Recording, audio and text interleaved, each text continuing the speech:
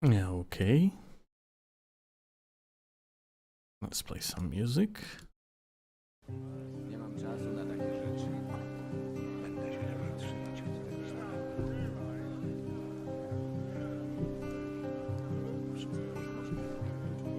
To wszystko tylko plotki. Ja ci to powiedział.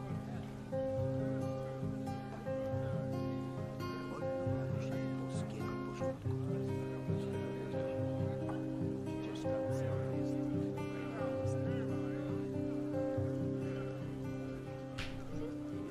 Co on wie o służbie? Dlaczego dowiaduje się o tym? Hi, let me help you. Hi, team. Yeah, shall we?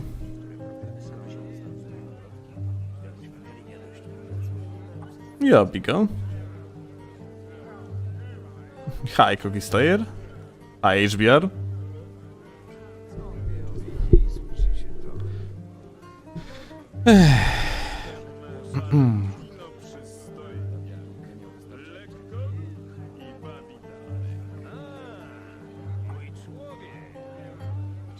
Hello, Axembo, Yoleux. Hello, Nadia.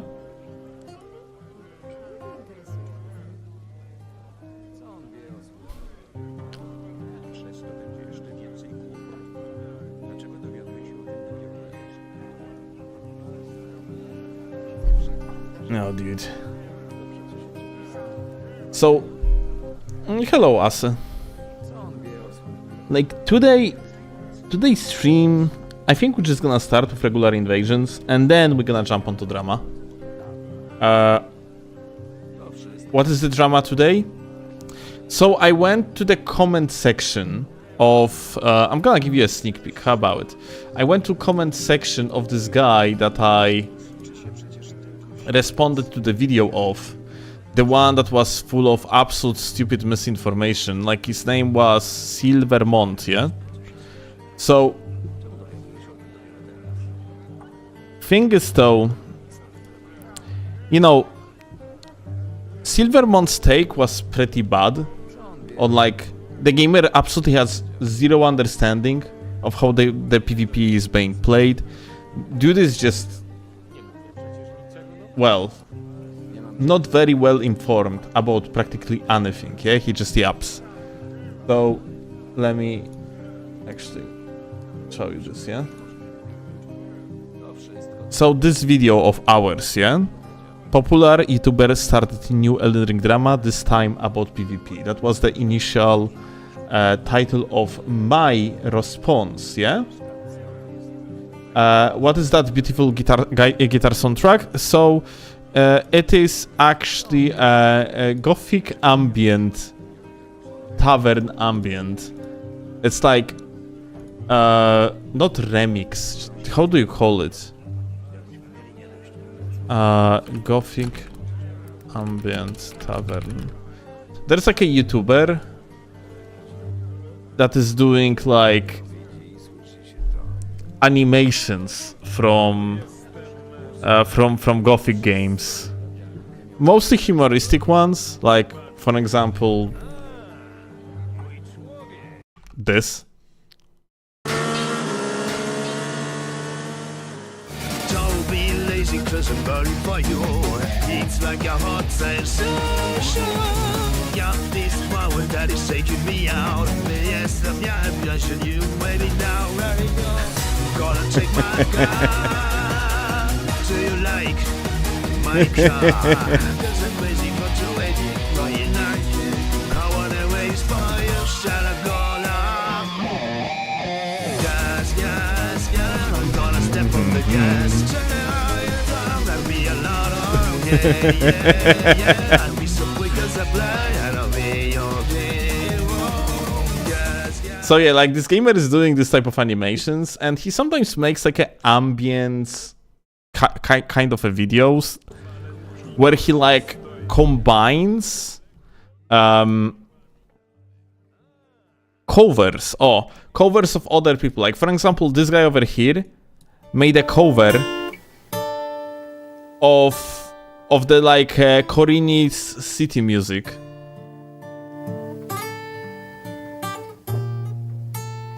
And it's very nice and shit, yeah?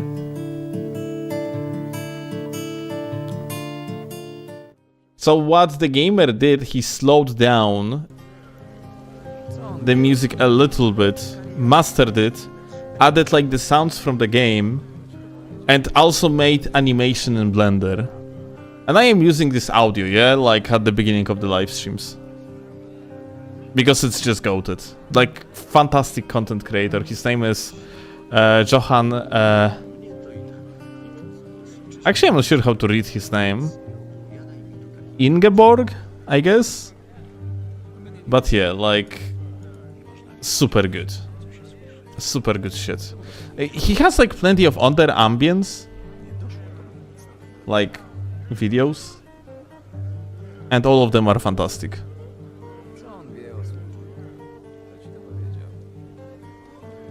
Evil Red Man, how dare you use game mechanics you can only play by my arbitrary restrictions? Well, you are right. I'm sorry.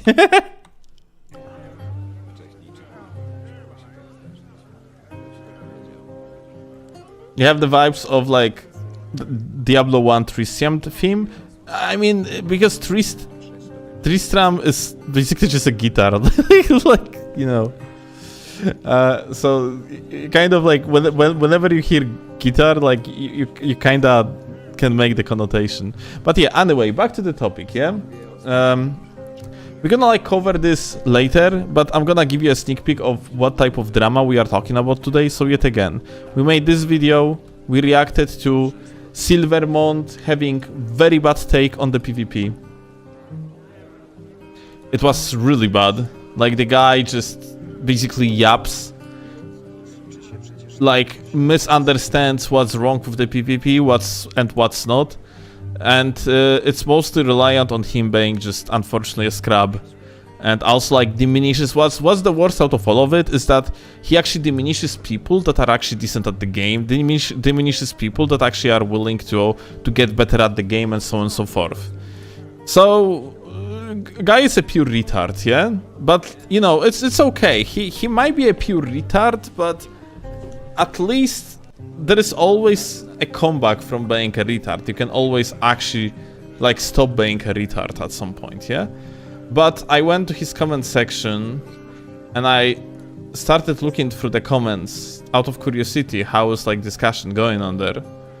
And the guy, and I found this comment where the guy is like, someone tells him that Souls PvP has a high skill floor and an astronomically high skill ceiling, which turns a lot of people off from it. I wouldn't say it is like astronomically high skill ceiling, and I would also say that has like extraordinary high skill floor. But this is true that like a Souls games overall require some skill, that's for sure. Decent ammo even of, yeah, just like definitely more than, let's say, I don't know, like a card games, yeah. Although like card games excel in different ways though, yeah? Like for example, tactical approach requires you to be more skilled in card games. Doesn't matter. That being said, the gamer says that, however, to say that it's a bad and it's a waste of time is just plain ignorant. This is about like that Silvermont take. And Silvermont just like responded with, it's funny to me that you think that. And then like the gamer got sent on the response that, yeah, Mr. Skibidi Shuffle, because Skibidi Shuffle is something that Silvermont like called out about like people that enjoy meta PvP basically, yeah?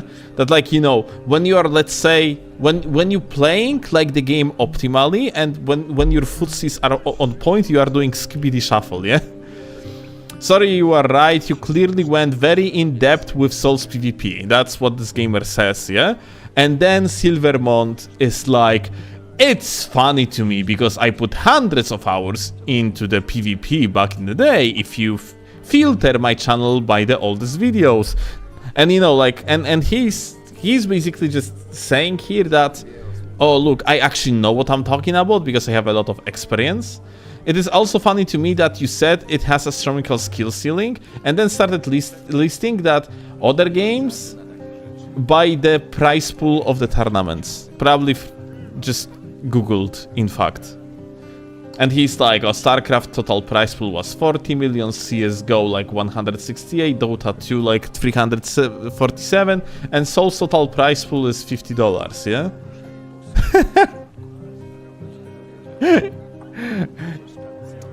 If the PvP were seriously competitive to the degree you are claiming, there would be the big money in it, so why isn't there? Like, and I thought, like, dude, we have to make, like, we have to read comments of this guy, because he's fucking, like, he's a cancer, dude. Like, unironically, the stupidity of this guy is unbelievably cancerous, dude. You know what's pretty funny?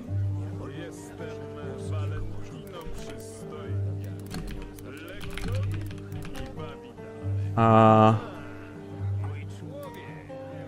gonna show you something.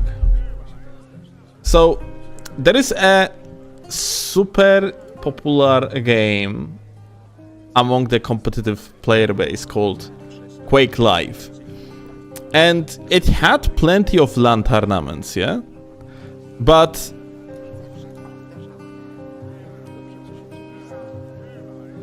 below top 100 tournaments, the prize pools of the average tourney in Quake Live has less of the money in there than freaking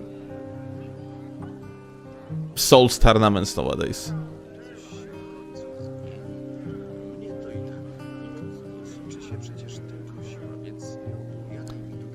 Like, I think literally today, I'm not sure if it's still ongoing, even in Alluvial. Oh, here we go, look. Alluvial actually is currently streaming Dark Souls 3 tournament. Like, it's just with the prize pool of $150. And there is like, I don't know, 12 players competing or something like that. But literally right now, literally at the very moment, you have like a tournament ongoing. And $150 is rather low, like when it comes to prize pools, yeah? Like, usually the prize pools are higher. You have competitive circuits of Elden Ring PvP Discord that do the tournaments and so on and so forth. Do it take that money? It's ongoing, Logan. I cannot join the tournament right now.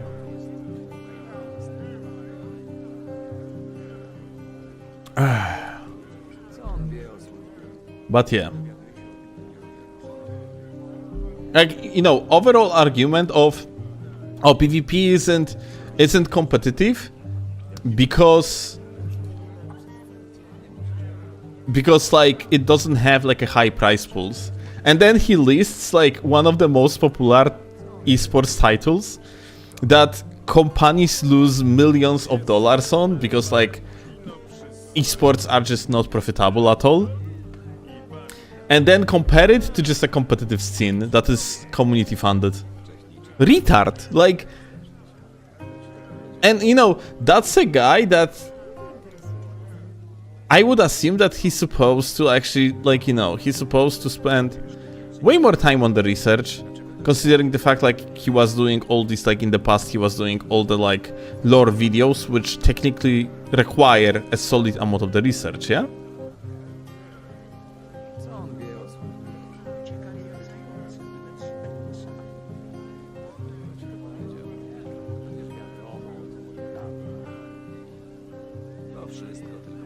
The no-hit god and speedruns to me feel a lot harder than PvP. It's just different, dude.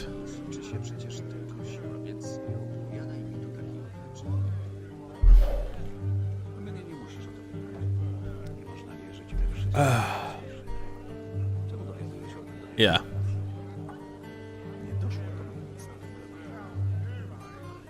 But again, the guy is pure brainlet. I just don't understand how the fuck it is possible that this guy is capable to be this stupid. after like so many hours put into these games. Like, how the fuck you can be such a scrub?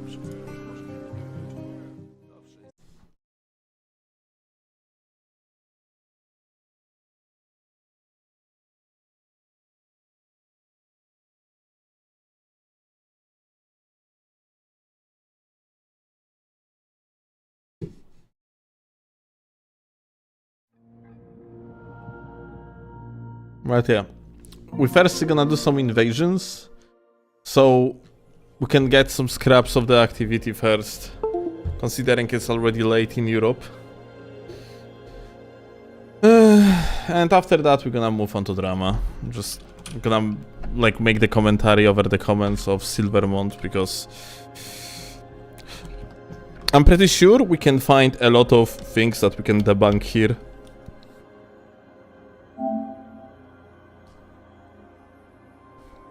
How much do I donate so you play ERR? What is ERR?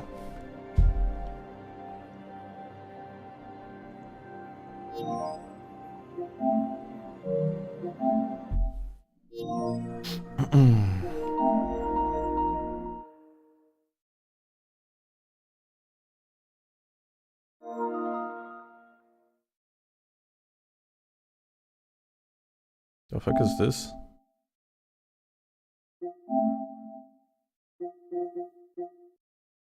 It was really cool to see you help that dude with the plastic ball sacks in your stream yesterday. I know it's not the focus on your channel, but it's fun to see once in a while.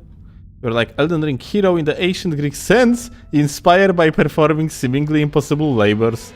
What the fuck?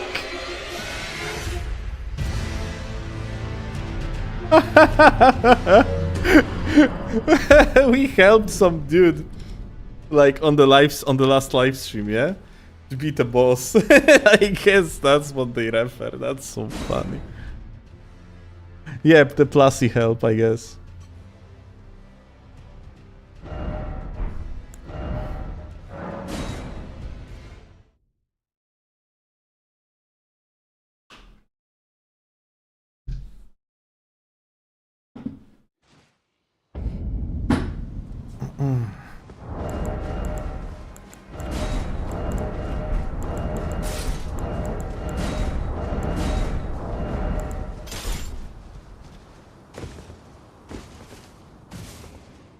Why not drama first?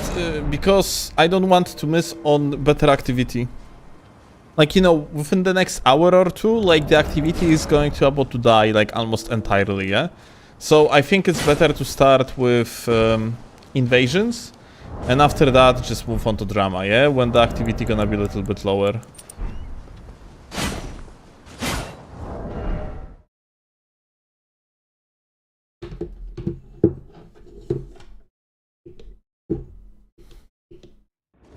Basically, we basically have the last scraps of the activity. Decent activity. Potentially decent activity. Hi. What's up, gamer?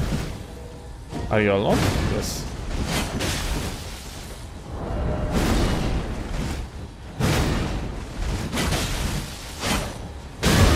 Haha.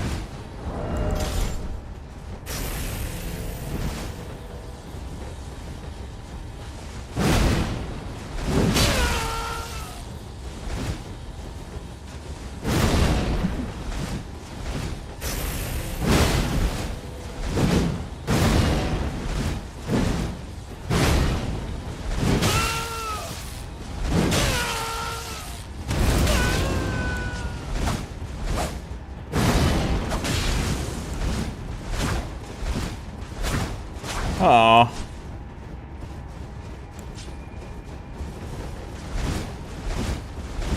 Okay, here we go.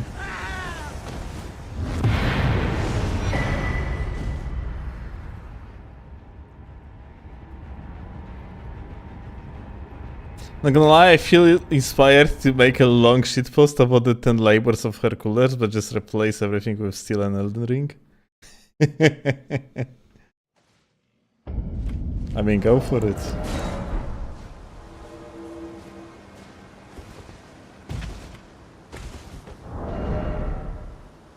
who gives a shit about drama? I just want so in Asians. Well.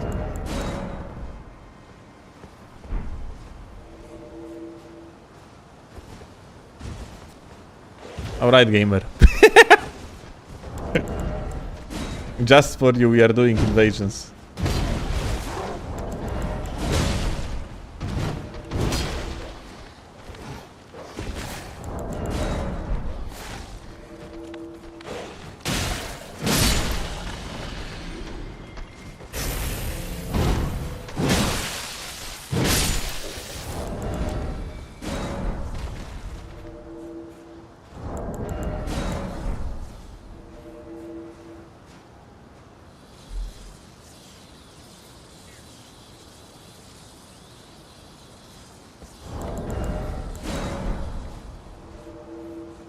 No, I do not.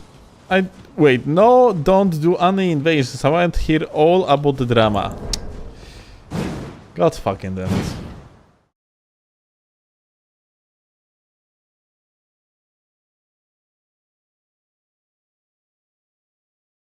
Guess drama brings more money than gaming? Pablo.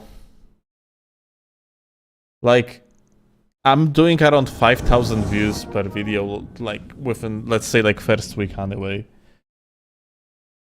We are talking here about, I don't know, like, $25. If I'm gonna do drama, there is a chance it's gonna perform a little bit better, which is going to bring, like, let's say 7,000 views. So, and 7,000 views would be like, I don't know, maybe $30 or...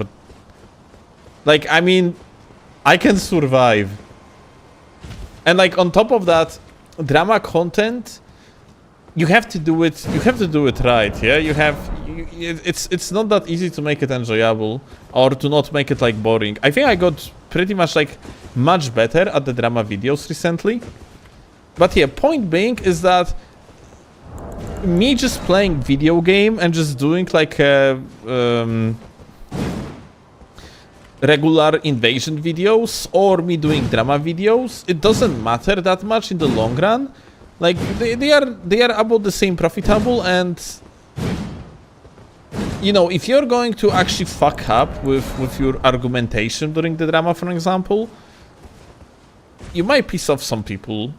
Like you might piss off like some of your audience. Maybe like it might turn out that you're incompetent moron at the end of the day within the topic that you are arguing about. It's not really worth it, honestly, to do drama, all things considered, unless you are extremely knowledgeable in the topic. And these topics that we are like spinning the drama about, I am very knowledgeable within, so I kind of, you know, I know that it's very unlikely I am going to say something that is going to piss off like general YouTube audience. So, but yeah, it's still like, it's risk that's usually not worth it, frankly.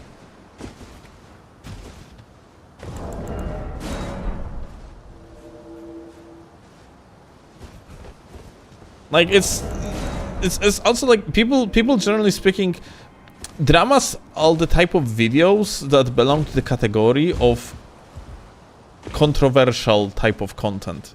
And when something is controversial, people focus more on arguing against each other. That's why like a drama videos are going to have shit tons of comments in comparison to regular videos. But people are not focusing that much on the content creator himself. So drama, usually, at least in case of my videos, is not leading to like to the channel being like developing as good as it would be developing if I would be doing, let's call it, family safe content, yeah? And so basically, if I will be doing only videos exactly like Chase, for example, is doing, yeah, then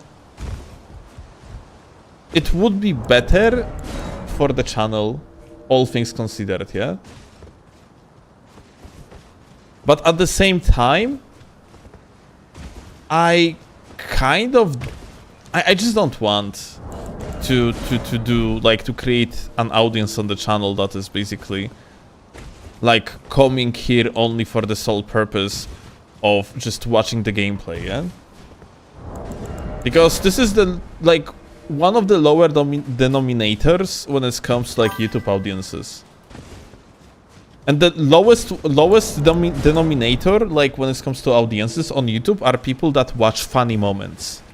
Like, this type of people, it's the most likely that if someone like that, like, watches you for the sole purpose to watch funny videos of yours, there is a chance that such individual is absolute moron.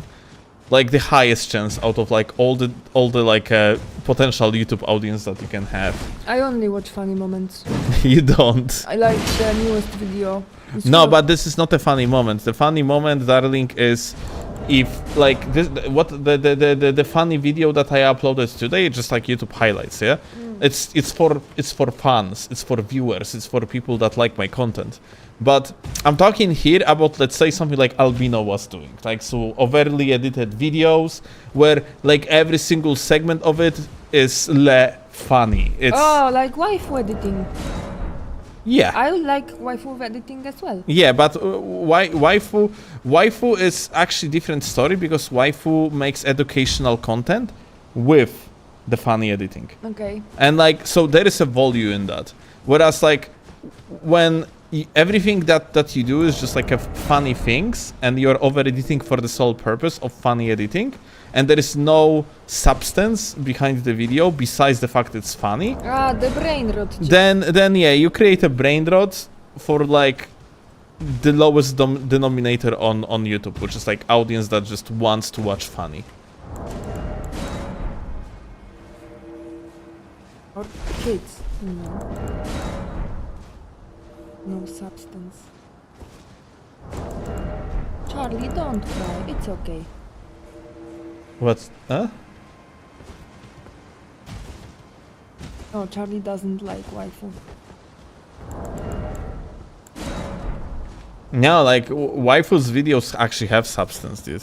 Like, that's actually a thing. You might dislike Wi-Fi because, like, of course, Wi-Fi's content is a gunner bait for people that just look at literally not even a real character and they are gunning to it, thinking that's actually a real individual, whereas it's more of an, like, let's say, like, this is more of an, it's this is actually the entire, like, only waifu's channel is pretty funny because if you're gonna go to, like, waifu's YouTube live streams, people, like, in waifu's chat acting as only waifu would be their girlfriend. Yeah. Like, it's ridiculous, dude. Like, these people are fucking parasocially ill, and this is just unbelievable, dude. This is very weird, especially when you see same nicknames donating all over and over again. Yeah, dude. Like, why? Like, this is so funny because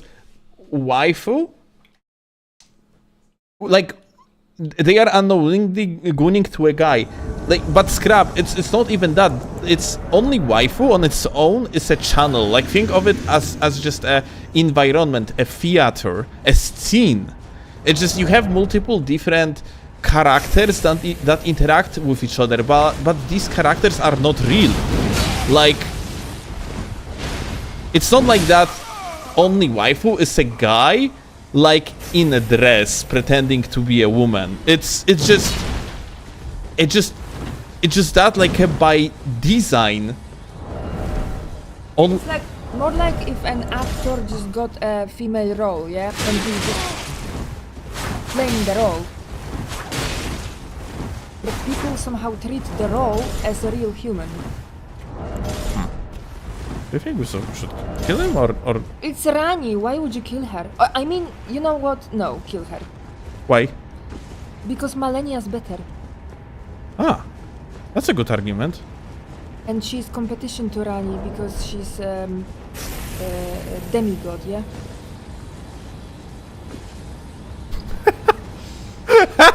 Person is cute though. Oh! They missed. They missed the stairs. Oh. Oh, that's crazy.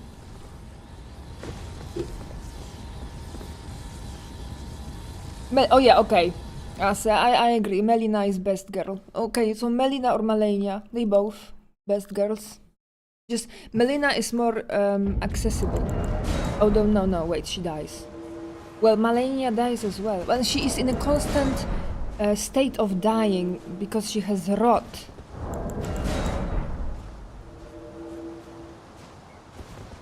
What about Kenneth Hyde?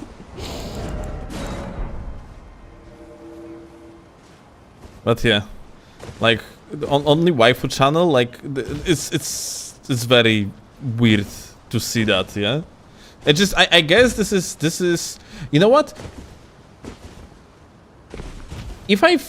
Now when I think about it, every single Souls game had a channel on YouTube that was doing something that was like combining Souls games and something that wasn't exactly a Souls game. So like for example, Fighter PL channel was combining memes with Dark Souls 3 PvP.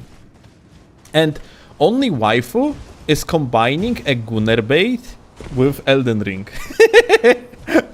And like And with comedy, I'd say. yeah, and with the comedy, yeah, comedy and Gunner bait. That's actually good. It's Gunnerish comedy. And yeah, it's Dark Souls 2 had plenty of I there was a channel that was like that was combining the MLG memes with Dark Souls 2 PvP. I don't remember like Dark Souls 1 channel had like these like comedy clips for one, yeah, and these things were like very popular. I mean, like, you know, Dark Souls 1 was a birth of giant that meme, yeah, after all.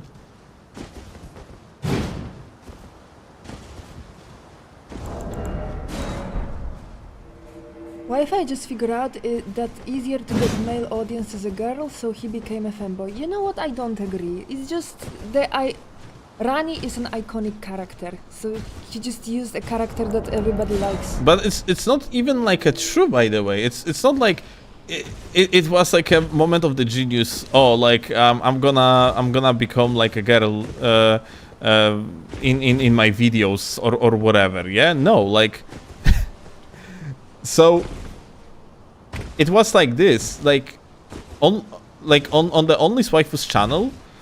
Creator of Only Waifu's channel started like doing sketches with different characters. Yeah, there was Malenia, there was Roderica. Yeah. Oh, I loved Roderica. Yeah, and these characters were interacting with each other, and those were just sketches, yeah, like funny scenes. Yeah. There was nothing like behind it, but like comedy. But creator of Only Waifu's channel wanted to do video essays, and they were like, "Hey, let's try to do it like with these characters." So basically, this is what that actually is at the end of the day. He started doing a video essays about Elden Ring PvP with use of artificially created characters that are loosely attached to Elden Ring, because, you know, like a Rani from like Only Waifu's channel, like, it doesn't even look anymore. Yeah, like current Rani isn't even Rani, it's just a blue girl. Yeah, like, and like, I think not many people even noticed that, yeah? That, like, there was a huge transformation in the characters. Also, like, Only Waifu's channel, like, dropped, like, other characters for, like, Rani practically entirely. Women attract audience, Waifu did a smart thing to get an audience. No. No, I don't agree. Like, the biggest gaming streamers aren't women. Women actually really don't have that much viewers in comparison to male audience. Because many men still think that women can't really play video games, and they would rather watch somebody skillful, and they assume the boy would be smart. But like, I'm not even gonna go, like, you know, into the reasons why. It's just the fact that if you're going to compare statistics of like female streamers to male streamers, female streamers are very behind in the average viewership. And if your argument is just boobas, then have respect for yourself. Do you just see a woman with boobs and you are losing your brain? Like, come on. Just I'm gonna tell you, the answer is yes. then go outside. Oh my god. Because it's weird.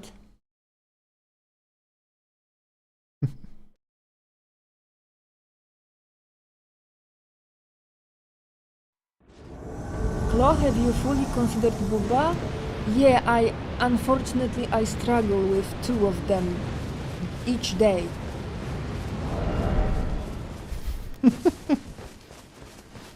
I'm really thankful she struggles with both of them, not gonna lie. Or they will shrink. Hi. What's up, gamer?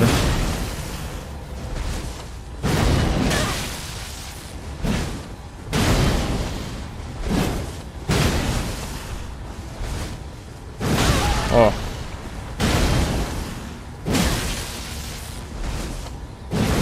Oh shit.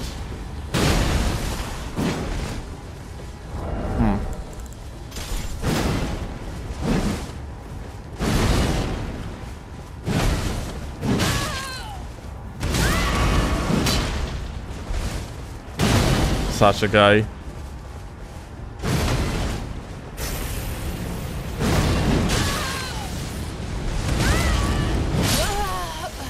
Well, that's a hyper armor abuse if I ever seen one, isn't it? Zatrzymałeś czat. Musiałem przeczytać.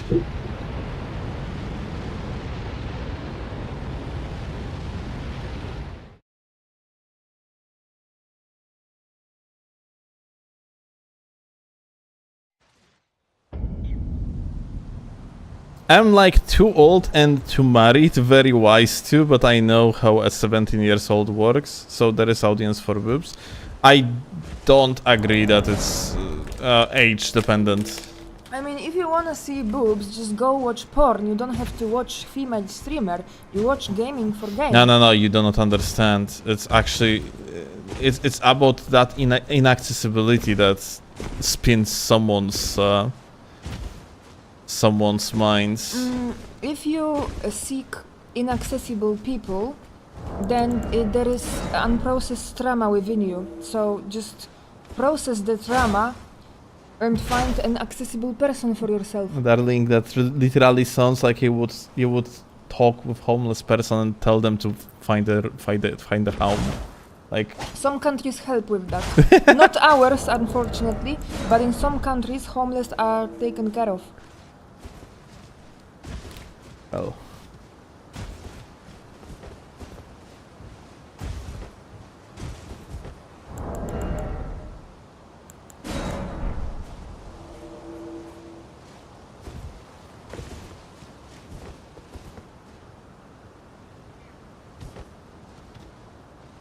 But you can hop on stream and develop parasocial relationship with random person that replied to my $100 dono.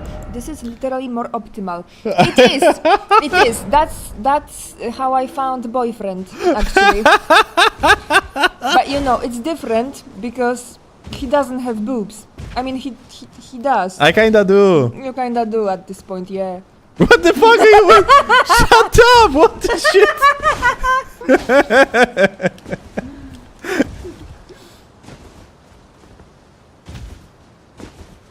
Blink Bolt Milady? No, that's not really a fan of that combo.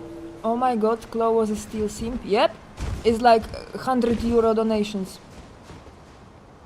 Hundreds of euros in donations. But he gave back very quickly because the first gift he gave me was a Steam Deck. That's actually true.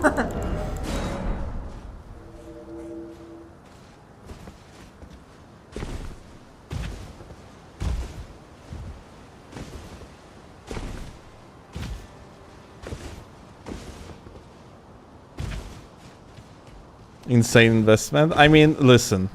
She was going to she was going to the other city with friends. And I actually don't remember what was the motivation for that Steam Deck. You to had buy your it. own, and yeah, I don't remember, but yeah, I was going to Poznan with my friends for gaming convention, and you bought me a Steam Deck so I could play in train. Yeah, and like also in the hotel, like when we were outside of the cover. Oh yeah, and I remember I called you from the hotel, and we played together, and I completely ignored my friends. And at some point, one of my friends told me, "Stop being a little fangirl and come to us."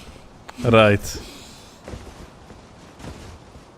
But yeah, Chloe is technically a viewer that transitioned into being a lifetime partner, so that's pretty funny if you think about it. And here I am educating people on not making parasocial relationship with streamers. The hypocrisy.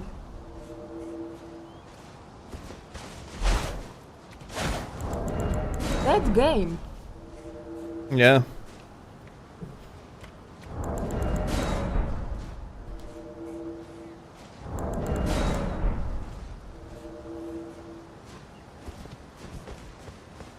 Did something happen last weekend that caused the game to die? No, it's the game being dead or alive.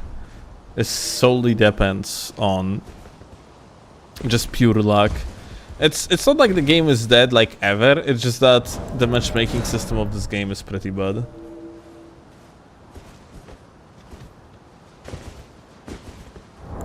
It's matter of the luck here, where the game is going to look for the invasion, and if there are like people on your level that are active in that invasion.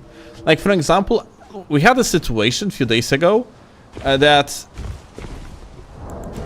it was 2 or 3 a.m. here locally, and the game was super alive anyway. Only in Europe, dude. Like it was very alive, I yeah. have an idea. Go to max level.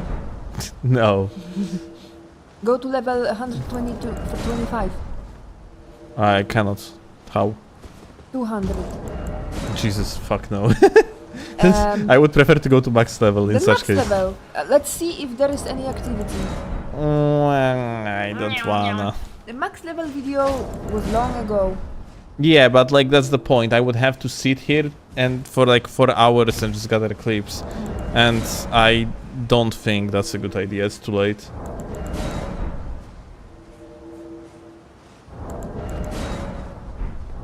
Arena? Nah, I mean like we good. We're just gonna be chilling. We're gonna get invasions sooner or later. By the way, chat, today is our first anniversary. Ah, right. That's actually true. What is this weird icon? I'm not sure which button activates it, but this is technically the activity information.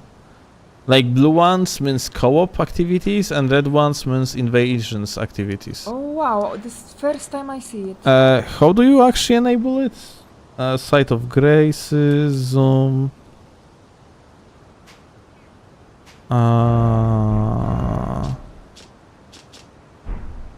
What fucking damn it, dude?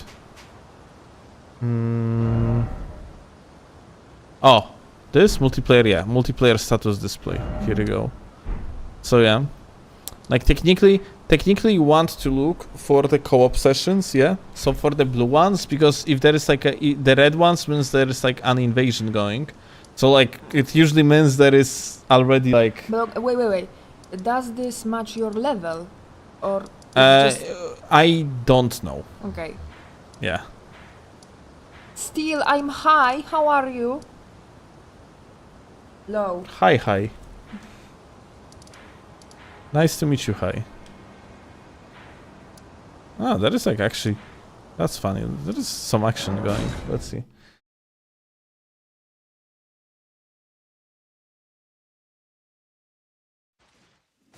But yeah, like for example, we don't know if like this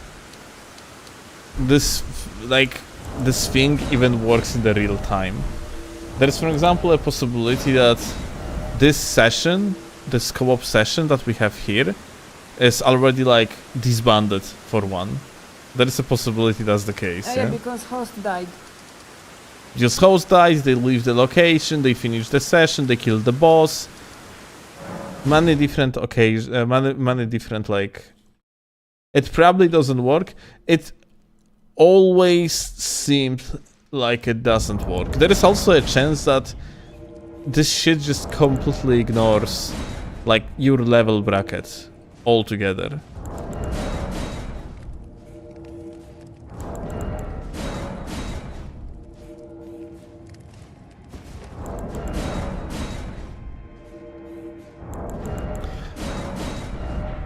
Although it really shouldn't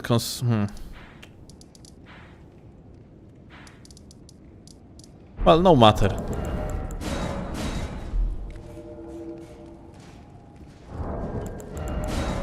The fact that you have to manually alter fingers yourself is so draining. You don't have to. You can just wait for an invasion. It's going to take you only 30 minutes to get one. Which is about like 2 minutes longer than getting normal invasion anyway, so... Oh, interesting question. Uh-huh. As a diehard PvEer, is it worth getting in PvP? Think about it. Probably yes. Oh, Frankly, I mean, like, you know, like, usually I respond in the joking manner that don't fucking touch PvP if you want to keep your sanity, but truth is though, like, PvE and PvP both are fucking great.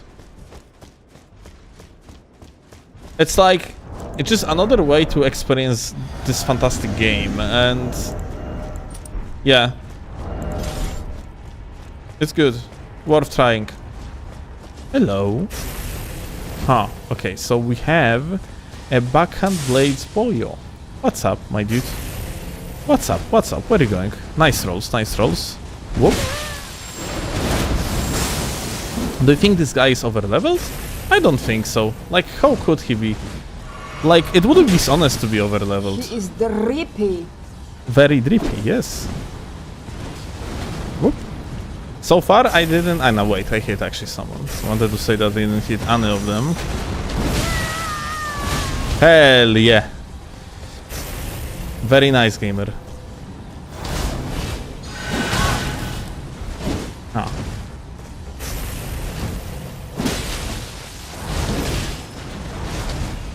God fucking damn it.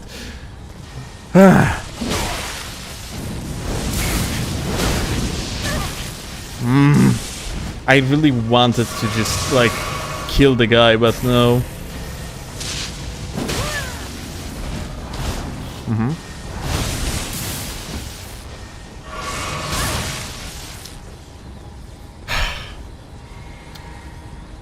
I really don't want to kill this host, but I might actually need to. Like, motherfucker just sits... You know what? Fuck you. I'm gonna shoot you down like you're shooting me.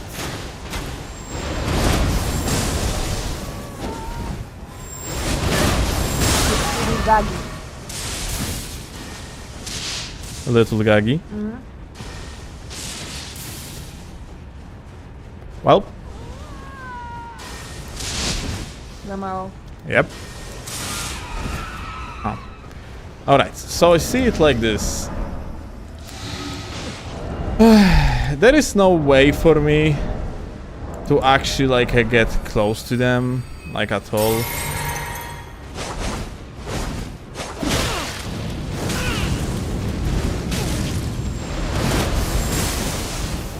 Urban cyclist. This person goes outside.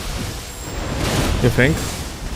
They are urban cyclists. They are cycling through the city. You think? But there is no city. There is, like, nothing in here. What he was doing here? In here, I thought you meant outside.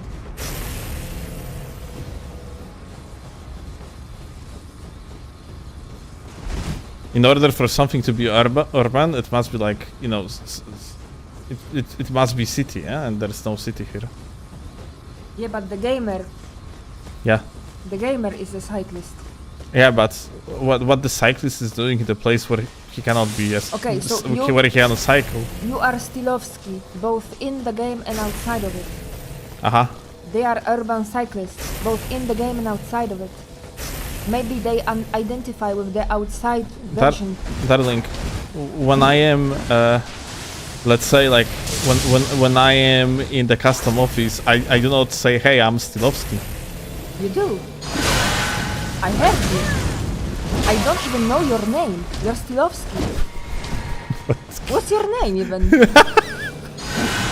God fucking damn. In my phone, in my contacts, you are Steelovsky. It's actually true, by the way.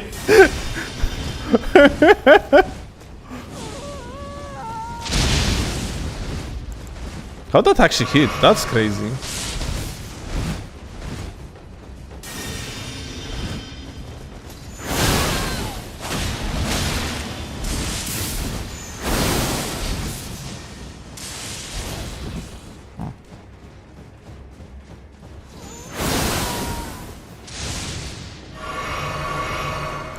Alright, dude. This is actually so frustrating, not gonna lie. Like, they are actually buffing each other and dealing shit tons of damage. One of them with the funny projectiles.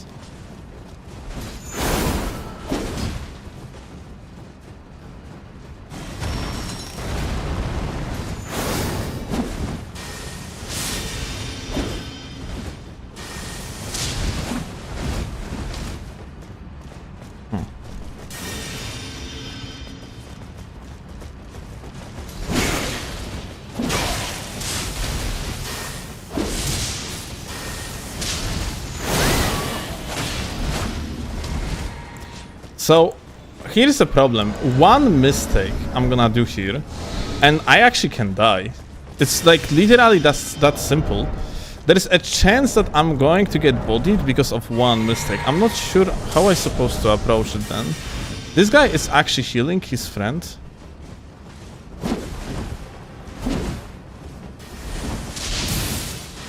And then throwing the lightning spear summon over. This is actually funny, very hard invasion to win, dude.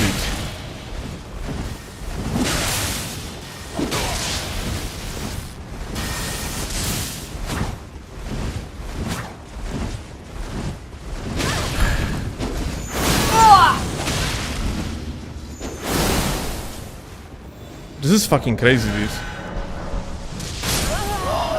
I got blocked by this shit. That was funny. What was funny? The last blow. I find it extremely not funny. Because it's you that died. Yeah. I find it extremely not funny because I would be out of range of it if I wouldn't get blocked on this fucking thing on the ground. Salty run back. Nah. I should have just like a change to the clean route and fuck them up, honestly. Just my bad for not doing it.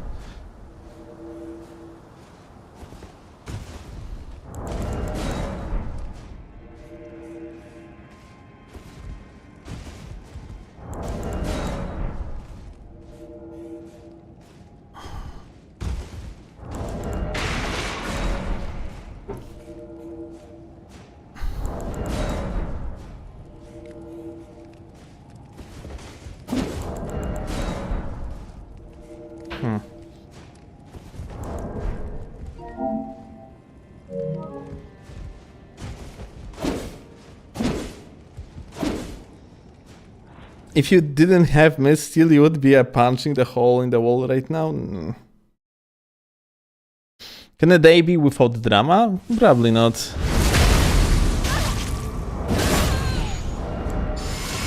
Hi.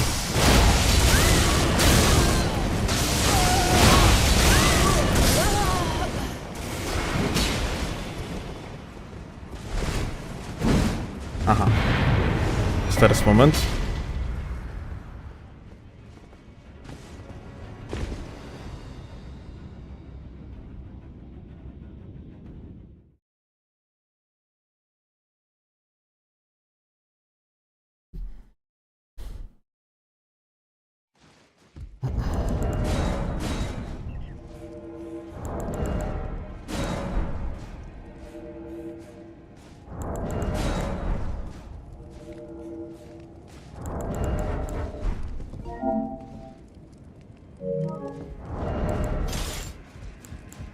At least activity went up.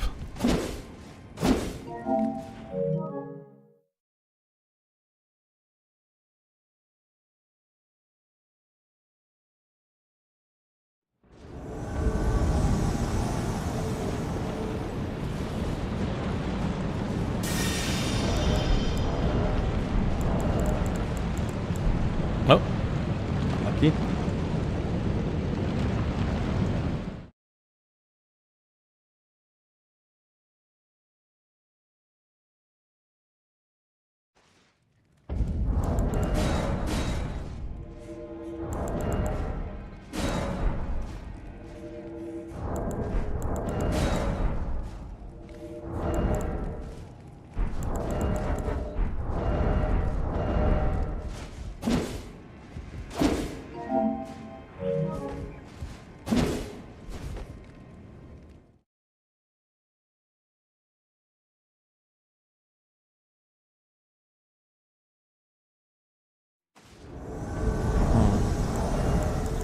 Wait, didn't refuel? That's interesting. Check this out.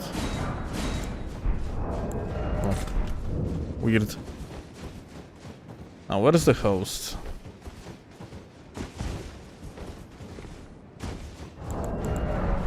Here. Hello.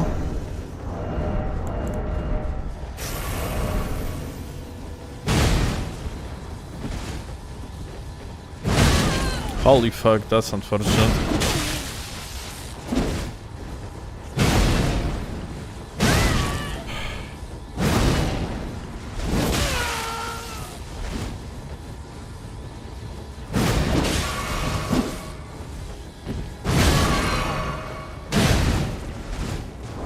Ah.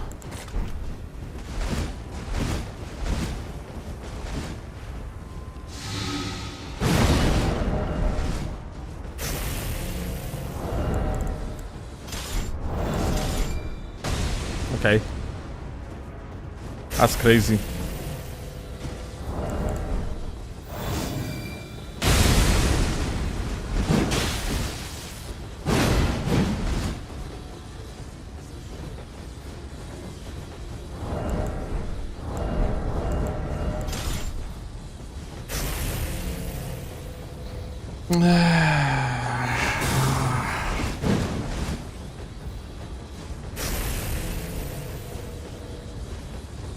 Ja pierdolę.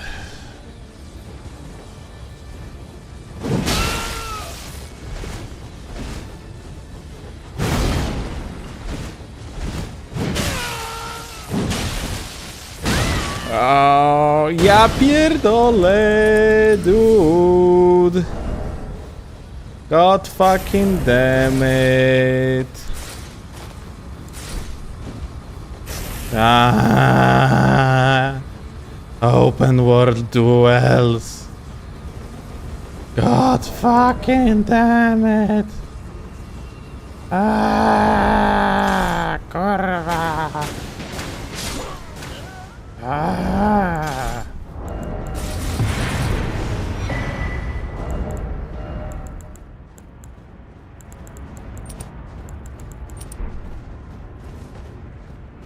No Bondaris duels, yeah, the best duels type ever, dude.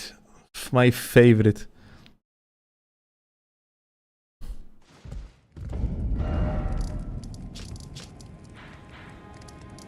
Fucking Bondaris are for pussies. Real people just play without Bondaris.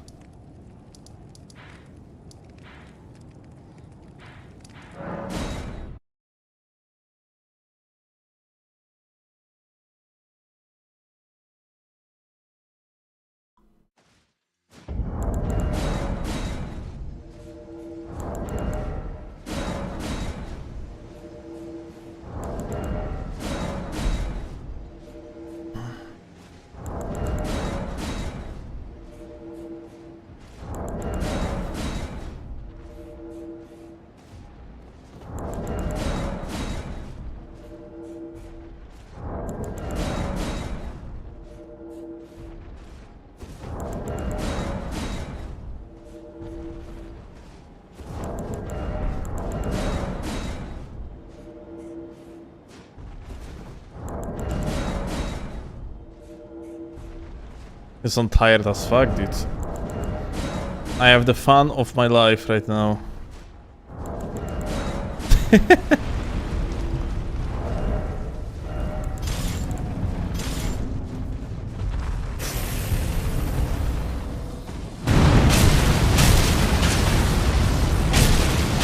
Like, these guys are so fucking annoying in Night Ring, dude.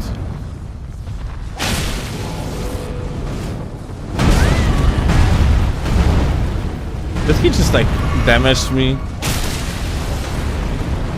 With barely, like, moving the leg.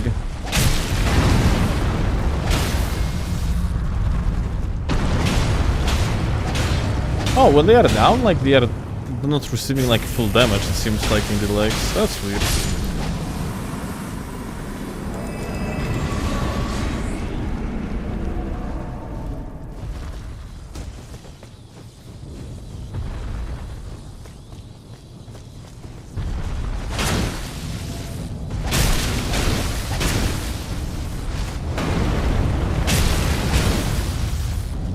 Like these dudes in Night Rain, not only they are doing this, for example, yeah, and throw rocks at you, but on top of that, they have like various different annoying like moves.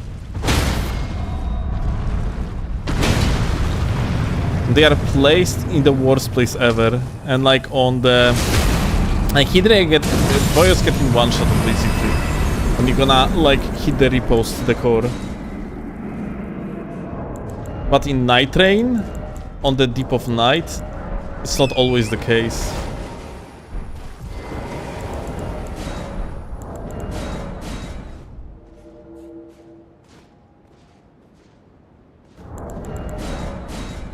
What level are you in Night Rain? Is it hard? What you mean level?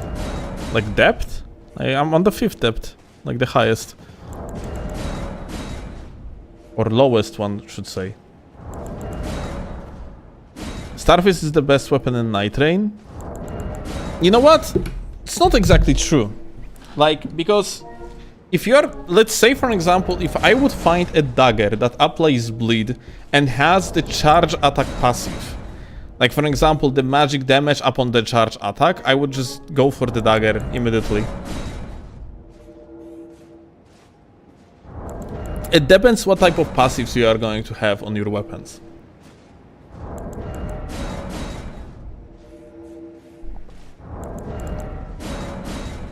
If you are going to drop the grafted greatsword, then like there is no point for you to play with the Starfist, yeah?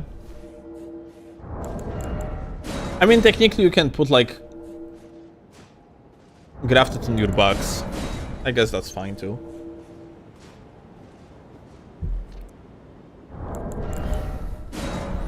Did you go to every single grace for each one of your characters to unlock all the invasion zones? No.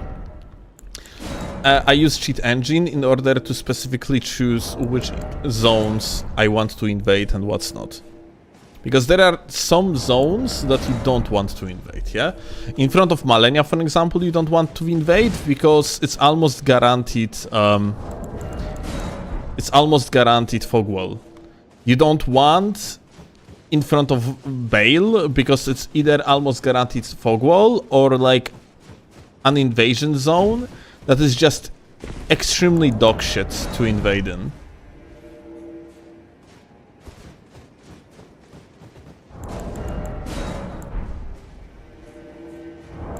So yeah, they're like a... So yeah, like for example on this character, I recently visited Malikev fog wall. So because of that, I actually unfortunately can invade in the crumbling Azula. That's the name of the location, isn't it? But like once I'm going to reload the save, which I'm going to inevitably do, I am going to... cheaters, by the way, interesting. I am going to...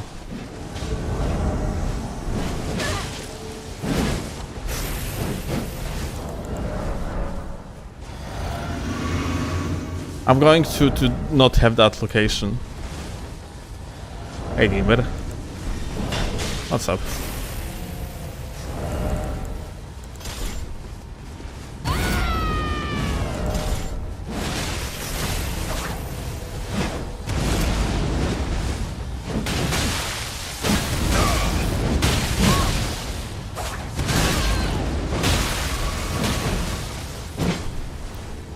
Teammates.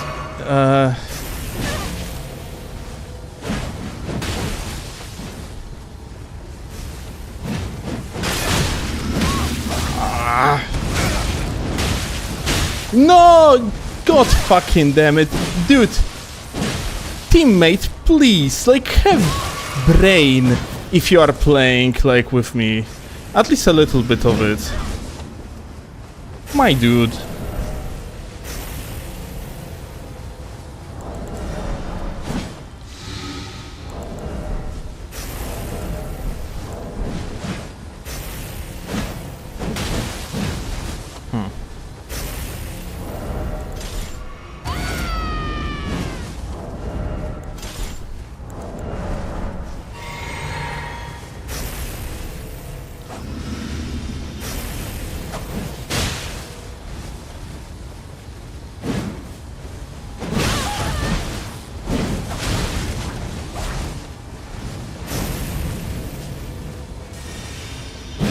Alright.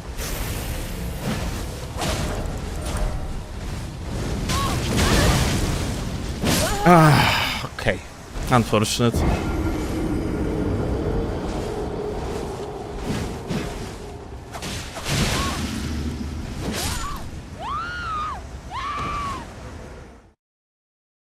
But at least we got like some gamers.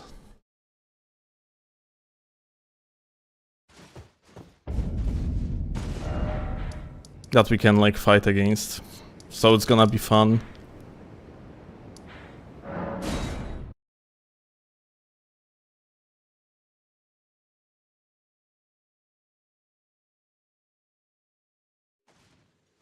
What the hell the gamers... I wonder what the hell was the gamer's build till, because he was running the helmet that gives him +2 faith, if I recall correctly.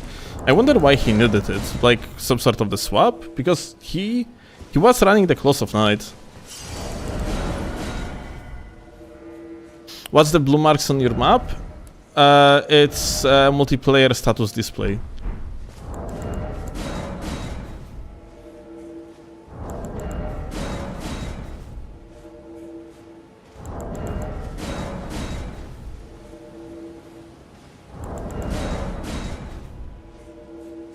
More drama, more drama.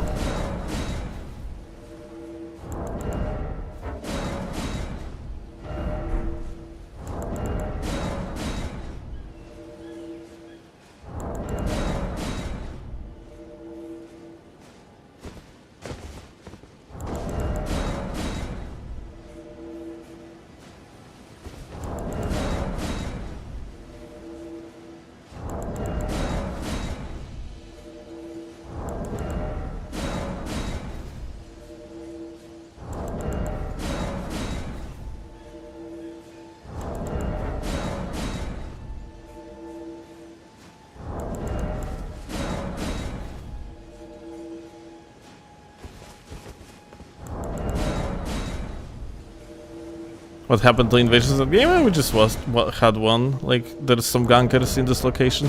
But like, these gankers are weird. It's... The host of this guy, like, was sniping us on the arena. It didn't end up, like, very well for him, but... Like, as far as I recall, these guys are weird because they are just changing locations. Basically every single time, like, they kill like 2 invaders, which is weird. It's just like, it seems like such a waste of time.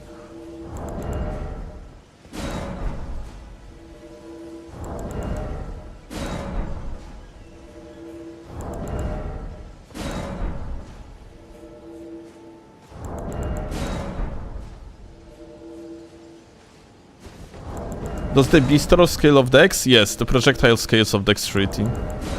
All the way up to 99.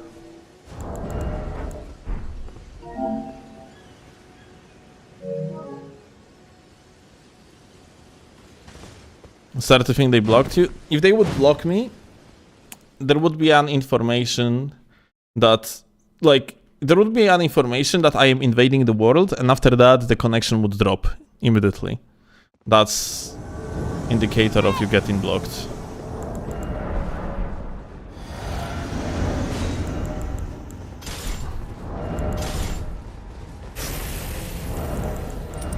Hi.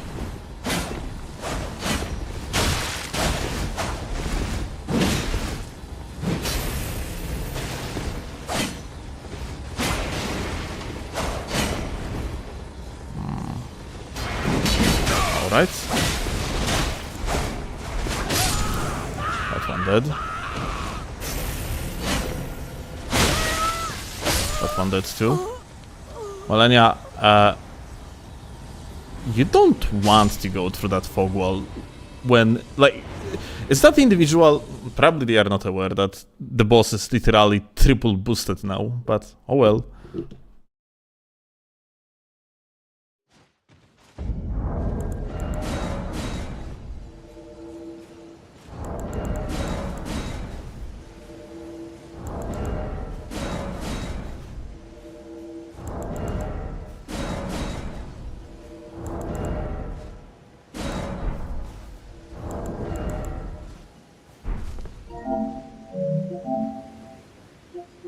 Oh, the gankers again. I wonder if they changed location, or they are in the same spot. Let's see.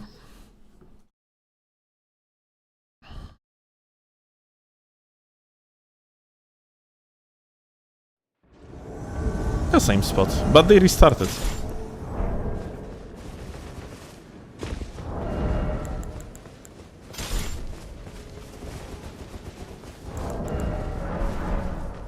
Ah, you're the welding? Okay.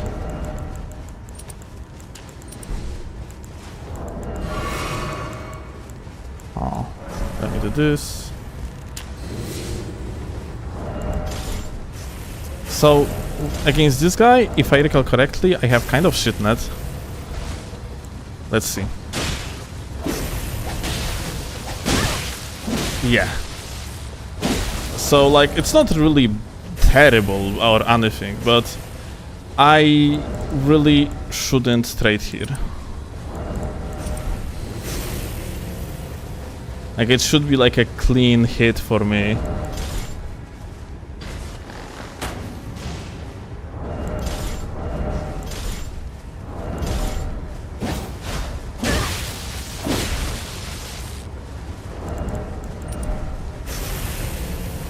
Oh.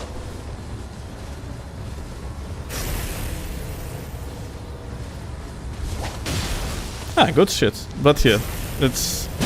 Oh, a good thing I dodged, because, yeah.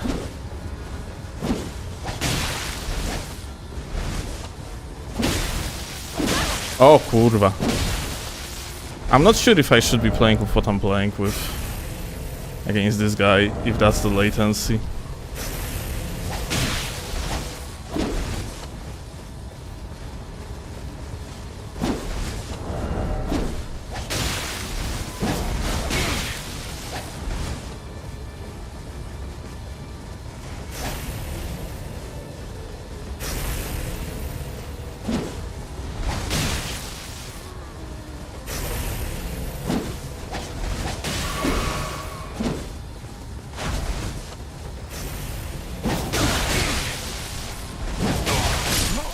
GG gamer. Oh, what's that? No, don't tell me. Please, don't be a stick drift. Is that stick drift? Have you seen, like, the character just went on the side? Okay, I think no, I think we're good. Okay, sorry.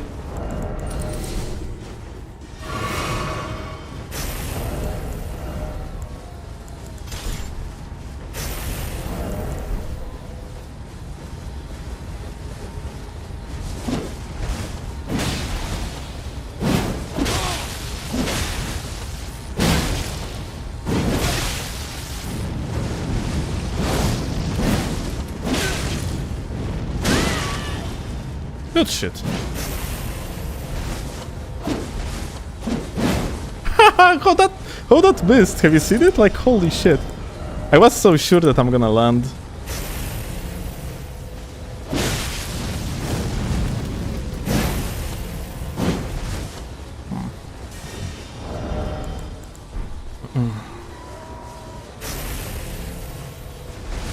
Now I have to wait. I cannot engage at all because the gamer just has the advantage of the flask.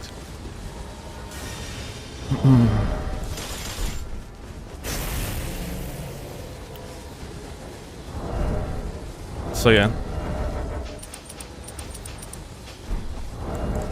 Dude, my controller is unfortunately broken. And it's so bad.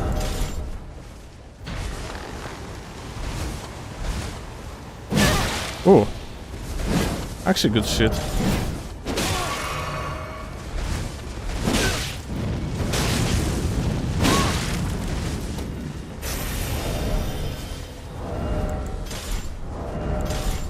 Oh. Oh. Oh. Oh. Oh. Oh. Oh.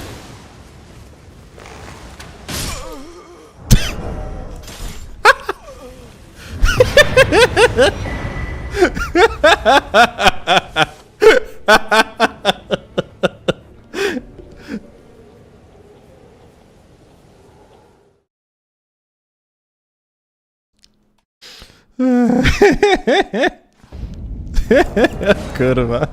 That's so stupid, dude.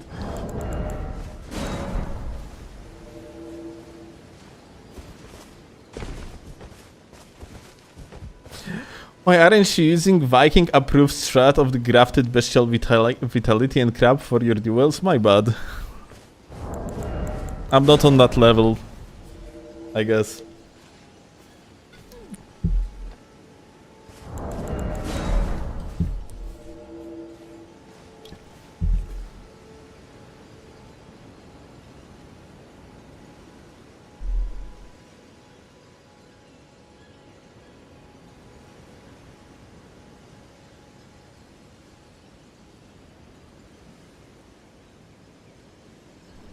Oh, by the way, I actually ordered a new controller for Monday, so I'm finally like I will be able to actually dodge properly, which I'm very happy about because, well, right now, if I'm going to manage to actually properly reaction dodge or not, it's just kind of matter of if I'm gonna be lucky enough.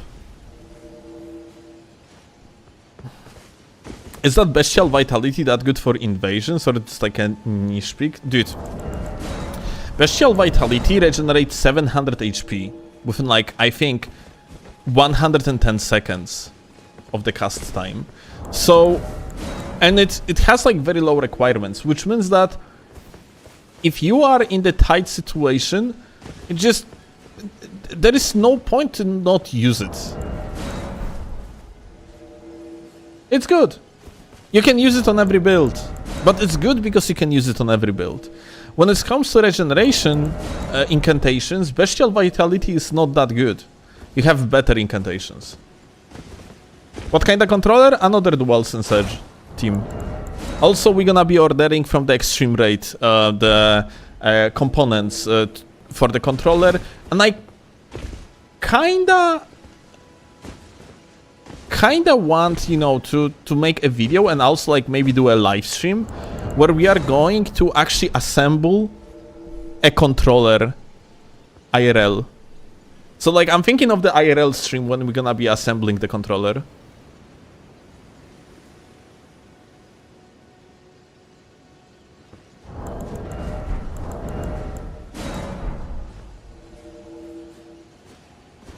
Switch to keyboard and mouse on PlayStation, Moloch?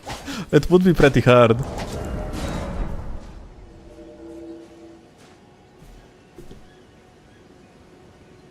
What's the difference between normal DualSense and DualSense Edge? Well, so this is how the DualSense looks like in the first place, yeah? That's a controller that has like a back buttons, configurable like triggers, and so on and so forth, yeah? So there is not much of the difference. all things considered, but there is some, yeah?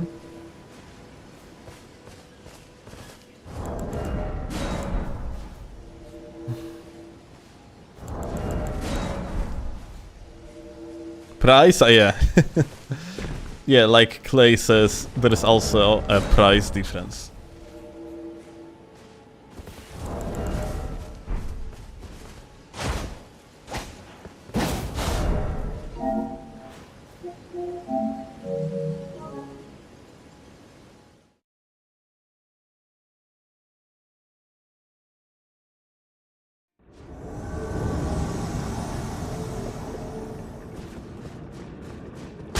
The mappable button profiles are so big on the edge. Or you actually use different mappable buttons? I usually don't, frankly.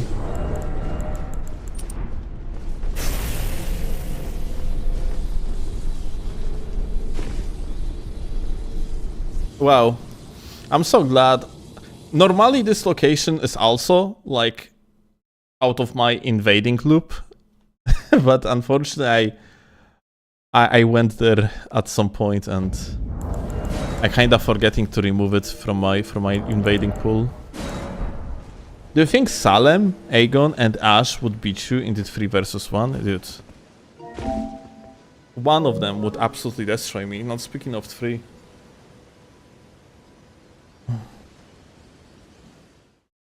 They are god gamers, dude.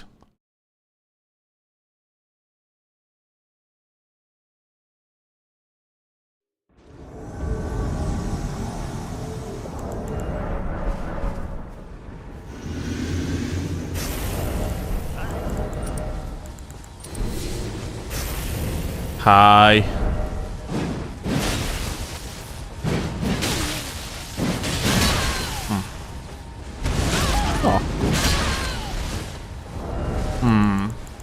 I want to try something funny. Not sure if that's going to work, but it can. So let's give it a try.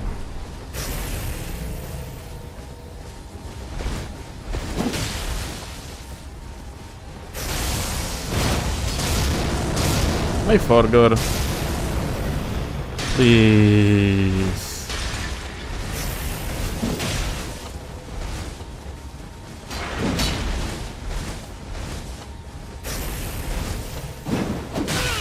And downwards.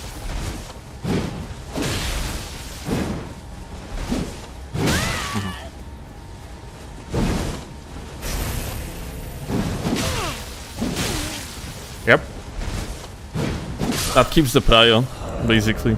The gamer tries to like hit out of hit stun, but what happens is like Scythe is actually pretty good into hyper armor matchups because if you are looking at downwards, yeah, you just keep the prio against this type of weapons.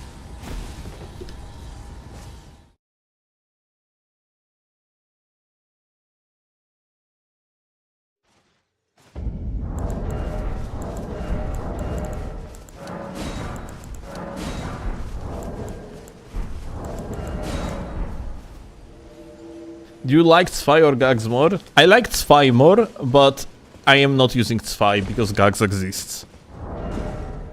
Like, the statistical advantage of Gags is just too much to justify using Zwei. So, yeah.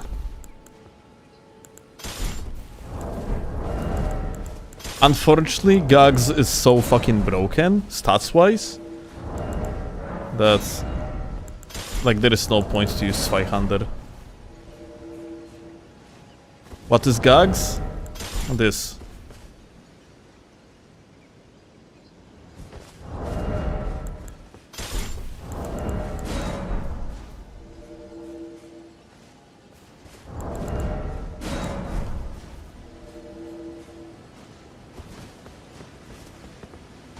Like, Gags, it's pretty funny, yeah? Because what is Gags abbreviation for? It's abbreviation for Guts Ultra Greatsword. And Guts, you know, the character from Berserk manga, yeah?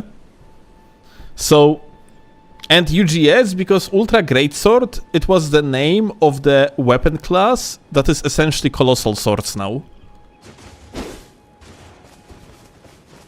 So that's Gag, that's why Gags.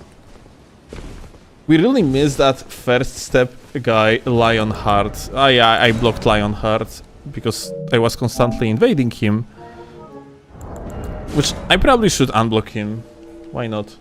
Just in that one particular session I didn't want to continuously invade him over and over. Have you read Berserk? No, I didn't. But we have 3 first tomes. Actually, probably those are not the first 3 tomes, but more like... In one book that we have on the shelf, there is like multiple tomes.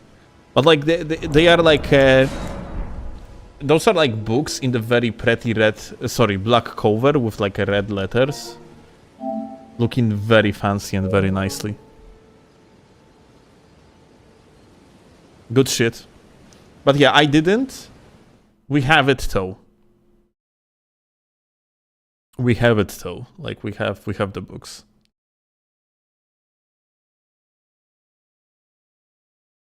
I have watched only like anime from the 90s.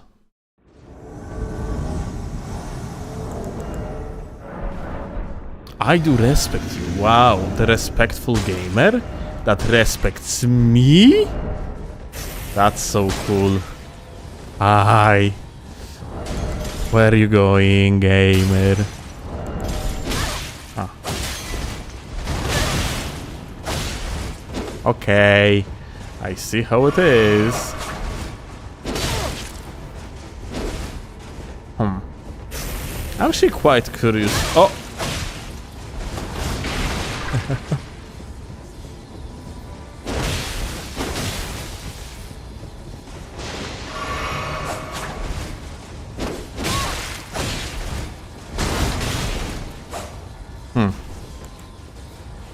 Alright, dude.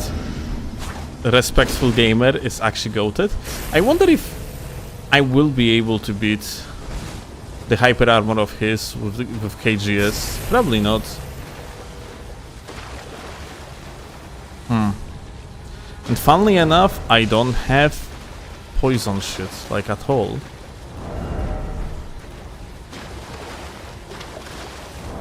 So...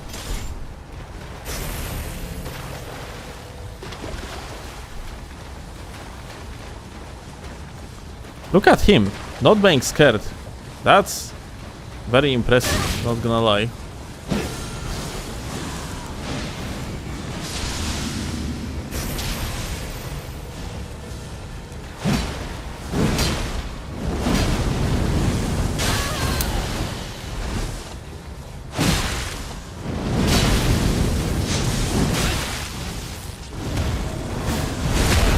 Okay. That's one. Yeah, I need to refill my shit.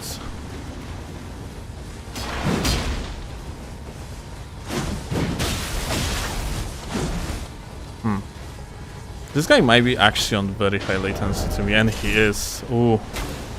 Oof.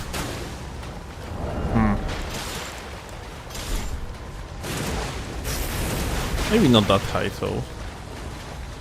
I hope like it was just moment of the unstable net.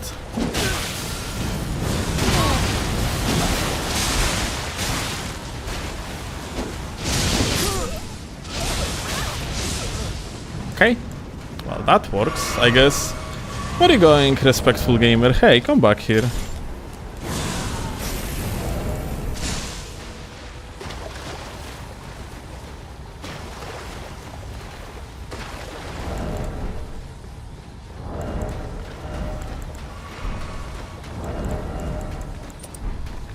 It's very dark in here, and I don't like fighting in place. And there is... It's so dark in...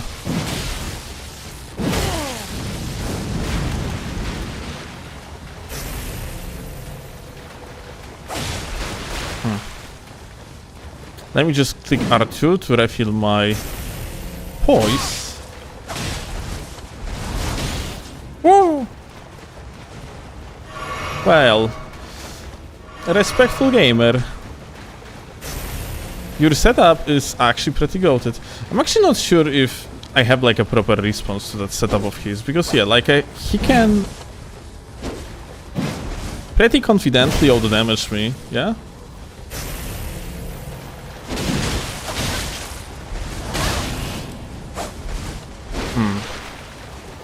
I don't know, what you think? Is there like something else that I can utilize that could be good here? I'm actually not sure.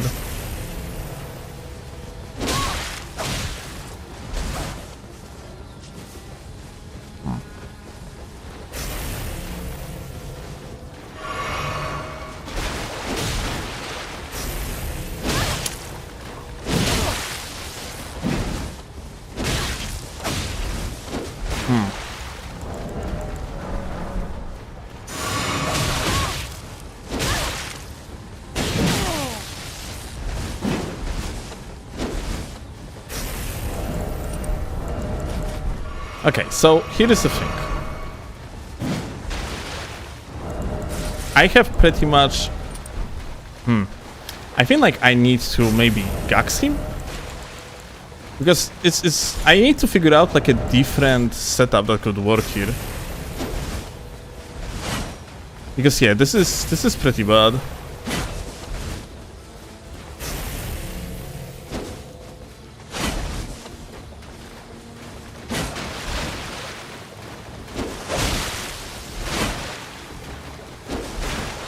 I don't see the attacks tune, which is like really beneficial mostly to this guy, if you think about it. Oh my god.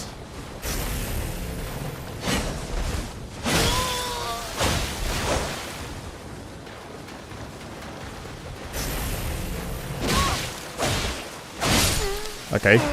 Well, you can always trade like this, I guess. Pretty insane, not gonna lie. Shield dagger, maybe. Actually, not sure. But yeah, I need to figure out the counter to this setup of his, because yeah, it's looking like very good actually.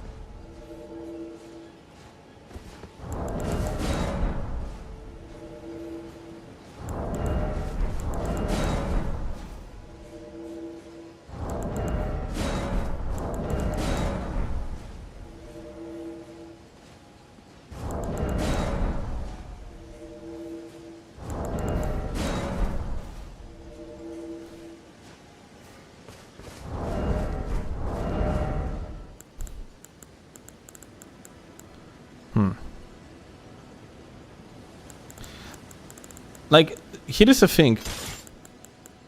Maybe CGS would be a good response. Does the CGS break the poise of Rakshasa offhand? Because Rakshasa... Rakshasa might deal too much damage. Do you know that not reading Berserk means you are one of its biggest fans? Congratulations. Is that actually the thing? The biggest fans of Berserk are people that just do not read Berserk?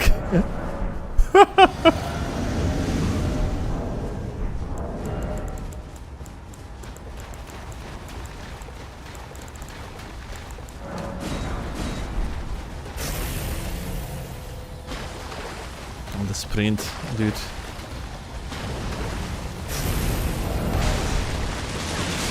Hi. Bye.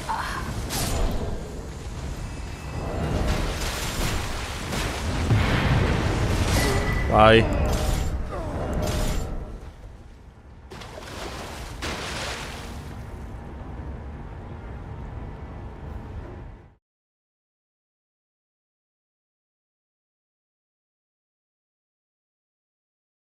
Sub 130 poise stone mash might be available. Actually, you know what? It's probably... I was recently thinking about that. I think I underutilize Stone Club. Should use more of it.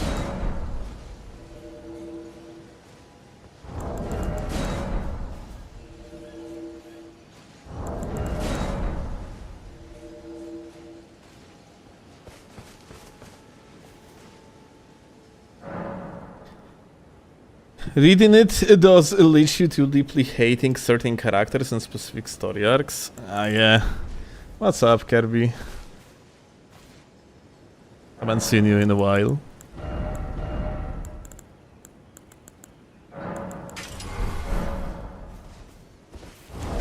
Kurwa, like I'm not doing these rolls. It's just broken controller, guys, unfortunately.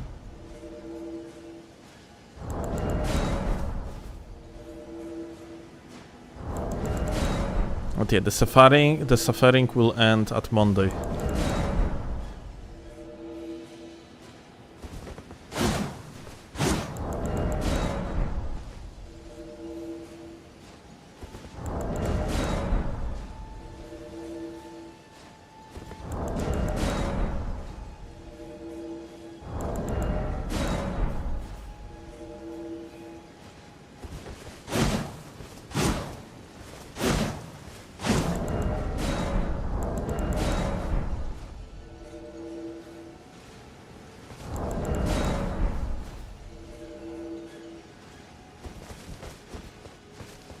You can get money back for controllers because it's for work. Like, deduct them from the tax, you mean? I could, but I am not doing it. Because in order to deduct controller from the tax, I would need to, like, talk with the company that sells the controller. So they would, like... Actually, you know what? I made a faux pas. For the controller that I actually ordered recently, I could. But yeah, usually I don't order controllers from Poland. And it's pretty hard. It's pretty hard to deduct anything. HBR, nie musisz być VAT-owcem, żeby sobie odliczać koszty.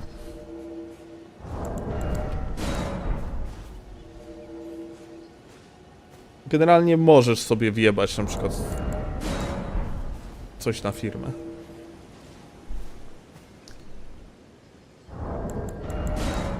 Ale musisz mieć na to poświadczenie, nie fakturkę.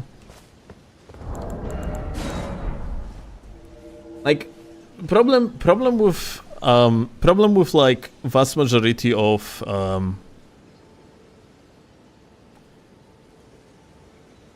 problem with vast majority of the invoices that comes from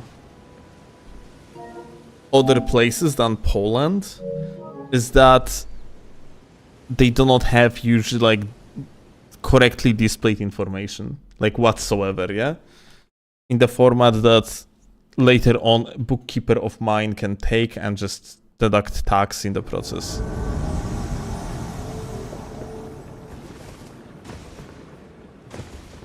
Duels again?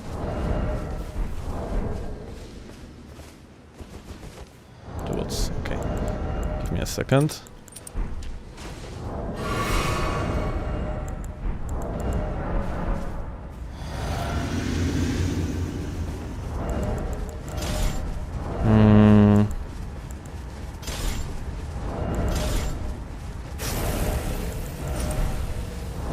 Maybe if I'm gonna do this.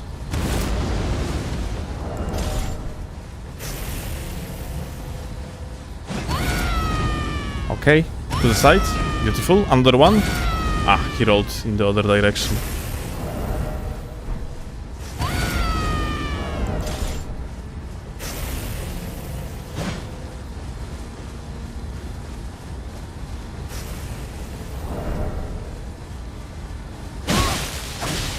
Good shit, gamer.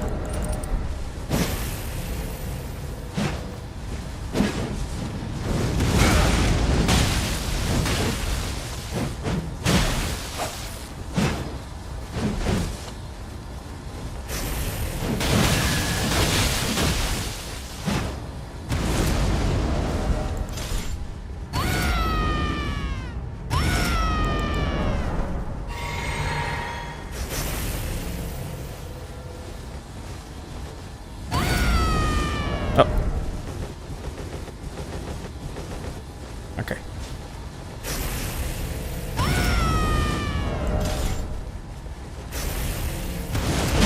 Good shit, gamer.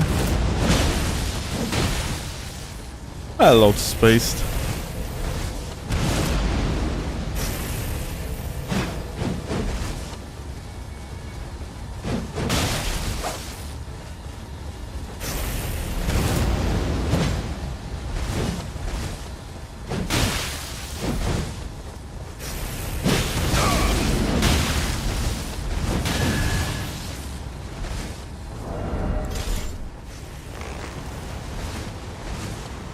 Ah.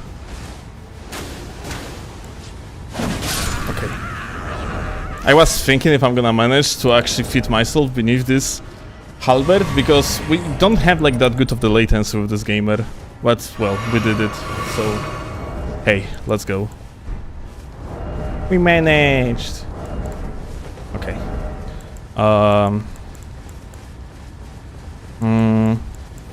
Not sure what to use. This? Maybe spinning slash?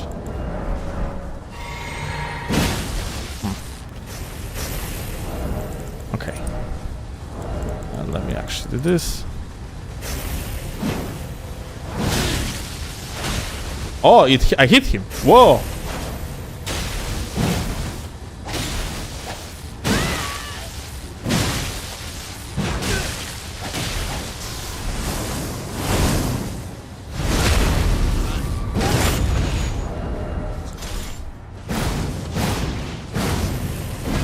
Okay.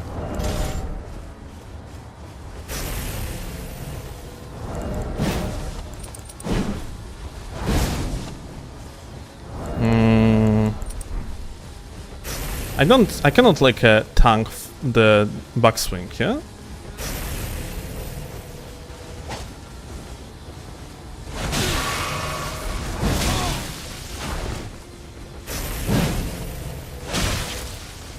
Beautiful.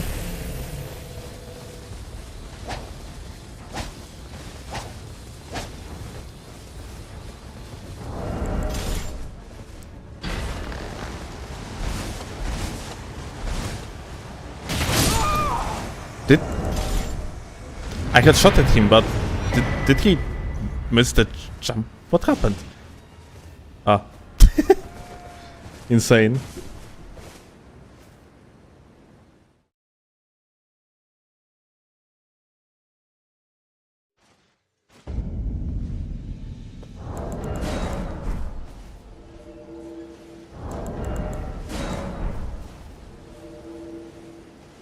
Like that, you are usually happy to fight solo hosts as long as they aren't creatures. I mean...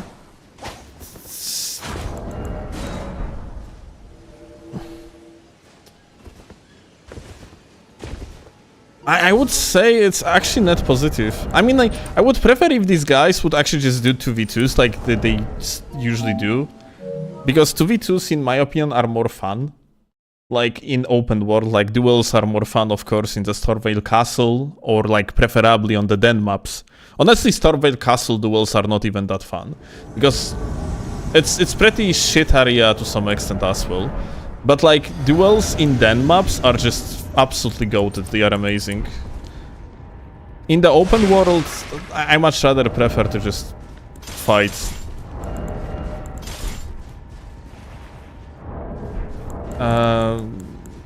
Like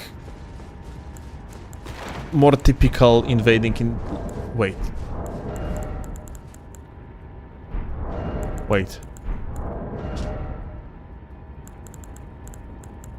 Holy shit. It's so over. I have no drawstrings anymore.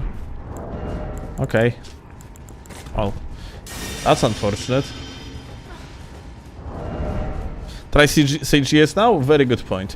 But yeah, like in Invasions, I prefer to play 2v2s. Like the most favorite thing of mine is 2v2s. When I'm gonna try Den 2 and 3v3s in Den 2, it's probably gonna be the most favorite thing for me. Because yeah, I have seen like my fellow PC gamers play like 3v3s on Den. It's looking amazing. The only thing that I am afraid about is average latency buying dog shit.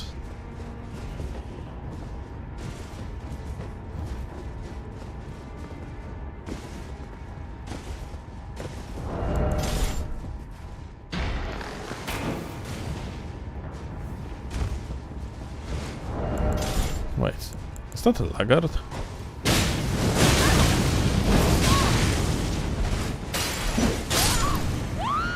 It was!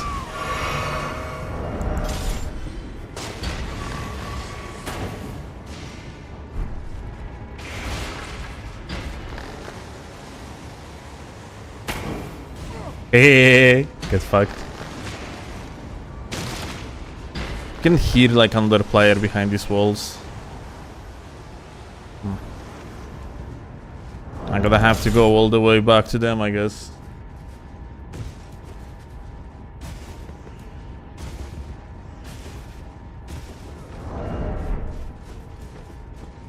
Time to reload save, yeah, most likely. And you know what's the worst? I actually played a little bit of max level on the stream, yeah? And progress that we made on the max level is going to be lost because I kinda didn't think and I didn't make the save backup before I jumped on the max level. It wasn't much though, I think like I didn't even manage to get runes for the entire one level, but it's still some like progress gonna be lost.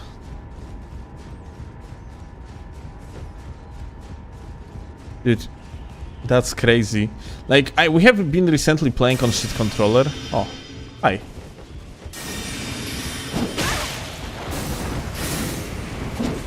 Anything behind me? No.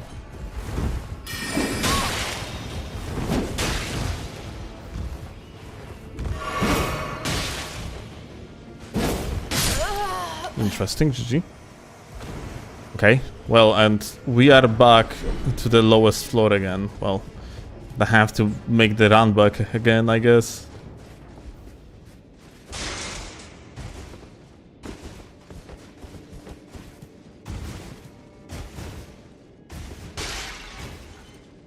But yeah, so I wanted to say that, dude, control over the analogs on this like controller is so much better than Victrix BFG. If you ever would want to buy yourself a controller called Victrix BFG for PS5, it's very sturdy controller, but it has dogshit analogs, just so you be aware. And I'm not sure if you can actually just manage the curve of the analog on the BFG Victrix. You probably cannot. Oh shit! There is a red! That's crazy. Let's go and try help him.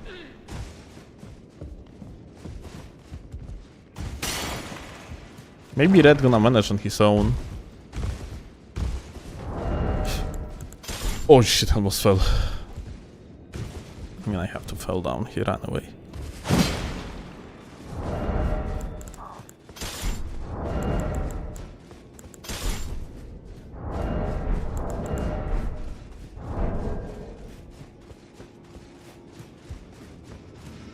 They actually fell down.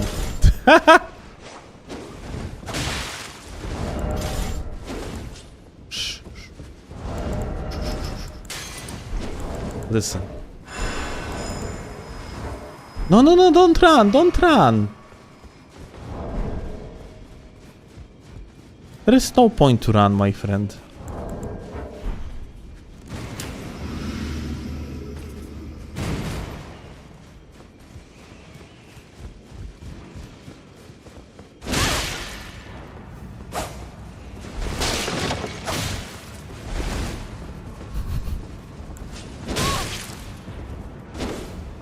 No, don't listen. Hell, that 1000 damage, dude. Oh.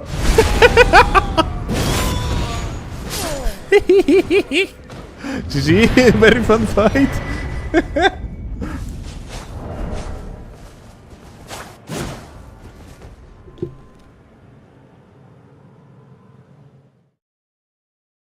If you ever visited Canada, what would you like to see?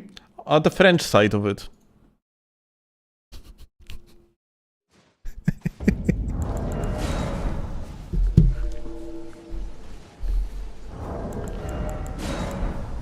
Honestly, I don't know anything about Canada. Chase the bro, obviously.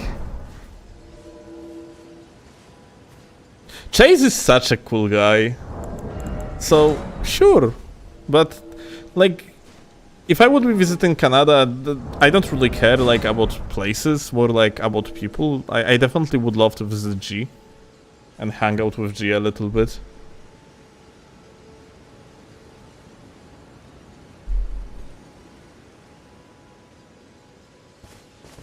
But yeah.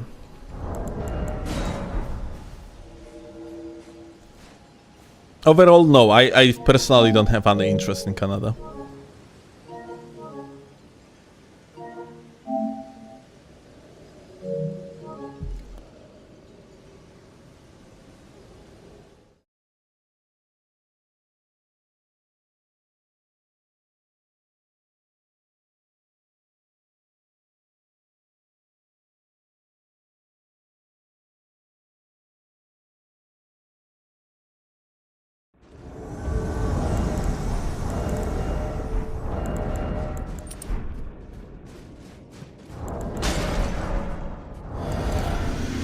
Let's see. Let's see CGS against the setup of the gamer. Huh.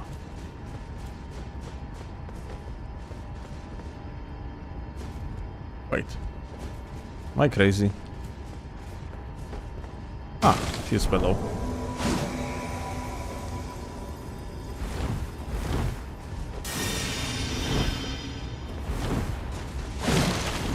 Ja pierdolę.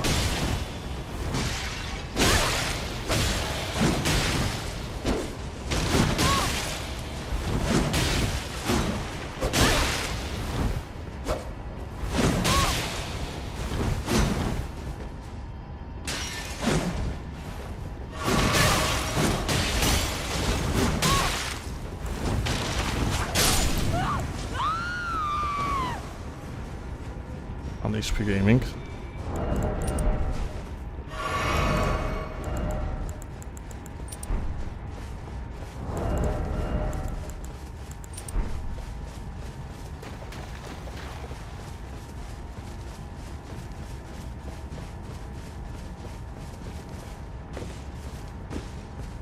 Where the hell the respectful gamer is going even? What the fuck?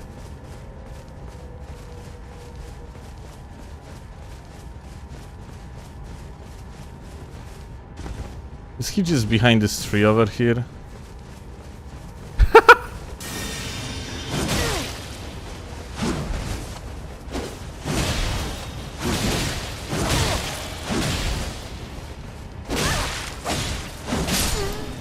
Well, I guess CGS looks like solid response, not gonna lie.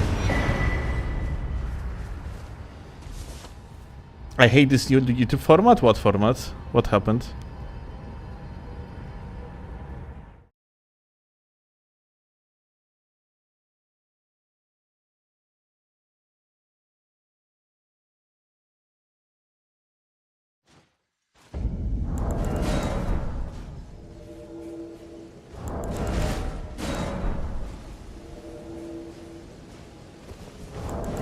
YouTube UI changed this week? Oh, I didn't have changes yet.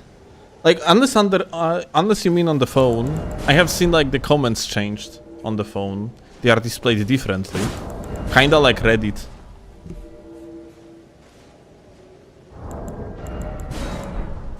YouTube had a big UI update and people think it's ugly. Honestly, that's every single update ever.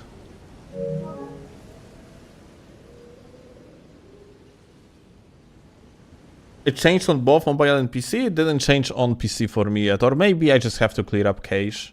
Cache, yeah? C-A-C-H-E. It's cache, I think. Oh. Cache, okay. Cache, okay. Here we go. Wasn't sure how to pronounce it actually.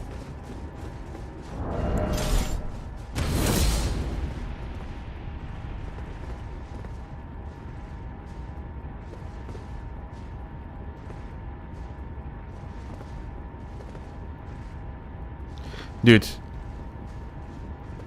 Respectful gamer just doing something very disrespectful and just sits on the button. I think he's going to be very upset if we are going to like just do something like this. Yeah, like we're just gonna stand here and kind of like a... Yeah. He just ran off, dude.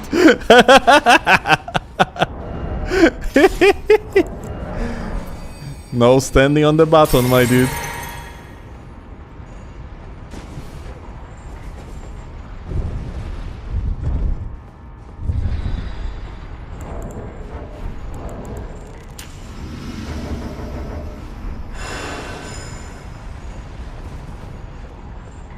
Okay.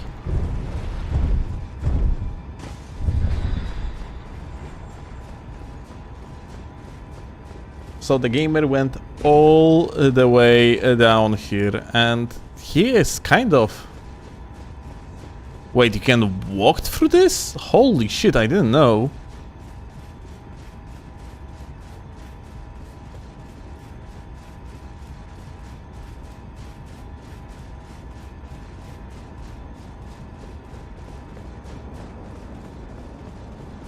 Like, bro is literally running away through the entire location. That's crazy, my dude.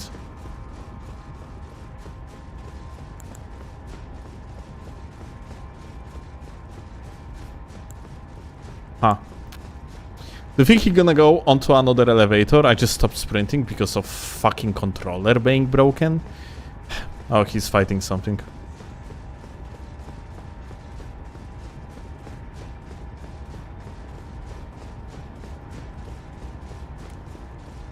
That's respect for sure. Yeah, the gamer is respectfully like sprinting through the entire location. He went onto another one. Do you think that we are going to do literally the same and he gonna get hit?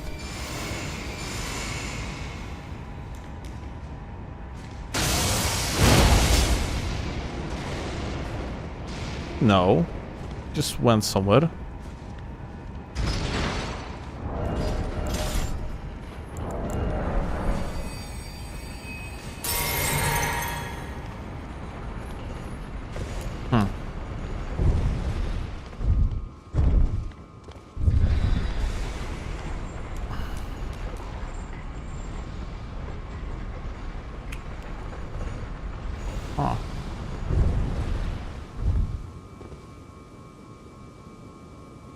He is actually running away and very far on top of that. What the hell?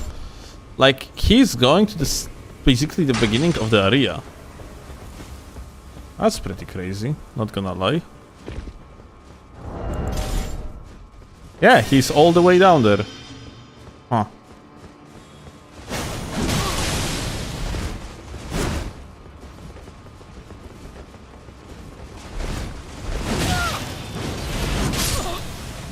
The Dova?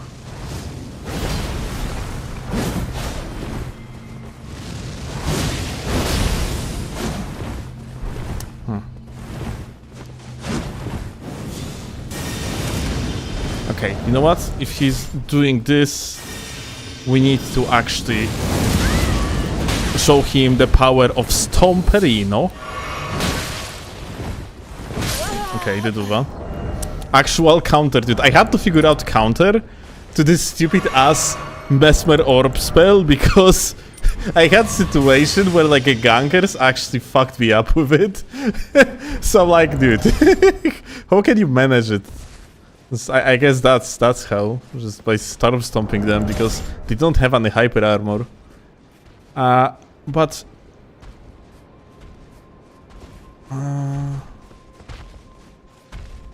I'm actually not sure where the gamer went.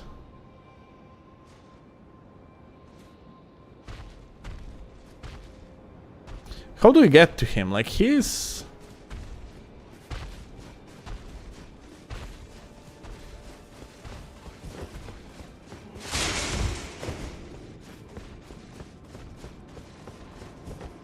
He couldn't mimic Veil here, isn't it?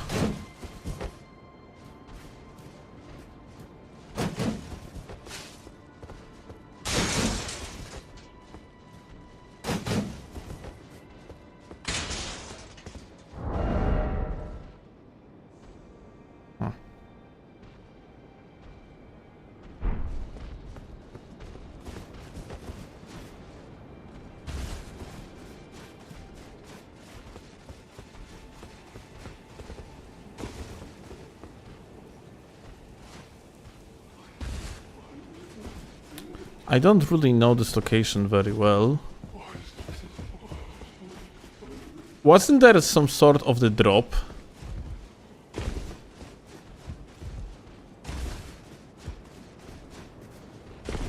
He's in the Belurat Tower, part of this area. How do we access it? Stairs where you fold blue. Uh-huh.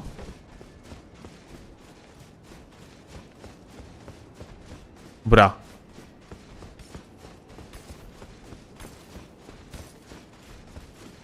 Like this way somewhere? From what I see, I can only jump down here and what?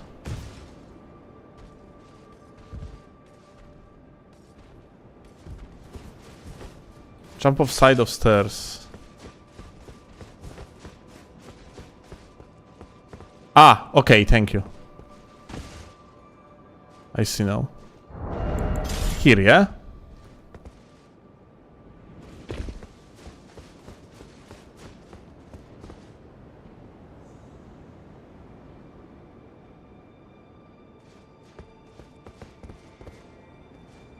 And now below, yeah? It's kind of scary to go there, not gonna lie.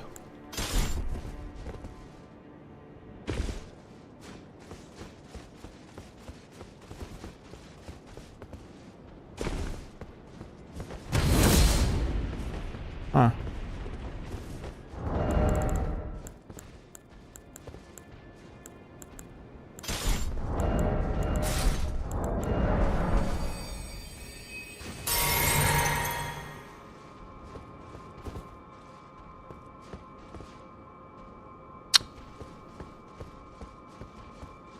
Why just jump down here?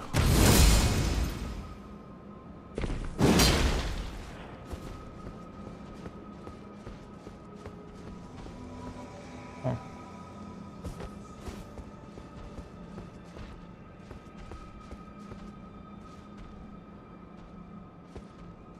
I generally wasn't really like ever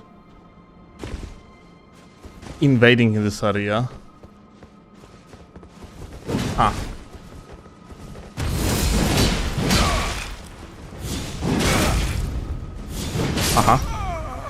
Well, that's insane. I'm just enduring just in case.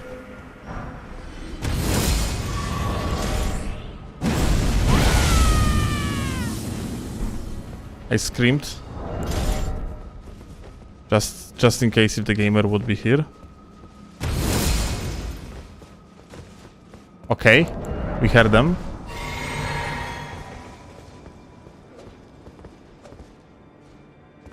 We went below. It seems like, but there is also blue on the top, isn't it? So we're gonna get rid of this guy real quick.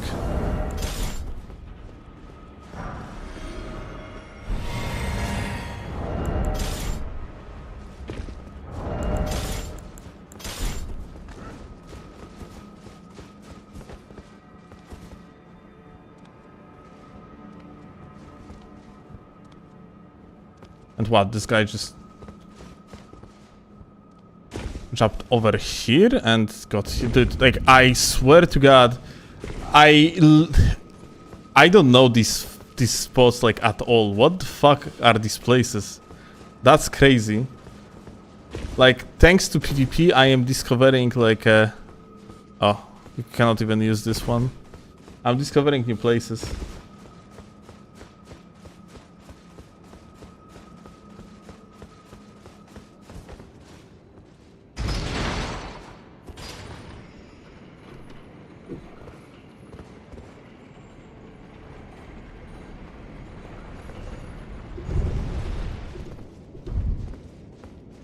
I'm surprised it's all the multiplayer zone. I know, right? Like, it's genuinely crazy that, dude, normally in the DLC, only like a small scraps of the locations are actually, let's say, like PvP ready.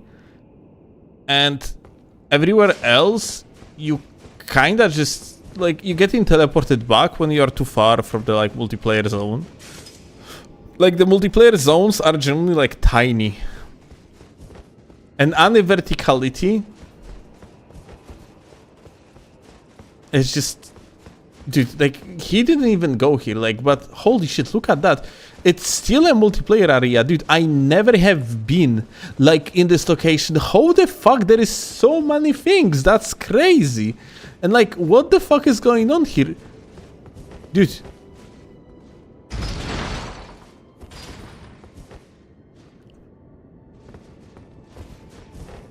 Meanwhile, you're gonna jump off the freaking balcony in the specimen storehouse and you're getting teleported back to the multiplayer zone set by the Michael Zaki.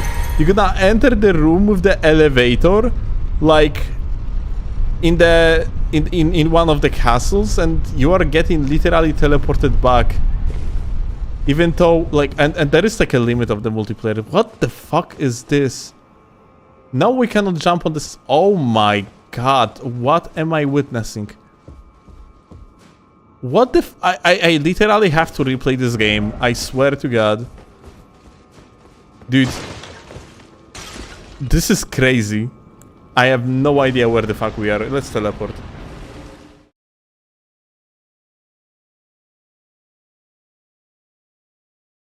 Respect him for showing you engaging PvE parkour. That's actually very true.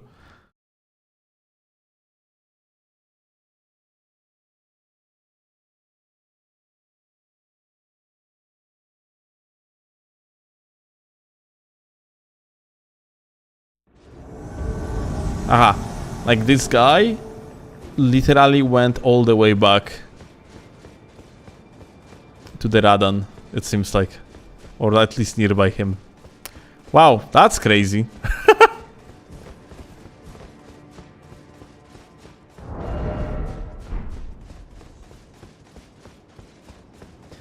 Oh, well, now imagine, that would be so funny.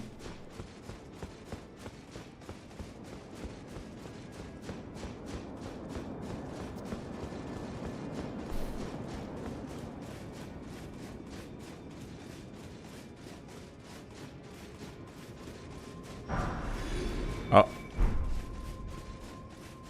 Hunter actually died on his own. That doesn't surprise me in the slightest, but what surprised me is that you can actually get out of the Radan's area and run through, like, basically this entire dungeon just like that. That's what's the most crazy thing to me. That's ridiculous.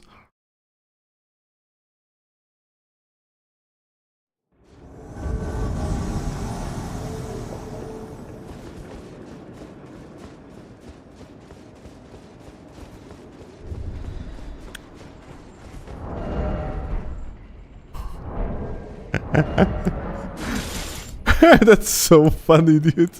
I just fucking can't.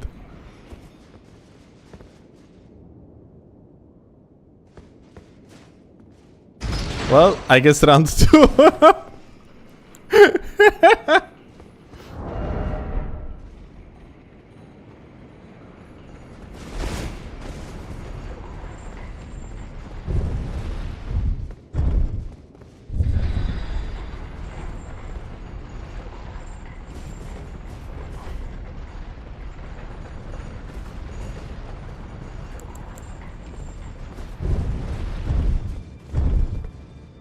And you know what? I kinda cannot... I could teleport my ass here right now to him, but I kinda cannot do that, frankly. And the reason why is because if he's going to run around, like, he is going to actually get me. Like, if he's gonna stand on that elevator button, that's GG. I cannot, like, get him anymore.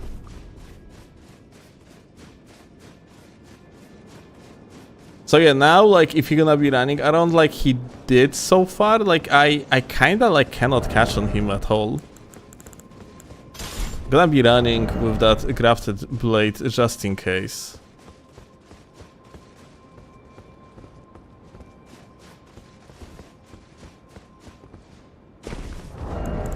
Bet he's in the chat? Of course he is, dude. Like, every single time, like... I actually got in co-op with this guy. We could hear the live stream through his controller, through his mic.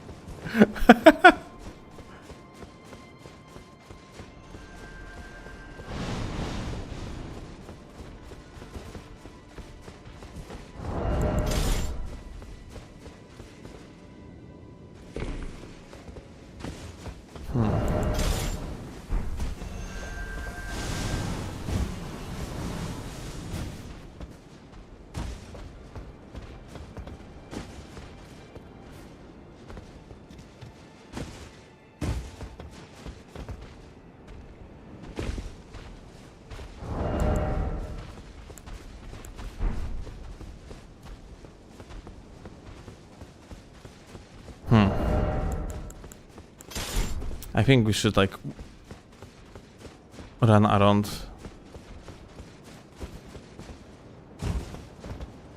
Considering the road that the guy went with.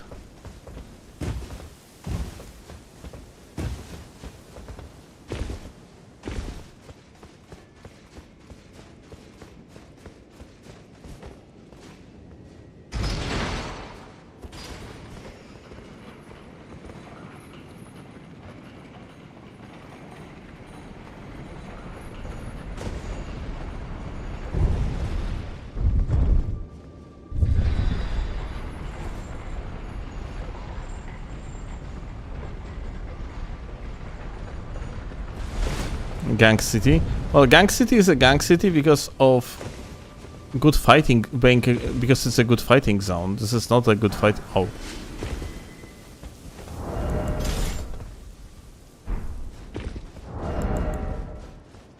Bro being able to do whatever he's doing right now, it's not really a remarkably good fighting zone if you think about it.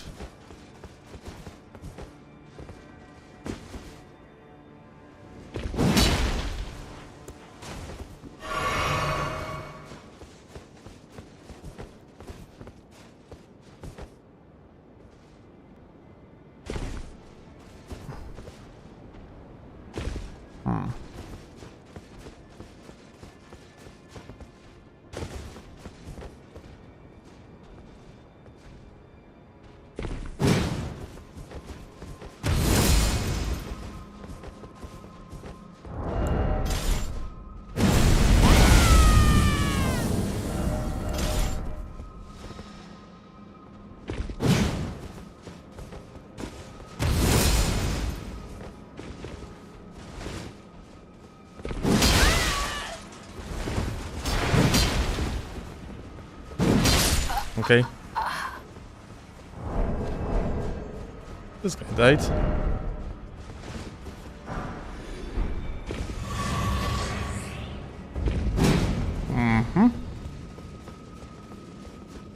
And where now, my dude?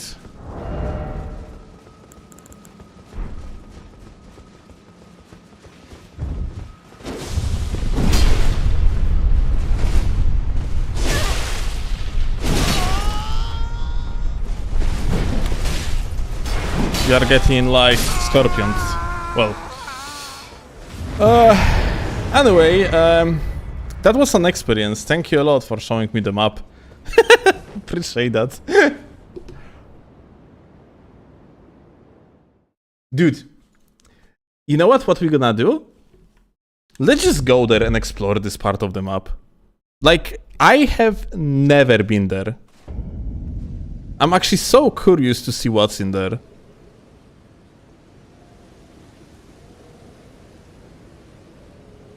It's actually so cool.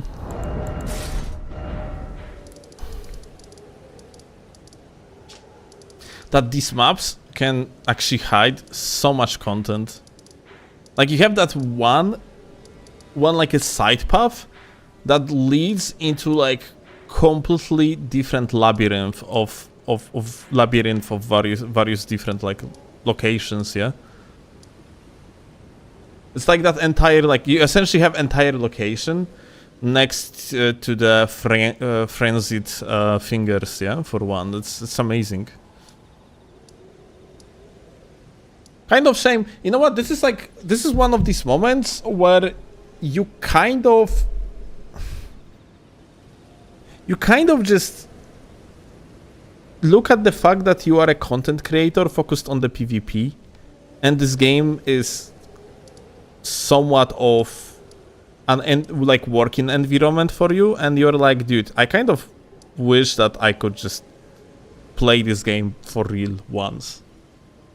Because I am focused so much on the PvP and on doing content, I never actually experienced this game to the fullest. And that's kind of shame, because the game is amazing. I'm trying, like, for example, right now I have a trouble, like, figuring out which teleport I should go with.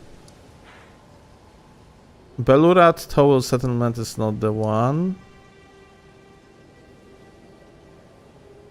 Spiral Rise? Okay.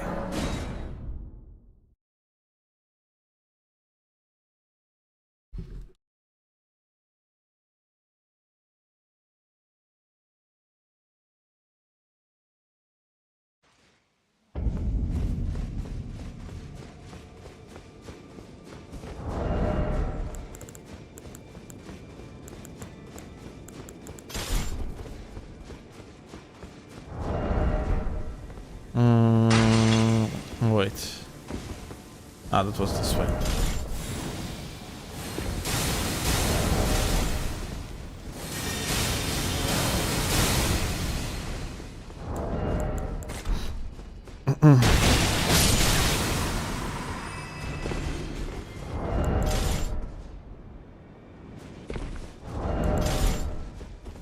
And what is that?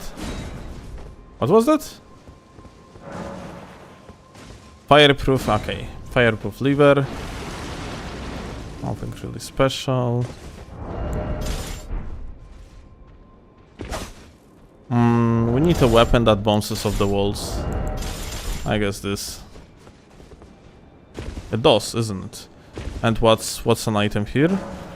Polyproof lever, okay.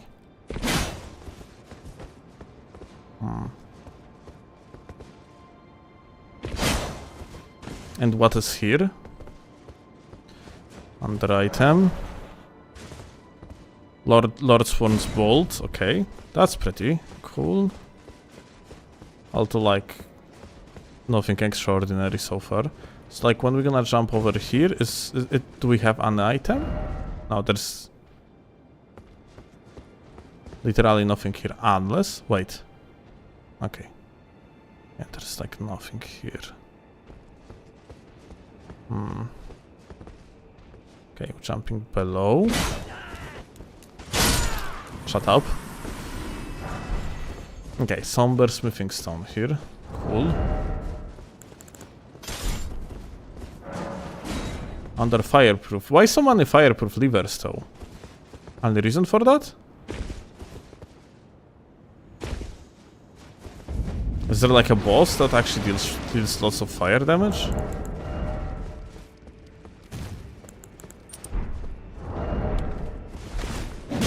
Oh shit. Oh! This we can talk about.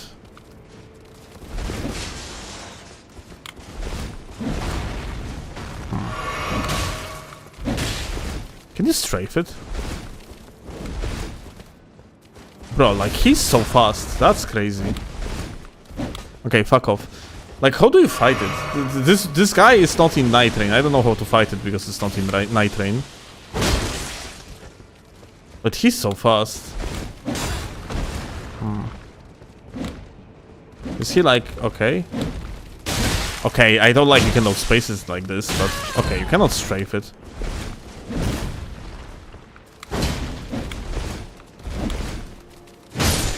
Wow. Chainsaw him, Lamao.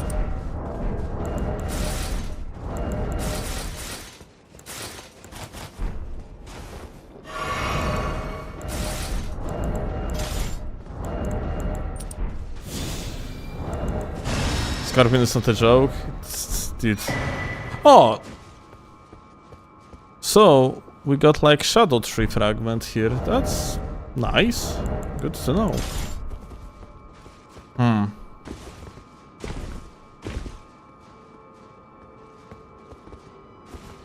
Counter-Strike? No, I want to.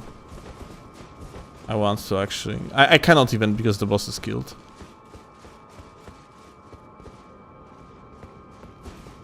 So, if you're gonna go this way, like...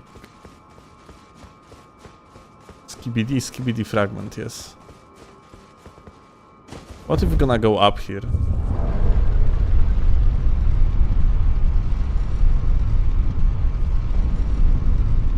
Okay, so... we are getting back. Ah! Alright, and that's how we can get back. Alright. Okay, okay. There's no way to unlock the shortcut or anything of this sort, isn't it? There is also no way to get up here from this side, isn't it? Unless there is like branch above us. But it doesn't seem like you have actually a way to get onto this branch. You can parkour? Okay, so you can parkour actually up here. I want to learn how to do that. Let me actually see.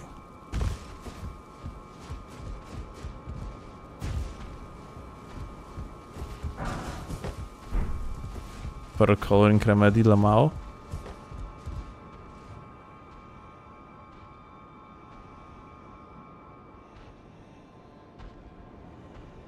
You can climb the tree, but it's insanely hard. Okay.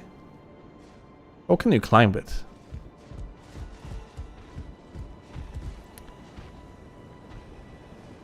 From which side?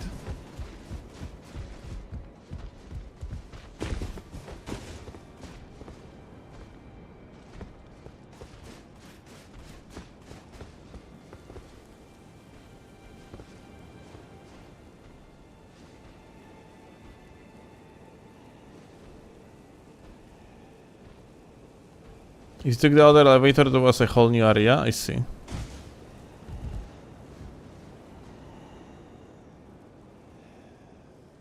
You cannot get on this, like, on that tree, isn't it? Like, you cannot... You cannot get on these branches up here, isn't it?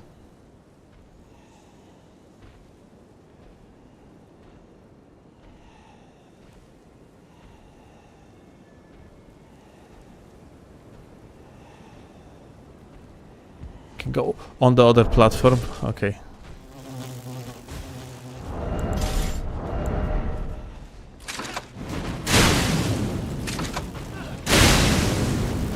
Fuck off. Fuck off. Fuck off.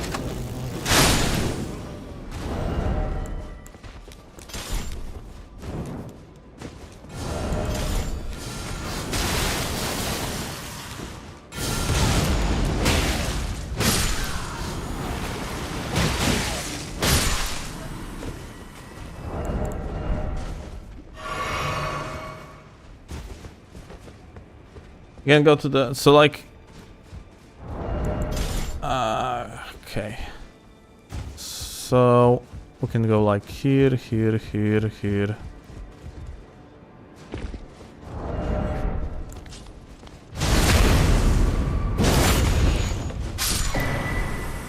The fuck is this even?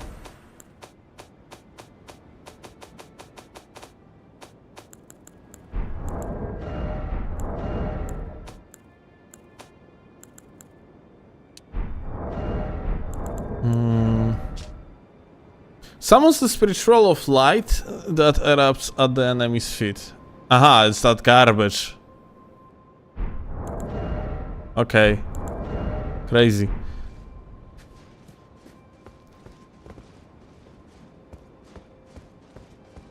Anywhere else that you can go to, like through these branches? Doesn't look like it to me.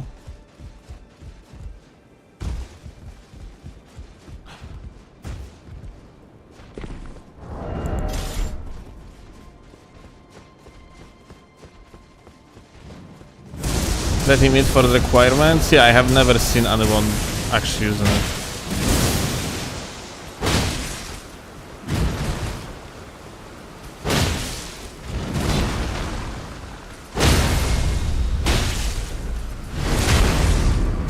That's your goat? The hardest enemy in the DLC, they say. Fucking scrubs. Shakes my head.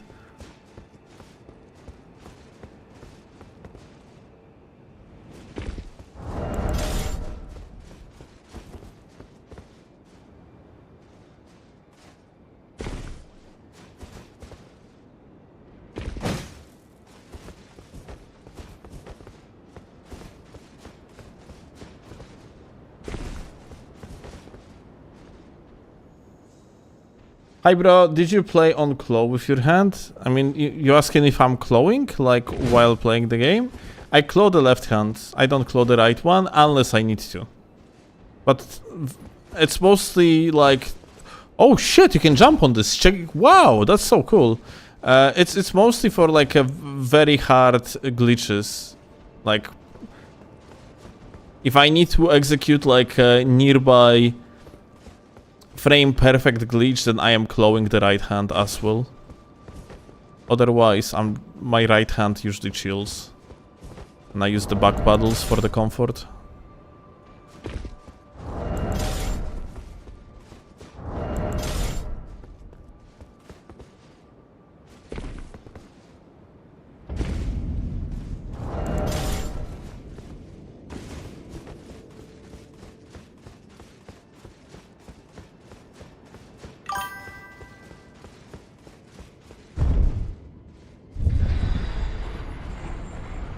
Yo, Peppermint, thank you a lot, gamer. So apparently this is the entirely new area, isn't it?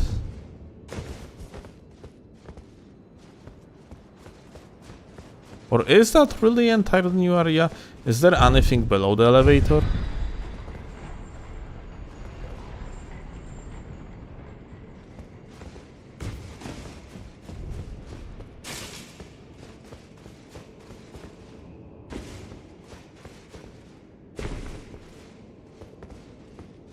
It's not the real swap, but enjoy the Bezos money. Ah, this is a Prime, my dude.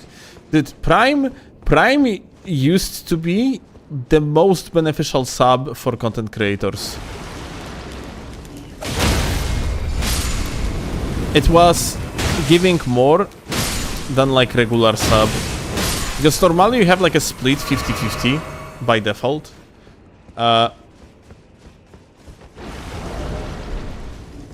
And that shit was like... I thought so that you can actually straight it. Oh. Why you scream? Stop screaming.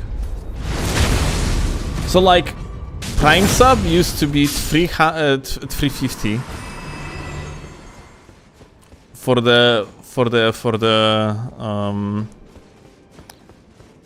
the streamer instead of 250 as a regular sub.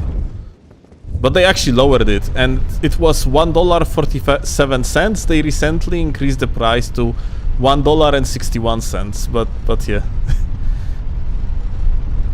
It used to be the most beneficial sub, and now it's like, well, it's not anymore.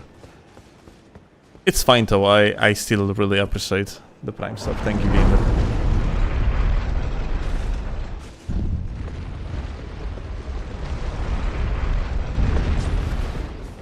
And what is here? Ah, so this is the place where you get Euphoria from. That's pretty cool. I will gift 100 euro right now if you do the playthrough of the Reforged mod.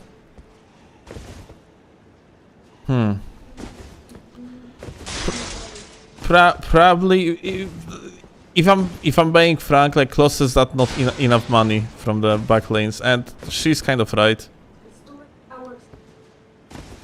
Yeah, like, that being said, I kinda would want to play Reforged. It looks like very interesting mod. It's just that as the deal trade, it's definitely wouldn't be worth for me, because every single day of playing mod like this means I cannot do like normal content. So it only would be worth in case if I could like manage to finish Reforged in one day.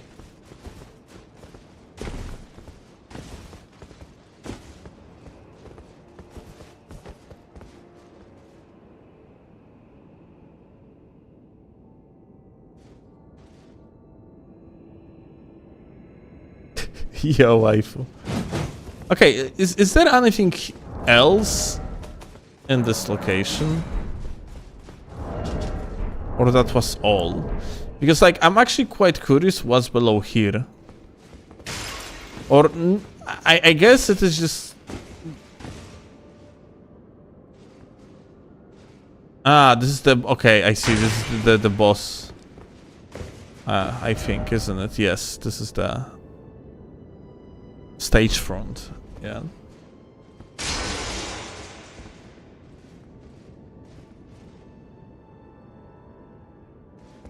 There is another spot that leads you back to Belurat. It's not it? The one that we are in?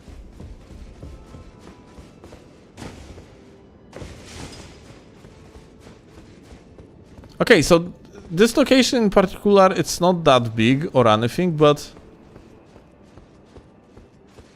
it's cool. And that's also very cool to know that what the fuck is going on? Snowball, why did you gift it 26 fucking subs? What the shit? Holy fuck, thank you.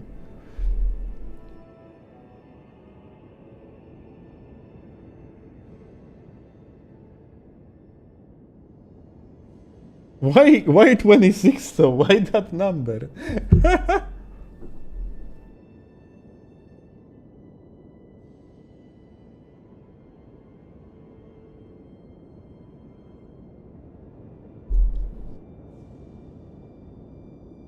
There is a hidden boss in the area which is called Michael Zaki's Feet. Insane.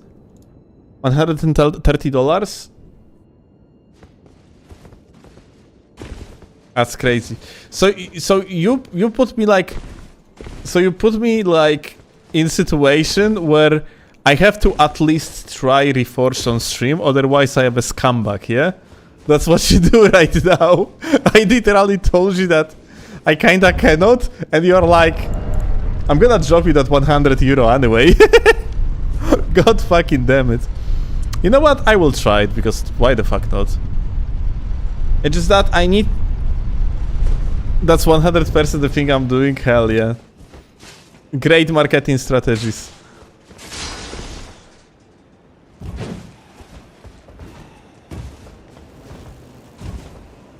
You can invade in Reforged, isn't it? Like, it works with seamless co-op.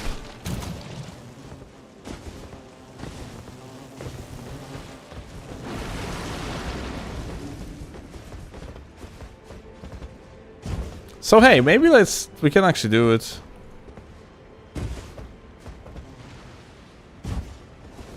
The invasions do not work? Oh, that's unfortunate. That actually sucks. Like, was there something wrong with it or what?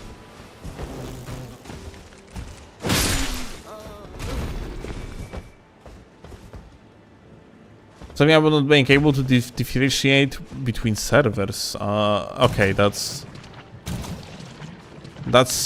something that sounds like that could be essentially everything. Is that Michael Zaki's feet? Looks like Michael Zaki's feet, not gonna lie. Ah. Okay.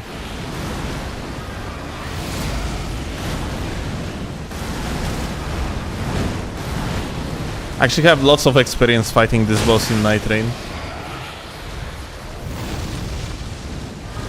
But in Night Rain, he's much cooler to fight.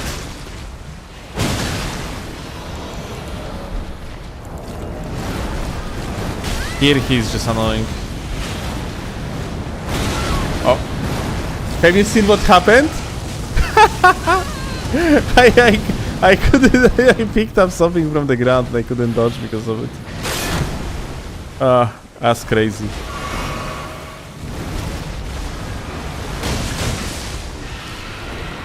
He has middle of HP, so he's gonna actually do AoE. Like in Night Rain, like this shit... Oh, he fucking fell off the thing, Lola. Here the hand has a hitbox. God fucking damn it. So in Night Rain there is a sound cue when he is like... There is a sound cue when he is doing the grab, and here there is no sound cue. Actually, it's crazy. Like, this boss feels like the moveset is the same, but the boss feels so different because of it.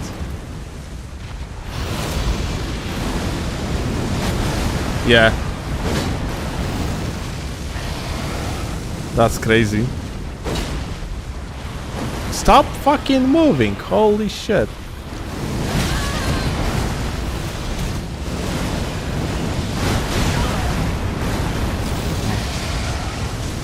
Well, that fucking sucks, not gonna lie.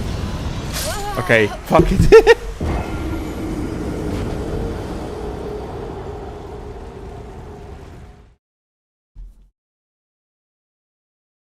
Okay, this boss is better in Night Rain. Because I don't die on it in Night Rain, so it's better. Refund the game. Yeah, that would be a proper way to approach it.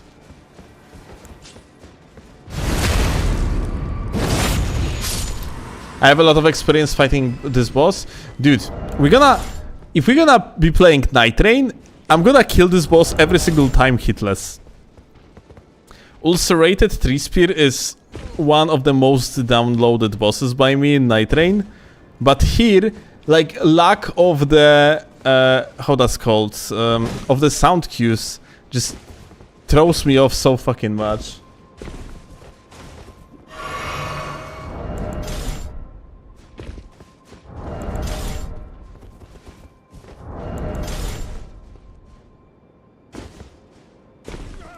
It feels so weird when there is no sound cues, especially for the grab.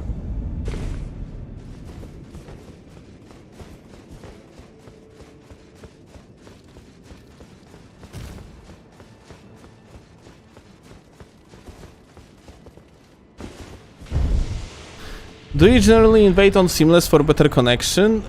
Seamless overall has better matchmaking, aside from like better connections.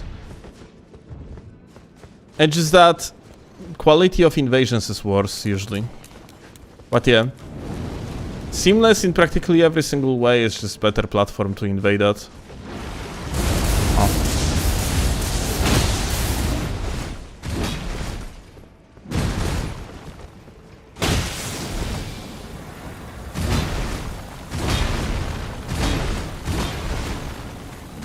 Aha.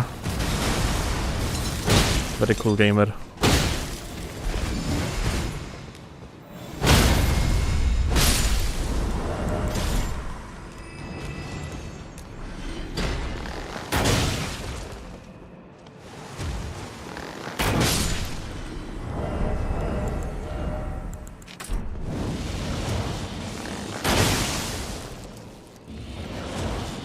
$360 scope.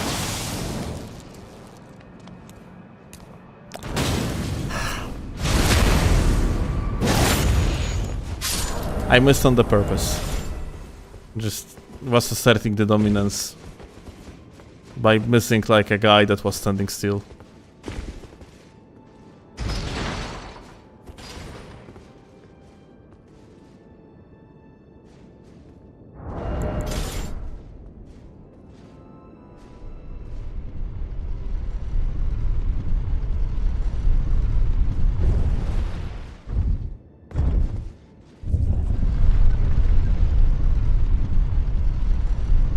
I don't know crack, but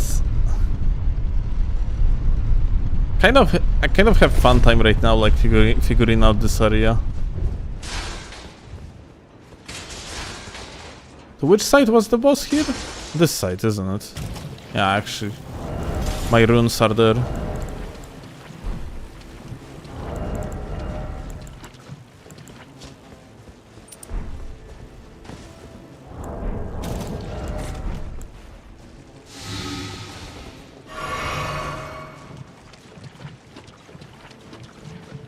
Okay. I wonder, like, if you get anything for killing this boyo.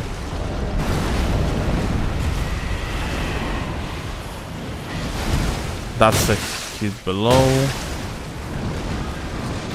That's a easy dodge.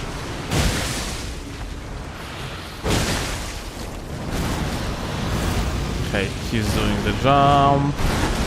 That's a dodgeable. He's gonna do the fire now. That I'm going to not punish. That's AoE.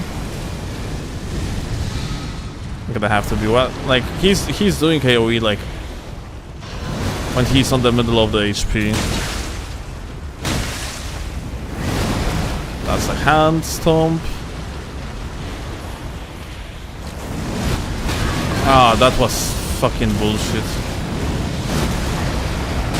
Like, he had like a extended hitbox here. Well. And you get... Okay, so this is where you get the charm. I see. That's a cool reward though, like, nice. Yeah, that's pretty cool.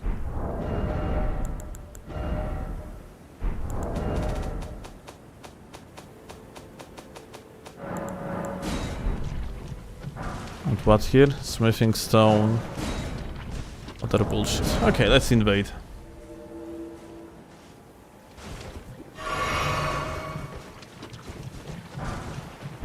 Broken rune.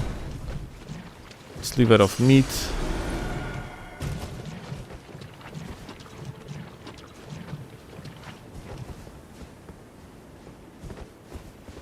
Right, oh, the boss drops the skibidi fragment. Well, when drama? Soon actually. It's getting late. We're gonna do drama very soon, I guess.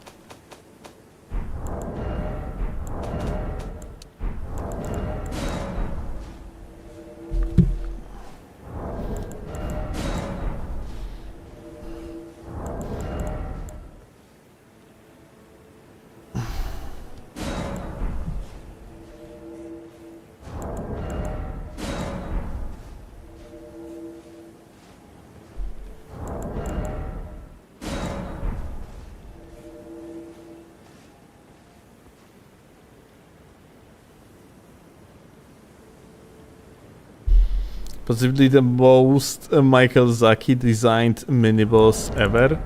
No, because it wasn't a crab. Tak?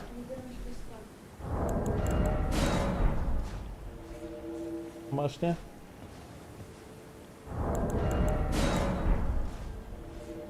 No dobrze. No to jeszcze jedną inwazję zrobię dramę i... Dobra.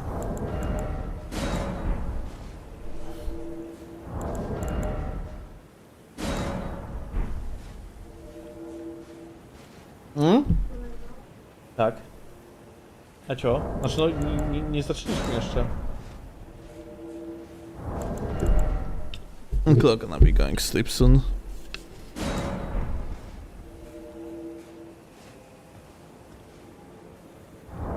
Honorary high gamer. It means that like I'm gonna be also like, you know, I'm gonna do the drama. After drama I'm done for today, I think. I wonder how long it's gonna take to actually, because today's drama gonna be purely about reading comments and just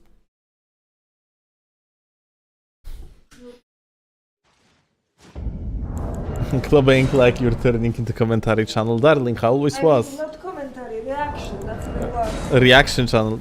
That's not really true. Wow.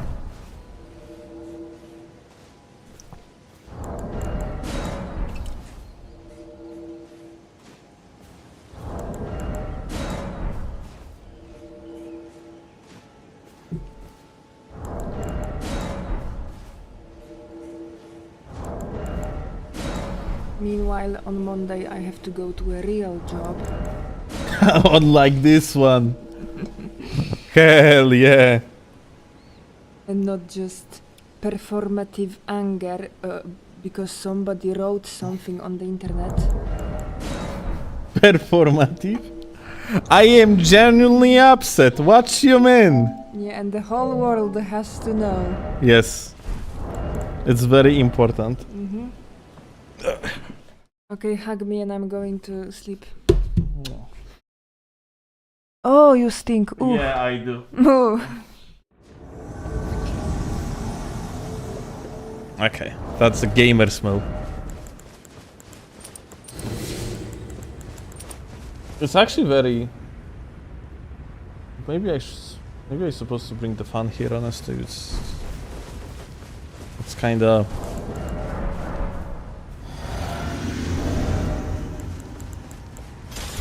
It's kinda hot in here.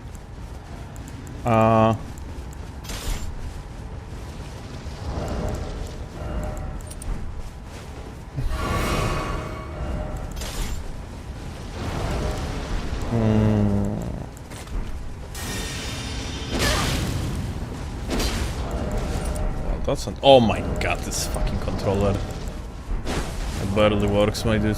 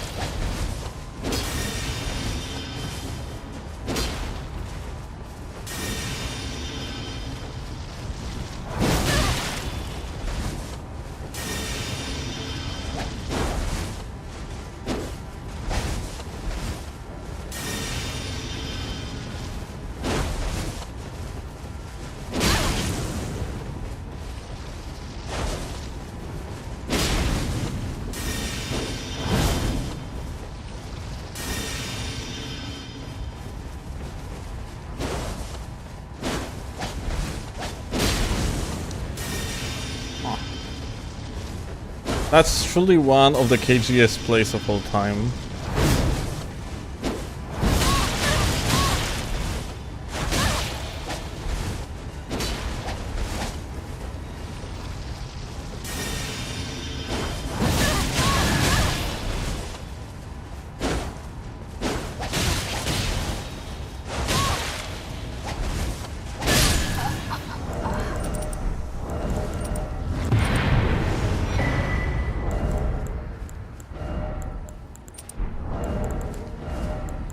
I forgot about two-hand tally, I guess.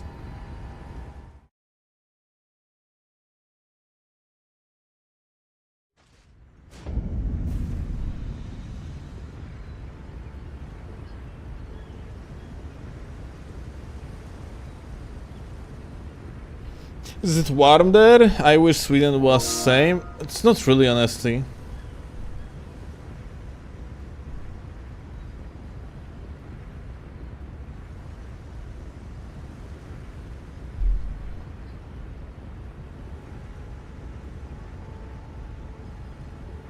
Isn't like it's warm in our flat.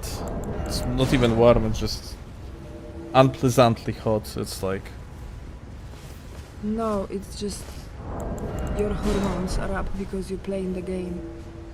I'm not hot. oh, you are super hot. You are actually very hot. I wish Poland was Sweden. It would be so much better. Maybe we could buy a tiny hut in Swedish forest. No, because internet connection.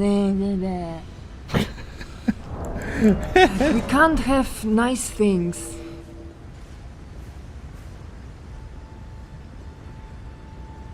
No, it's not just weather. I wish Poland was like Sweden, like the whole country, like with all the economy and politics and so on.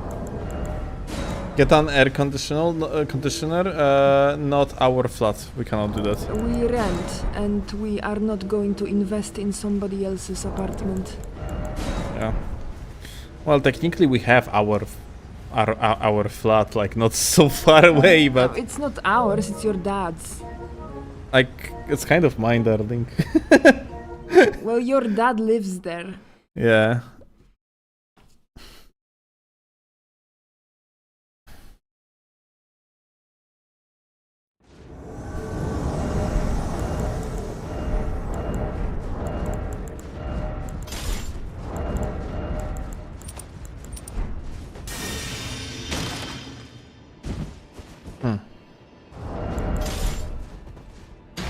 Hi. Oh, fuck. Mistakes were made.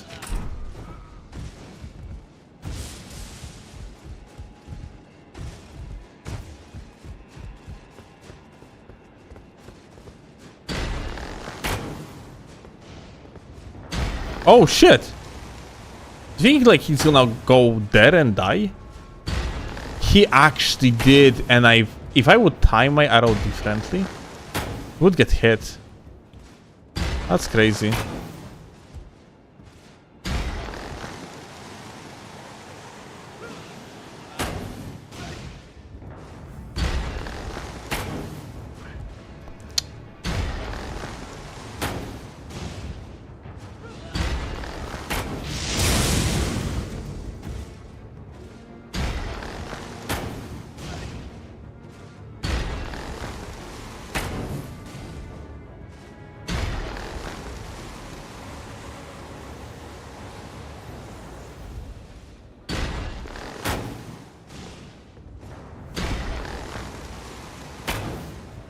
Ah! God damn it. So close.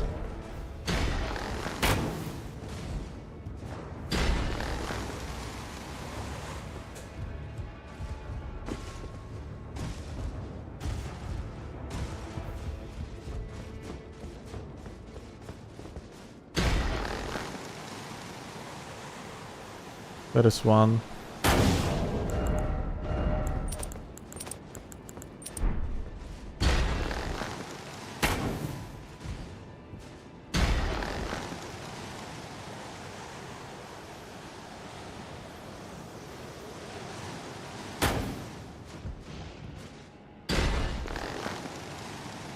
No shot you're actually doing this.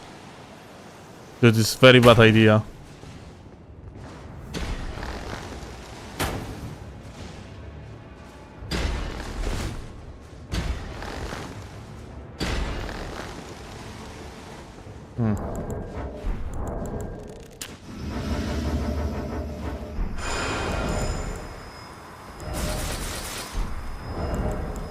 Pantless, GG.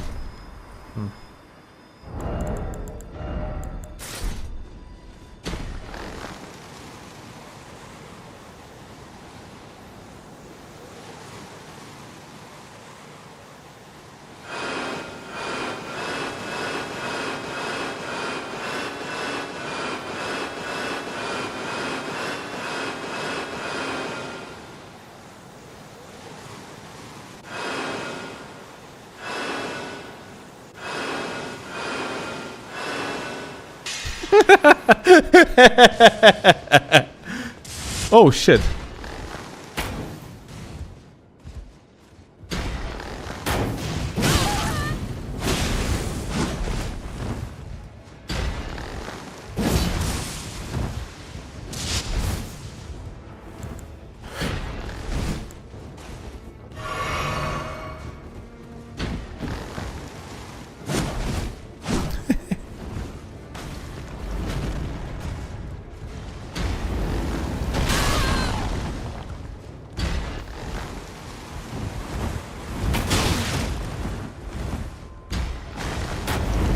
No! Ooh! Listen, we can talk about it. No point to boil everything down to aggression. Oh shit! Listen, we can talk about it. Think about it, like we could be friends. The best ones. Woo!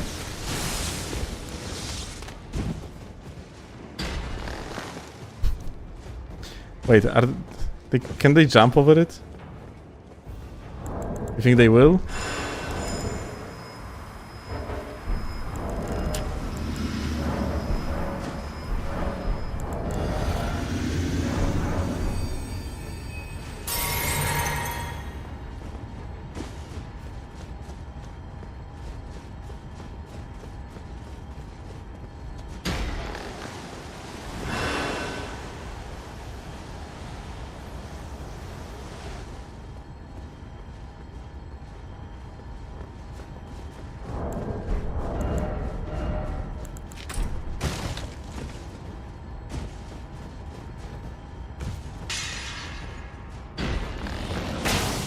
Ah.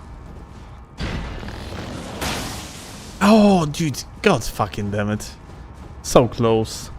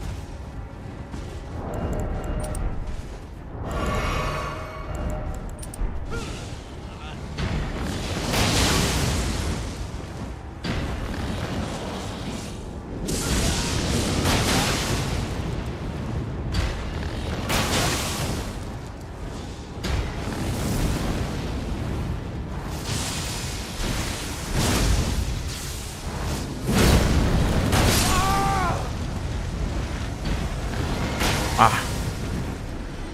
Went the other direction.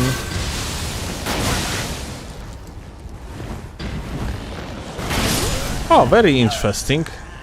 Very, very, very interesting approach of the gamer. Just like gonna walk up to you and use a long charge up incantation. Truly a pro.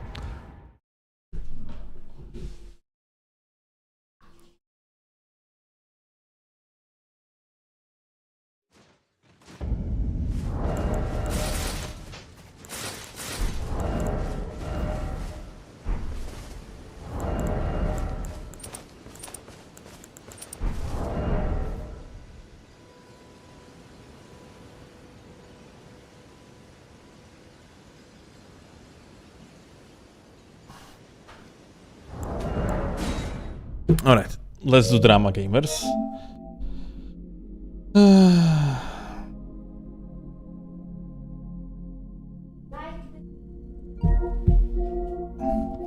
Yeah, if you are on YouTube, drop a like.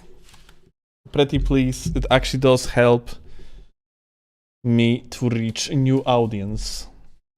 So hey, if you are watching on YouTube, please remember to drop the like. It helps a lot. And we all really, really want more YouTube chatters. You know what? Don't drop the like. I changed my mind. Although, frankly, it's one more like to 100. I know, wait, this is concurrent viewers. Never mind. It's 24 more likes to 100. But yeah, anyway, let's actually look it up. I'm unliking. No, don't do that. Don't do that.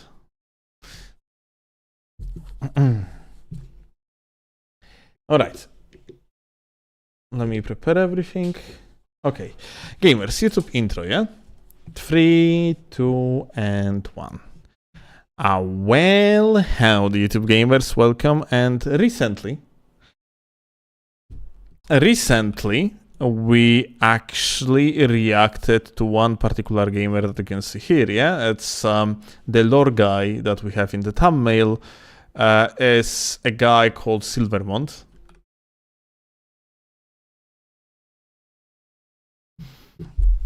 And Silvermont in his video had plenty of very bad takes. Like, his general consensus is that PvP bad, but realistically, well, honestly, he actually, well, let's be honest, PvP has its flaws. It's not perfect by no means. It needs some work. But the reasons that Silvermont brought up are not even an issue. The guy is just extremely uneducated in the field.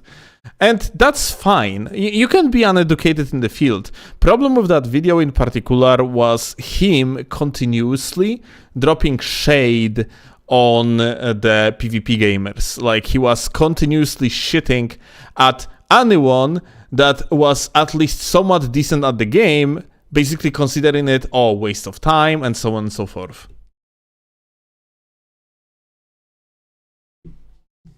Dog emoji. Yo, Ice. So, but yeah, we have already reacted to this gamer, and you know, I thought that, okay, maybe my react is going to bring the perspective to the gamer. Maybe he is going to like look at things and just like do some research, but well, it's like week later. I have looked up through the comments of the guy out of curiosity what type of discussion is happening there. And I have stumbled upon things that I really do not enjoy. Like, for example, here the gamer says that you actually say a lot of things that are simply not true. Like, for example, Silvermont in his video like shits at the depth of the Souls games, that like the Souls games don't require that much skill and yada yada. Thank you a lot, Anonymous Gifter, appreciate that. And then like and then it turns out that Silvermont in fact believes he is, without a doubt, actually knowledgeable enough to talk about the PvP, because, watch it, it's funny how, to me, Jesus, like, because he essentially put hundreds of hours into the PvP back in the day. That's basically his argument, yeah? And it was like, he says that to filter his channel by the oldest videos. So let's actually do it. We are going to his channel, and if we are going to scroll down, then indeed he has plenty of like PvP videos. Well, that's Skyrim.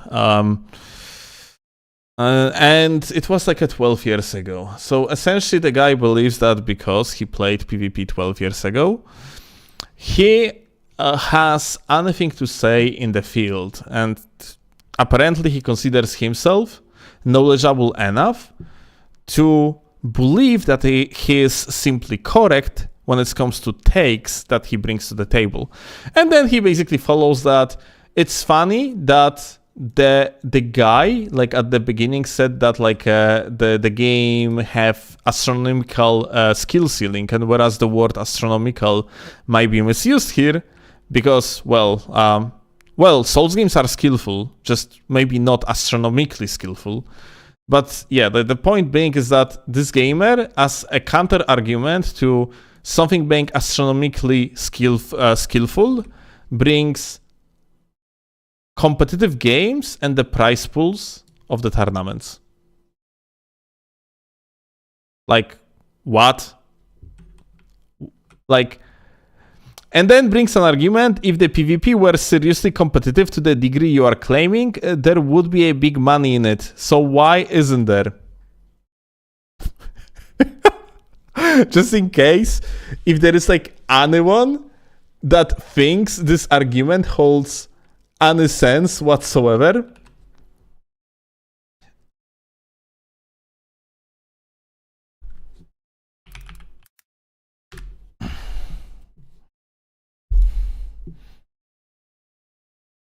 Like the most popular and the games with the highest prize pools in the esport overall are usually funded by either sponsors or in form like of like an event that's supposed to bring money back. And even with that, like esports are fully unprofitable. Like there is no profit in esports, like practically at all. Like every single company that is currently into like esports sphere usually just loses money. I'm talking here like about orgs and so on and so forth. And on top of that, so the gamer here brings the Souls total price pool was actually $50, which, well, it's the gamer obviously. I think at this point at this point the gamer is rage baiting. Although other comments of his just makes me believe he might be not rage baiting, and that's actually even more scary, honestly.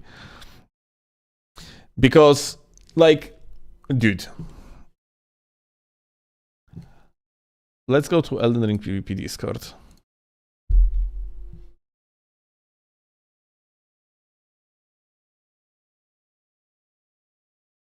So every single year since release of Elden Ring, you have a competitive circuit on Elden Ring PvP Discord for one. And as you can see here, by the way, haha, look at me, I'm here.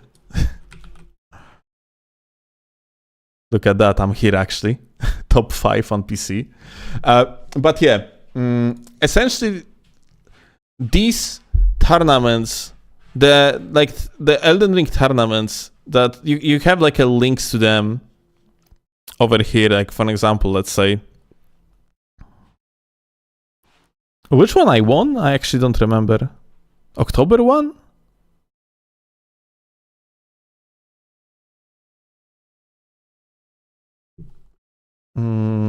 No, Space won the October one.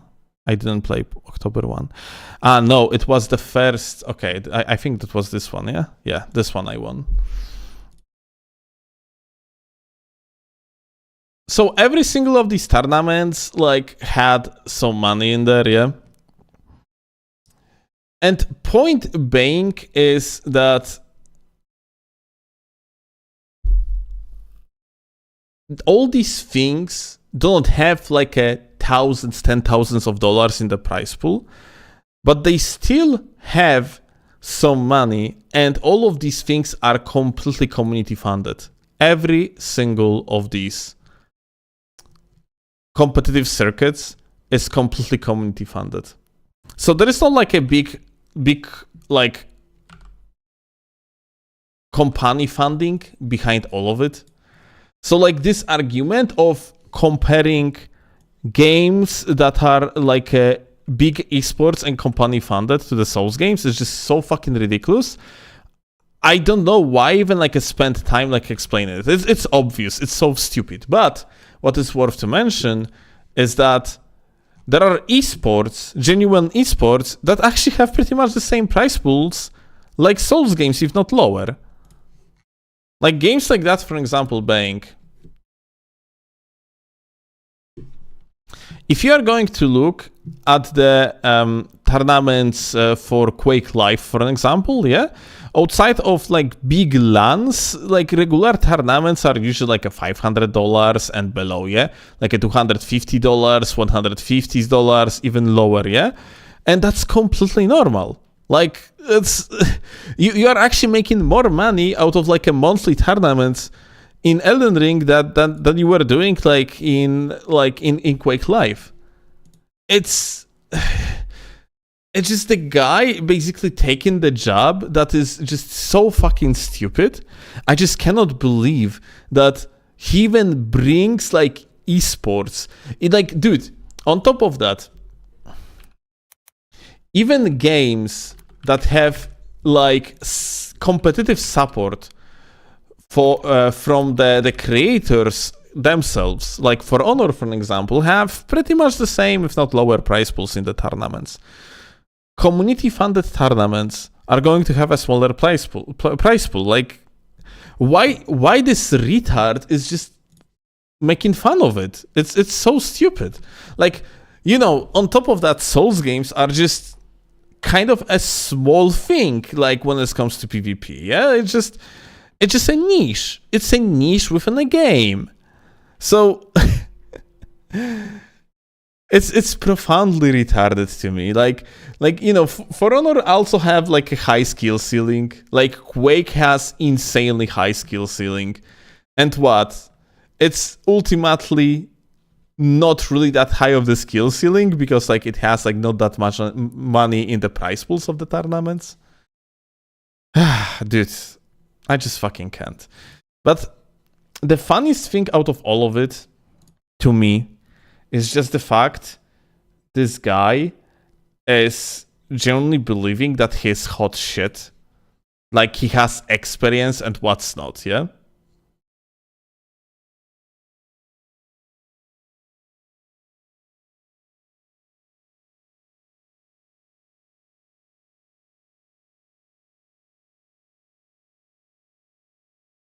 What the fuck is this? Sad to try to ride Steel and Peeves reach while jumping on that bandwagon. There is simply no PvP like FS PvP, so I don't know. You are right about there being nothing quite like it. I don't know what you meant about the other stuff. Yeah, by the way, this is actually pretty funny. I think if I recall correctly, I have seen in these comment sections. Let me actually try to find this comment. At some point,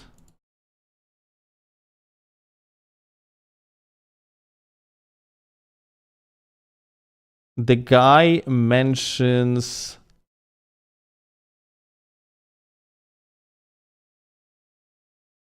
Let me actually find it real quick.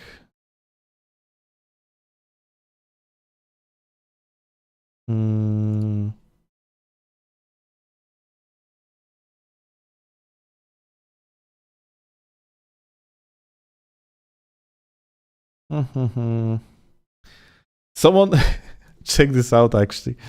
Someone here said Steelovsky was not happy about this. The guy being like, who? Then another individual being like, pop in the search bar, or I don't know. And the guy is like, what, dude? This is actually pretty insane. The guy is like, just email me or DM me or leave a comment. Like, this is insane, dude. This individual is fucking insane. How the fuck, like, can you make this type of videos, the lore videos, and not being able to even make a basic research when someone tells you, hey, Google this name? Like, can someone explain to me how the fuck is that even possible? Like, I swear to God, this guy is probably the most uninformed, like, lore guy that I have ever seen.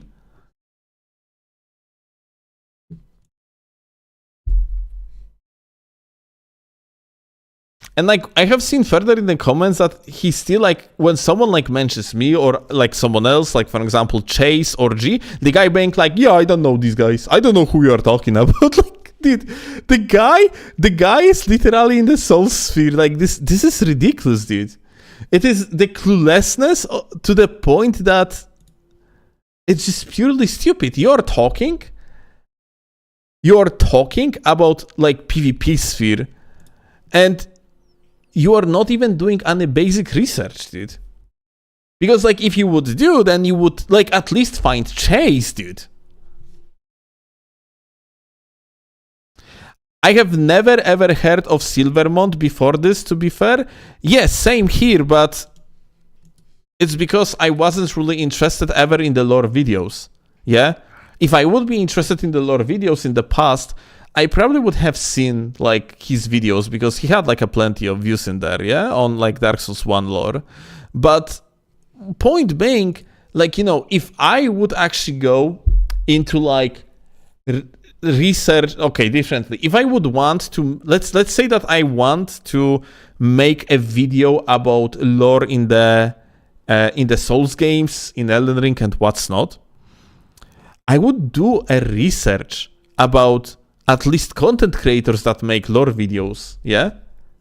Like, it's so crazy to me that the guy made entire, like, almost a video essay, very bad one on top of that, about PvP, and he did, like, zero fucking research because he apparently believes that a fraction of dogshit experience of him just dying to random scrubs back, like, in Dark Souls 1 and Dark Souls 2 is enough for him to be knowledgeable about the topic.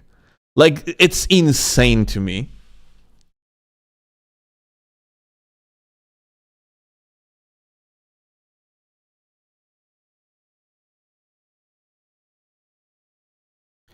Like, this individual, just looking through these comments and the way how he talks with people, just gives me the vibe of the most ridiculous, clueless guy like I have ever seen. And this is so baffling to know that someone like this was in the past doing, like, I assume at least researched lore videos, although I don't know, maybe these videos are bad too. Who knows? Like, it might be also the case. He might actually be, like, not good at doing the research at all.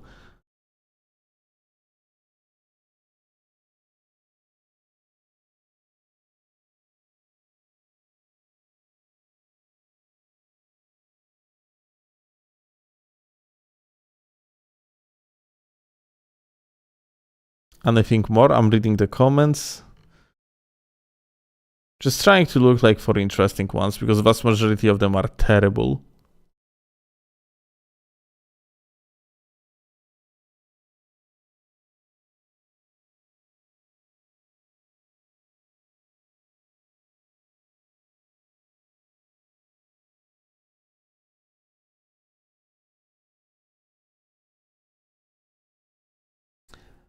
Like, cluelessness of this individual is perfectly seen here, where Paul Aiden left a comment saying that you have clearly dabbed in the PvP of Souls games, but I think you widely overestimate your knowledge of it, based on several dozen factual errors both in the video and in the comments. I will try to get a response, blah blah blah. Okay, that doesn't matter. And yeah, like this is ridiculous, dude, that someone with a functioning brain actually answers something like this. The guy being like, I did a lot of PvP circa 2011-2014. So yes, I have probably forgotten things or assumed things about Elden Ring that might be wrong, as they were that way in older games etc. But the fundamental points are that the PvP is stagnant and has a full netcode, and people take it way too seriously for what was ultimately a side activity. Side activity. So, like, let's actually bring the side activity argument yet again. I talked about it in one of the recent videos, yeah, the one with Piv. So, for example, like, a side activity, there is something like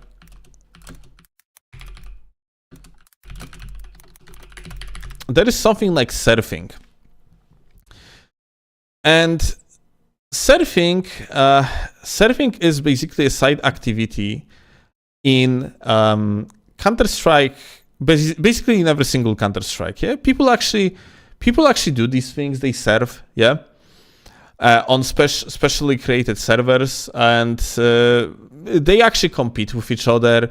They are beating the world records on particular maps. They competing in the tournaments and so on and so forth. So, like, it's very skillful side activity. Why someone that is actually enjoying this shit wouldn't want to take it seriously? Like, you know, if you are competing in the tournaments, if you're like let's say doing like attempting world record timers and so on and so forth, you are taking it seriously. You don't even have to be like competitive player whatsoever, yeah? Just you can take it seriously in the meaning that you want to improve on it. We don't have to go to the extremes. Like, this guy saying that, like, oh, people take it way too seriously, is just such a stupid claim. Like, him basically talking about PvP nowadays, when he, like, he's actually, like, last serious activity outside of, like, some activity apparently only for the purpose of this dog shit video of his. It's so fucking incredible to me that, like, he even, like, unironically brings this type of argument that he did a lot of PvP like 10 years ago, dude. It's so stupid.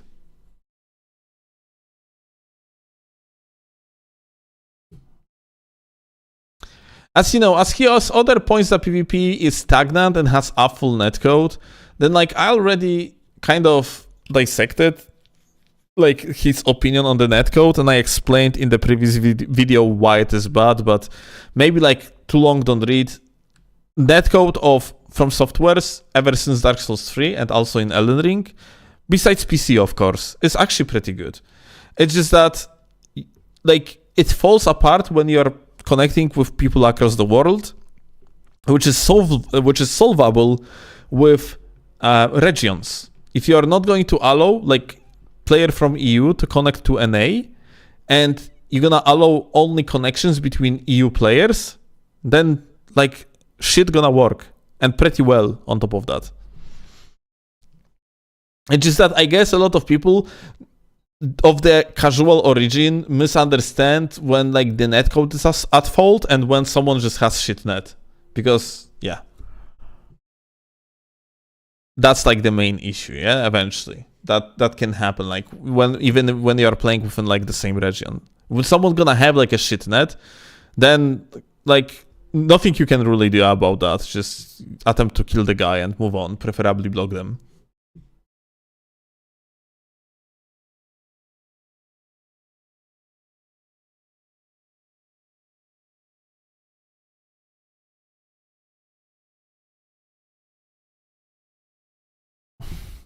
But yeah, like Paul further like explain here that no offense, but a couple 100 hours of PvP like 11-15 years ago is a drop in the bucket, and the guy being like, oh yeah, the scat, like, and the guy being like, the classic, the no true Scotsman. I suppose I need a minimum of 10k hours, blah blah blah, basically yapping. Point being is, dude, it doesn't matter how many hours you spend into the game. You can play like League of Legends for your entire life and still be in like bronze or silver elo because you are actually not learning. It's about effectively using the time with the game in order to improve at it. And like if you have even like 10k hours, but you're bringing arguments like a Silvermont, that's pretty clear that you actually spent your time in this game very inefficiently. Yeah, inefficiently. You spent like your time inefficiently. You actually didn't learn like basic shit. You are a Silvermont, a gamer that apparently like played in very casual manner like these 10 plus years ago, and because of that, you basically base your arguments in your very uneducated way. Like on top of that, you know, when someone like we already have seen like this type of arguments like earlier before, yeah, about people taking the game too seriously earlier, like that esport bullshit. It's very clear that Silvermont as an individual just believes that he is correct but doesn't check his shit. So the guy is just, it's actually such a perfect example of an individual that unfortunately like just have a voice in the internet when he's supposed to shut the fuck up. People that just have zero clue about what they are talking about, yet they are actually so sure and so confident about whatever actually they are talking about. It's just pure Dunning-Kruger, and that's pretty unfortunate.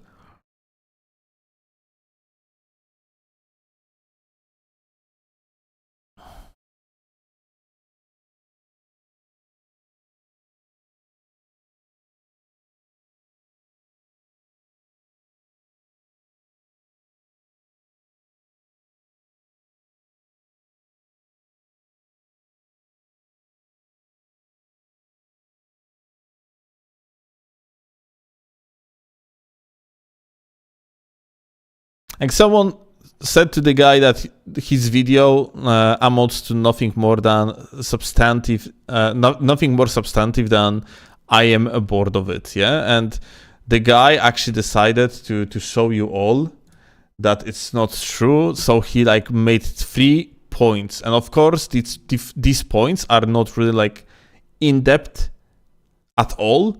he just makes like a bunch of buzzwords. A full netcode, stagnant, and full of people who take it so seriously that when someone criticizes it, they immediately launch personal attacks. Dude, this is so funny, dude, that the guy just cannot understand that his opinion is fucking retarded. That he just talks bullshit.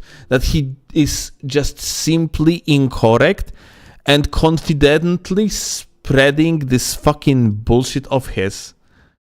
And like this type of feedback that he brings to the table is not only useless, it's detrimental to the community.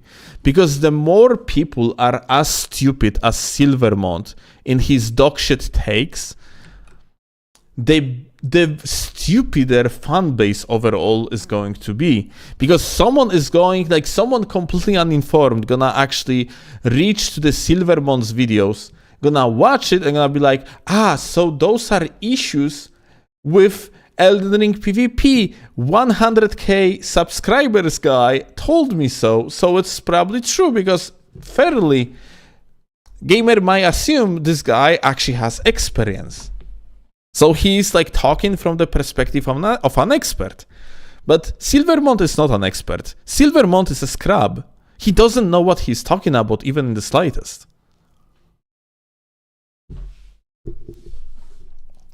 The reason why scrubs have any sort of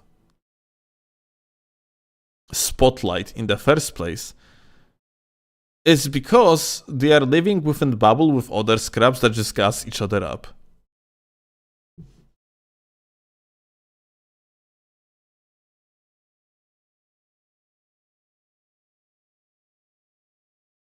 Jamie, shut your fucking mouth. Holy shit, you retarded moron. God fucking damn it. Oh, get the fuck out. Holy shit, you annoying bitch. God fucking damn it. Just in case. Like, you see this idiotic fucking people like this guy comparing... Look, the guy literally says that Chase started his channel 3 years after you. Dude, this channel started in fucking with Elden Ring. Knock yourself in the head. Holy shit, such a moron. I swear to God. The fact like the channel, like, dude, this is actually so crazy. Holy fuck, such a morons piss me off so much. Dude, Chase is a special child.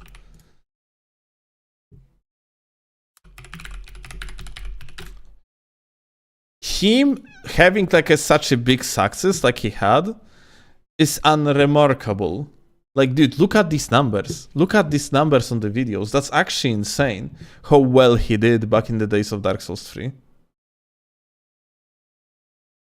Like, Chase is amazing. Like, he did such a good views, dude. That's actually, yeah, that's very remarkable. Like, there is... But that being said, realistically, this channel, yeah, of ours is like... Let me actually see. Analytics. This channel started realistically, like, look. I was a streamer here. And I had the YouTube channel and people were subscribing to my YouTube channel because I was streamer on Twitch. I was doing content from like 2014 and to 2016. And after that, there was a stagnation because I wasn't full-time content creator anymore. And only then, like, I started doing YouTube seriously at the start of Elden Ring. So, like, people that I have seen multiple times that, like, I think, like, this is actually pretty funny. Check this out. I have seen this...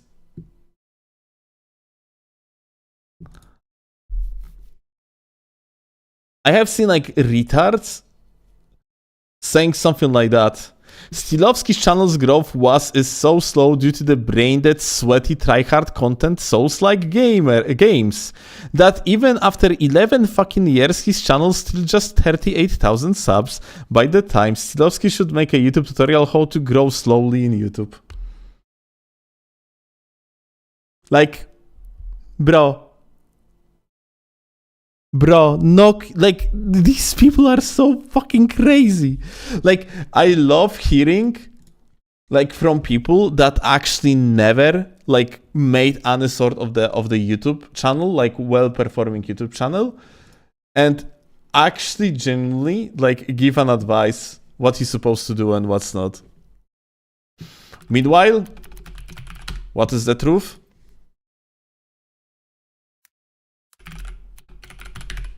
Views of Chase the Bro.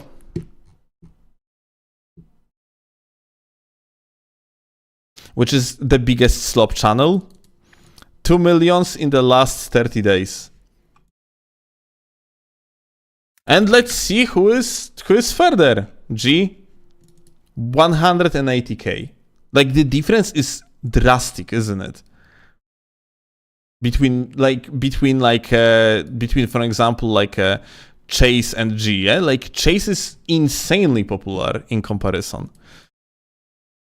Like, I don't know. Let's see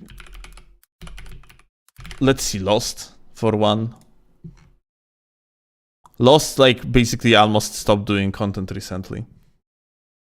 That being said, dude, we are not bad. Most of the views here are actually from shorts, but dude, we are absolutely not bad. Like, I am like second biggest daily stop YouTube channel, I think, on the platform. Like, Chase has way stronger fan base, but like, people that trying to discredit my channel for like growing too slowly are just profoundly retarded. Dude, I'm going to take over Chase like on the next iteration of the Souls games, and like, I can assure you that's going to happen. Like, currently the biggest channel in the sphere is only waifus.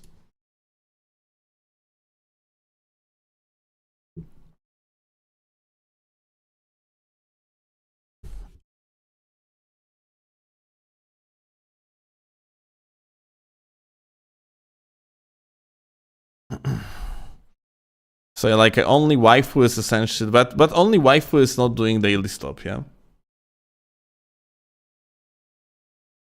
So that's kind of different. But yeah, end of the rant. Like, yet again, I'm going to hear about some retard like actually trying to shame me for the subs. Really knock yourself in the head. I'm doing very good.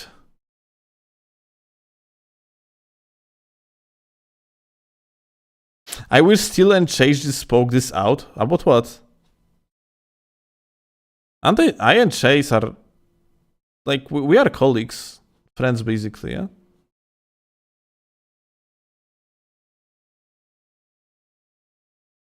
Cio! Jeszcze chwilkę, kochanie. Yeah. But Chase is like, yeah. We are good with Chase.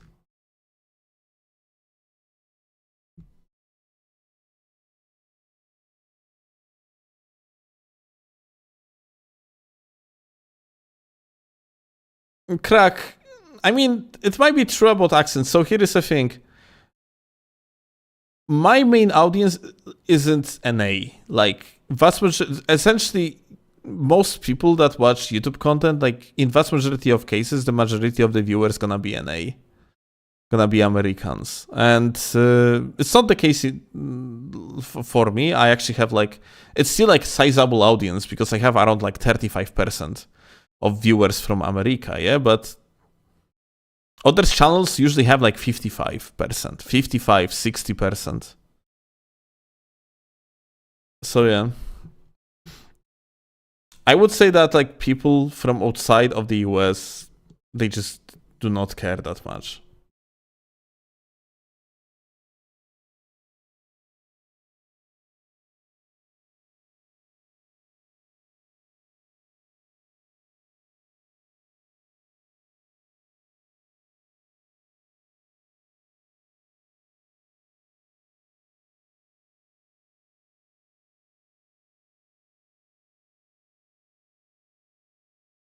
All right.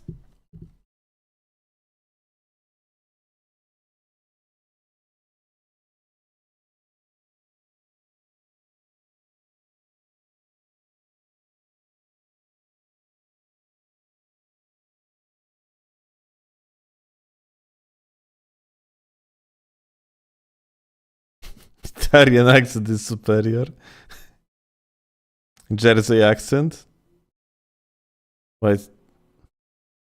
You are speaking in merchandise or what?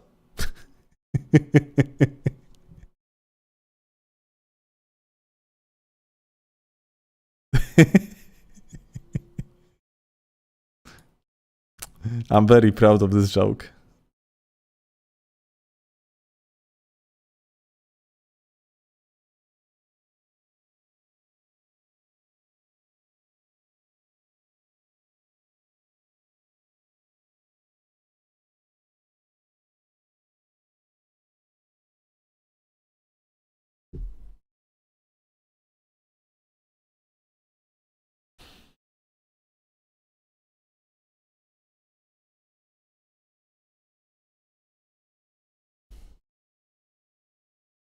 All right. Anyway, back to the main topic. Yeah, that was a fun exchange that I have seen these comments. Yes, Maxi here actually. Let me maybe like move it little bit to the side. This guy's gonna see it better.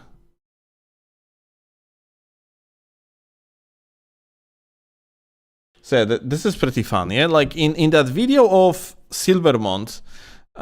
He shot on Minecraft PvP that like do people take Minecraft PvP seriously was essentially like giga argument of this goat, like very knowledgeable goat. Like if someone missed the other video, then I am going to bring an answer that Minecraft competitive PvP is real, and it actually has prize pools that are quite high, because there's shit tons of money in the private servers of Minecraft, and private servers like host the PvP tournaments, sometimes even LANs, and people participate in these, and we are talking here about $10,000s in the prize pools.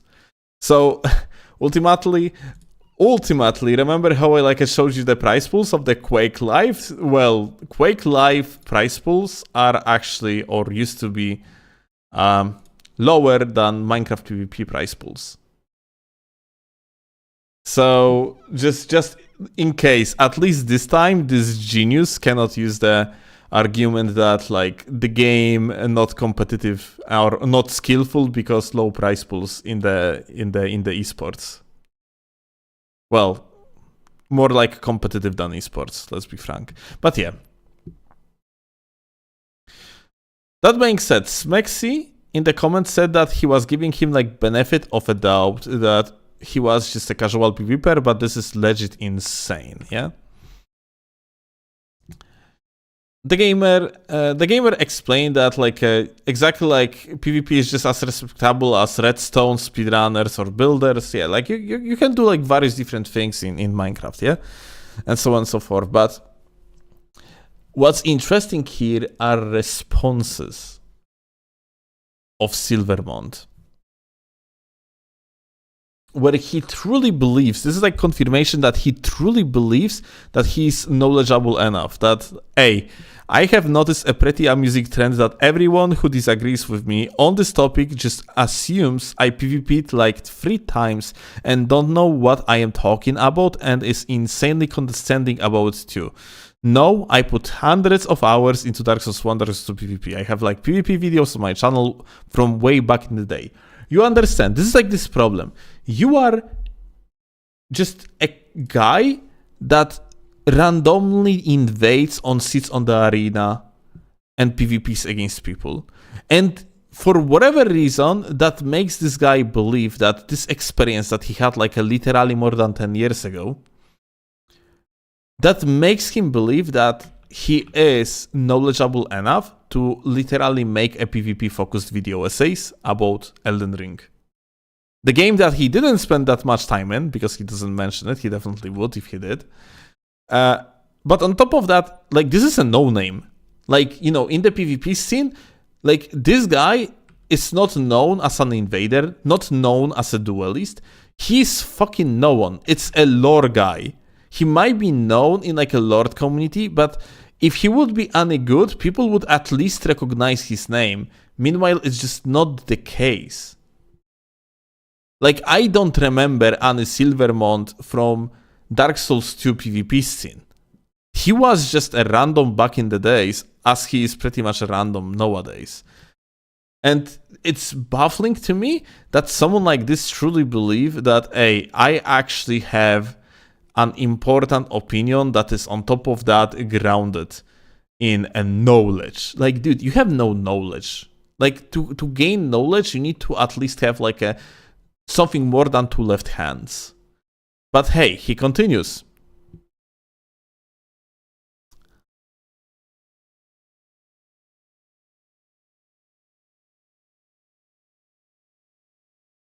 Let's actually read more of it.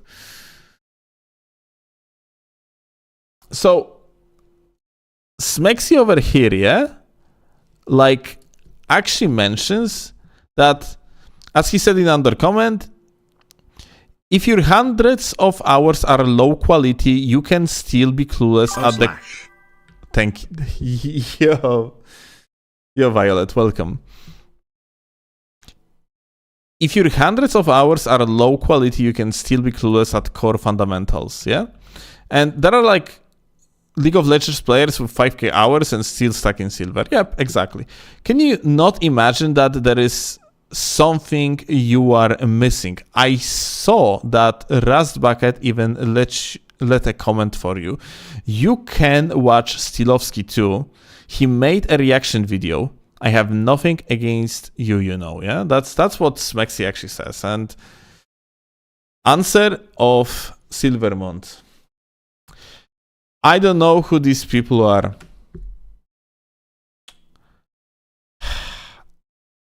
Fucking guy that researches lore cannot use a fucking search bar, dude. But let's continue. Look, if you want to PvP in Minecraft and you enjoy that, I'm glad for you. If what you are doing just unhealthy for you or others, then do whatever it is that brings you satisfaction. But Minecraft is clearly not a game focused nor designed for PvP. What it is a hugely successful and widely popular franchise, so obviously people will explore every aspect of it. Guys, Minecraft is a sandbox. You can do anything with that game. It's designed for anything that is within the game. And even further beyond, because it's extremely moddable. People can hyper-fixate on whatever they want, but they should realize that's not the universal truth for everyone else.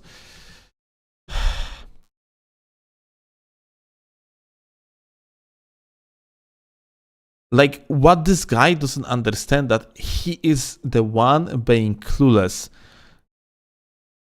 Like, if you are making a video about PvP in Elden Ring, at least do a fucking research. You can, like, it's really as simple as that. Like, it doesn't have to be true for everyone else. Like, the random Jimmy doesn't have to understand the hyperfixations, but if you are doing a talk on the topic of PvP, then at least grasp some basics of the PvP. Really as simple like as that, like, dude.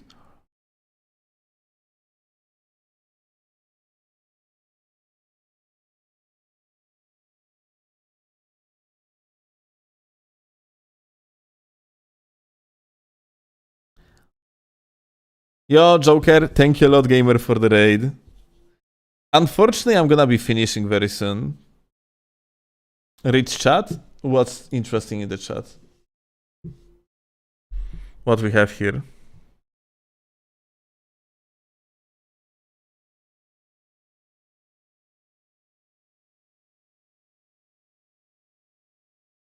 I know what I'm talking about, driving a car. I played a lot NFS back in the day. Yeah, okay. Right.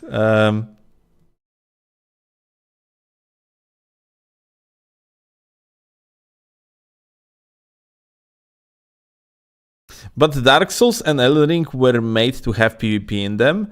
This is something that actually like a lot of people don't understand. PvP or co-op, or unlike other things that are related to multiplayer like messages and so on, it's not like a side activity in the meaning it's like afterthought. It's just part of the game. It's not like, of course, it's not that, like, it's not creme de la creme. Like creme de la creme is exploration and bosses in the Souls games, especially in Elden Ring. But it doesn't mean that PvP is like something slapped on, so like for whatever reason. No, like these games were designed with an idea, so there would be PvP in them. Same like co-op. It's just integral part of these games. It just so happened that PvP is less popular, and that's fine because PvP is mostly here for like very hardcore fans. It's like post-game activity firstly and foremost.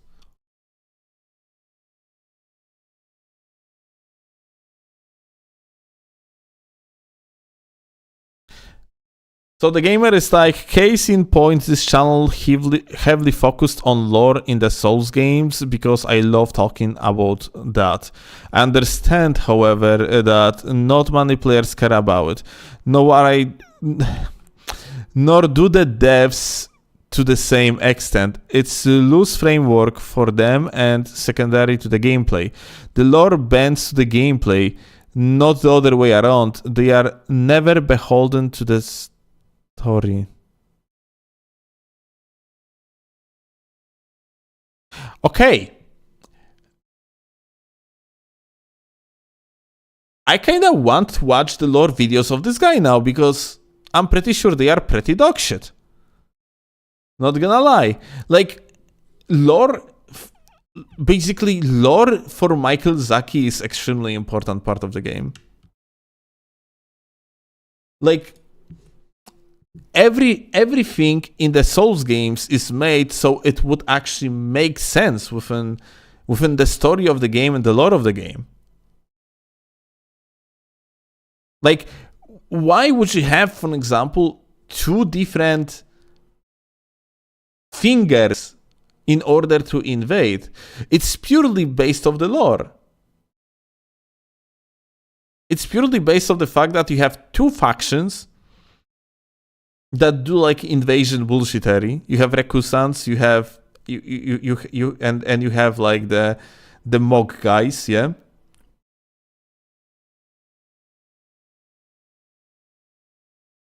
And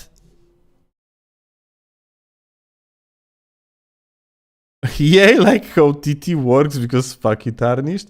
I'm actually not sure what Thunderstone is related to, but I'm pretty sure there is like a lore behind it. Like, even blues have their lore or representation of the lore in the game. It's just like super poorly portrayed, but there is. Mostly in form of that samurai guy that helps you when you get invaded in Limgrave. I don't remember his name. Claw screams Yura, so I guess it was Yura.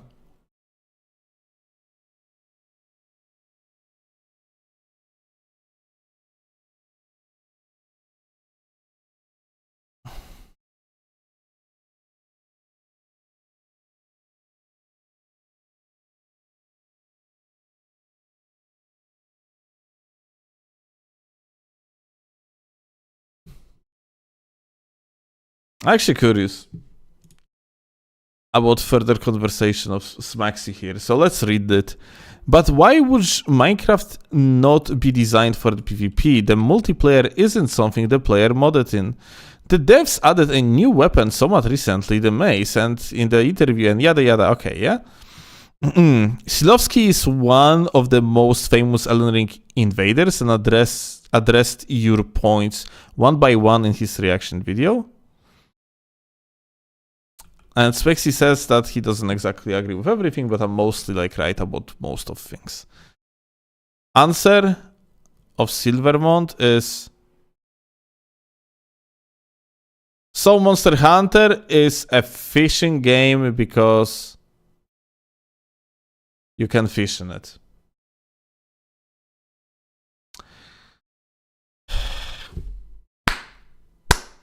Can I have claps in chat?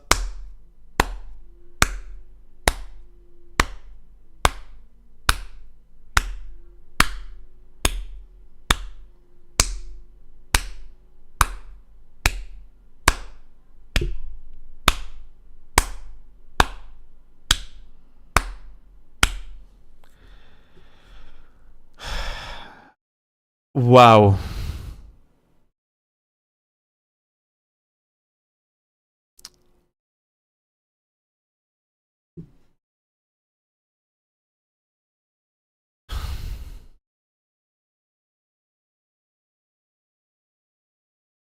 The guy tells him that Minecraft is basically a sandbox. Like, and the guy brings fishing in Monster Hunter.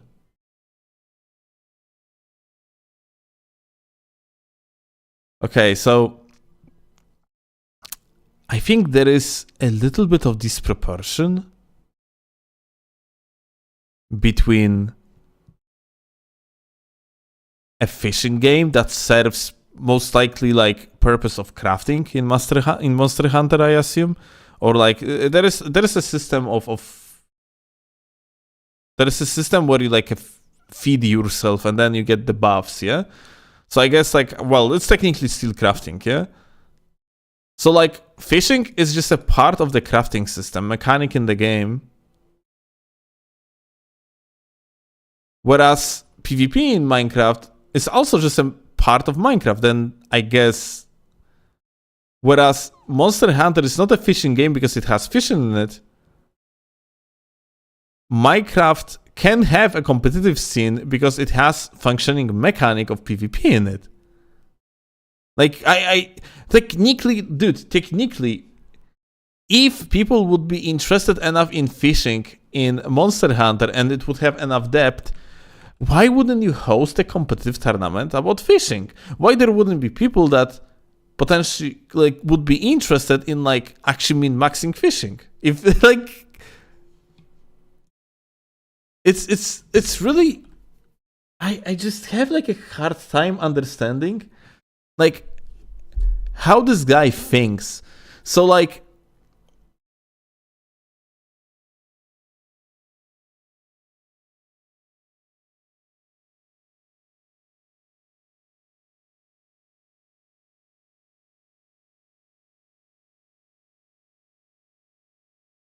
how the fuck he ended up when he actually has this approach to things with actually doing PvP in the first place?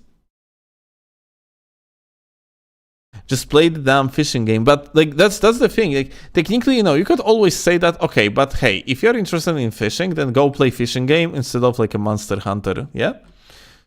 And you know what?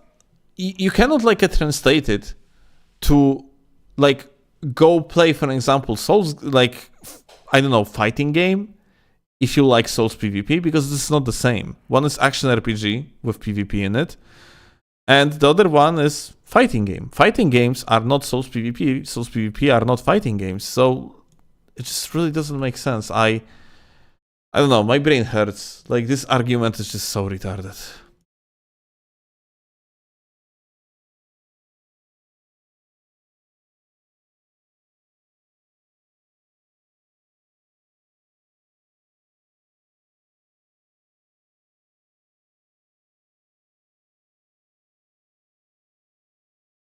I have noticed in this comment section, whenever someone mentions World of Warcraft, this guy enables himself and speaks of him like playing World of Warcraft in the past.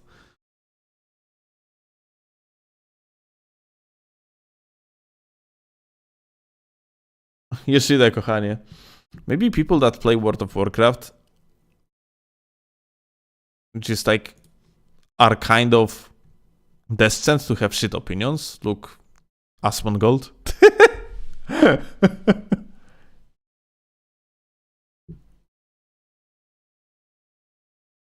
No już idę, kochanie.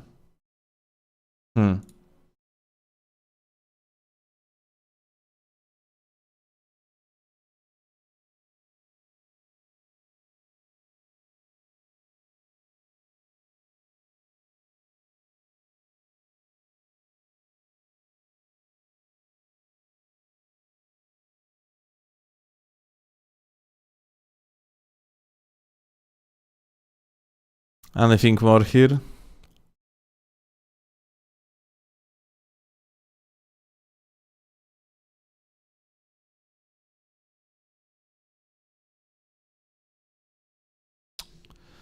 I don't think so, honestly.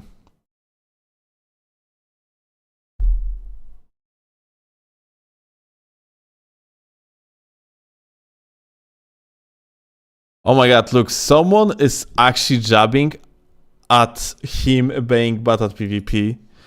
Based on your performance at the start of the video, I can't really take your opinions on the subject too seriously. I kind of wonder. I'm really curious the response, so let's read.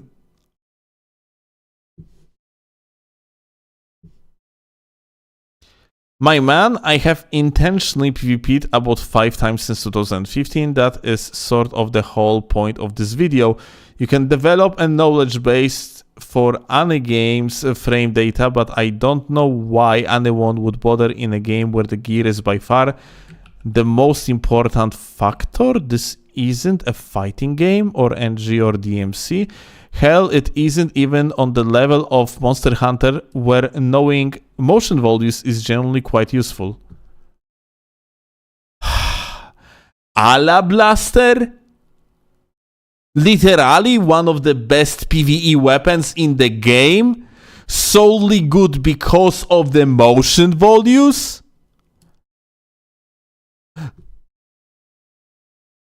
God fucking damn it. Like, this guy is so clueless, it actually hurts my brain, dude.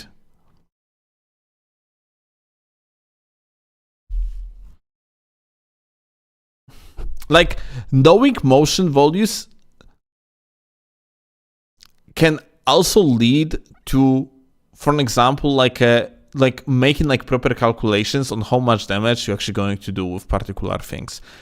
So, like, let's say if you want to maximize your damage to one-shot a boss, then like calculating of the motion values is exactly what you are going for. And because of that, you can calculate how much damage you're exactly going to do with, let's say, like a fully charged Spy R2, yeah?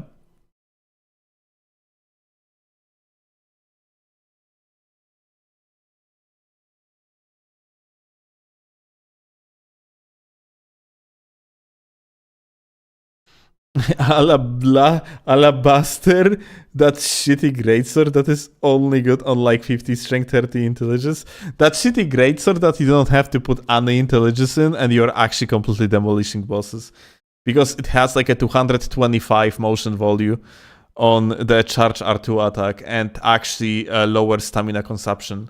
So you are barely wasting stamina, you do shit tons of the motion value, like you do shit tons of damage on the charge attacks, and you actually deal the additional amount of the stamina damage in comparison to regular greatsword. Yeah.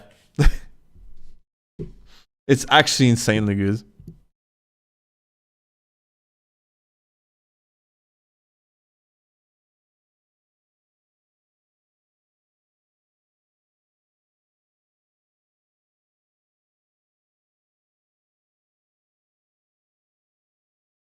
But yeah, let me actually...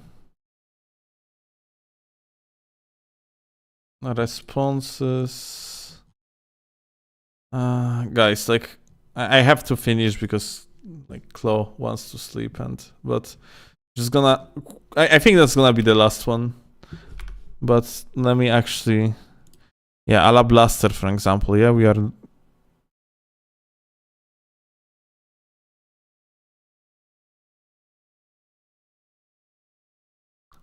It was actually, I'm sorry, it's 215, not 225, yeah? But you see?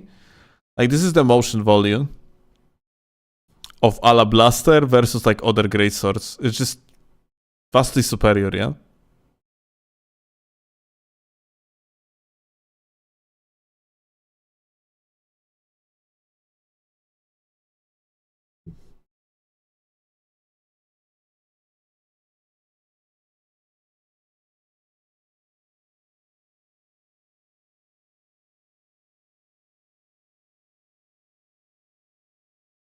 So the argument here is whenever like Elden Ring is a PvP game, now the gamer makes argument that PvP is dog shit and people take it too seriously because it's bad.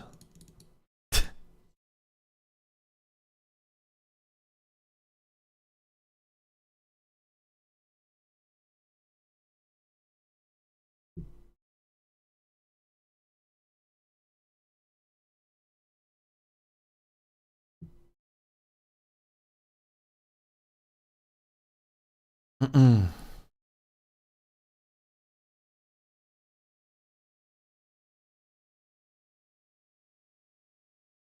90% of the time, the only thing that matters in the Souls game is your gear. I am sure I steamrolled plenty of invaders who had an in-depth knowledge of those things back when SOTA launched because I happened to press my broken ass weapon art button before they did and blendered them before they could blender me. So the guy is actually correct for a change about one particular thing. The gear is actually very important. That being said, even back in the days when Swift Slash was absolutely broken at release of Shadow of the Earth 3, using, for example, CGS could actually give you a decent results. You could actually beat Swift Slash with the CGS.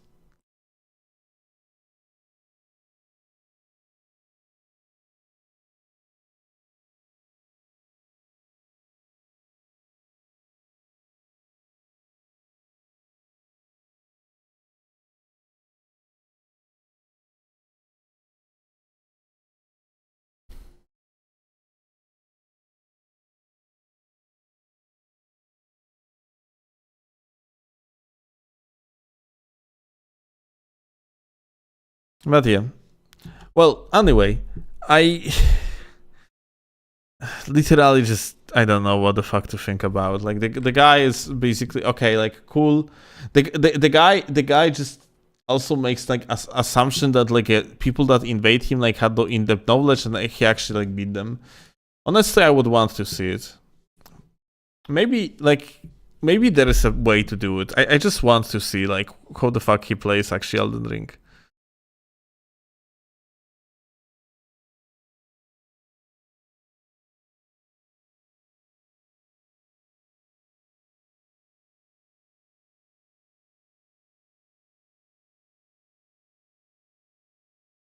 Does he actually come back to this topic? No, he doesn't.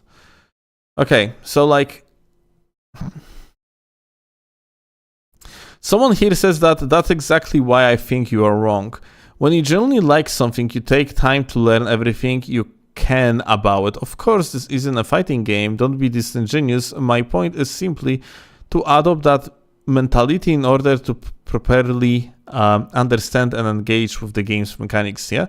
This could better inform your opinions on the subject. If you don't care for my advice, that's completely fine, but know that based on your response, it absolutely validates my first comment. Your opinions come from the place of ignorance. Sorry if this is somehow offensive, just my opinion.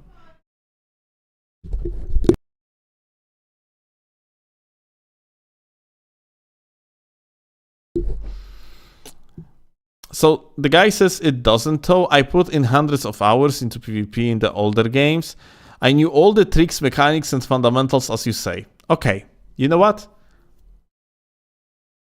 I'm just curious now. Let's go to the guy's videos. And let's try to find some PvP footage. And that's gonna be I guess, the last thing that we're gonna do.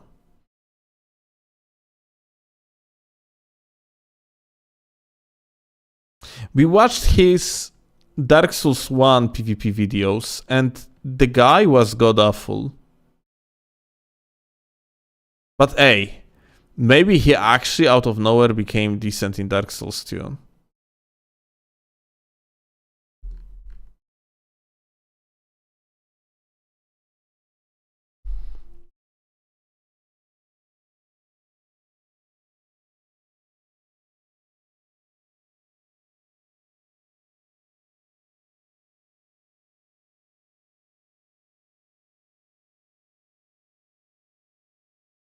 Hmm. Let's watch his newest video.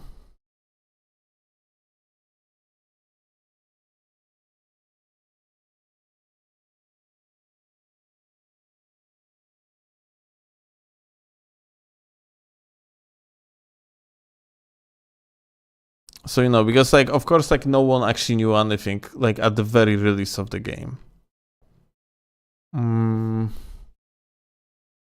Ivory Crown DLC. You played Demon Souls after that.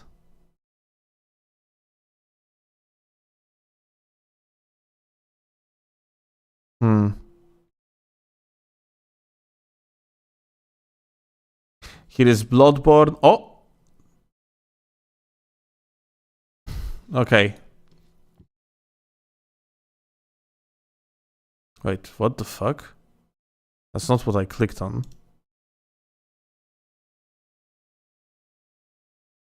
Triple backstab. Uh-huh. Okay. So that's the video. Fantastic.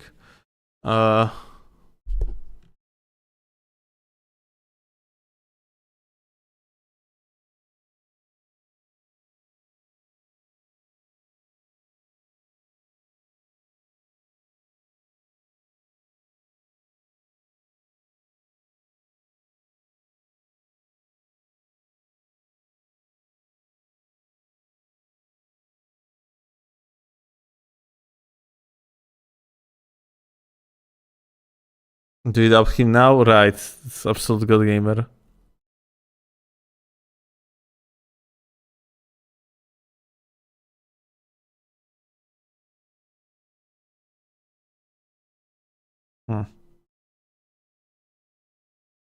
Okay, guys. We got Dark Souls 2 video, dude. PvP video. Let's see.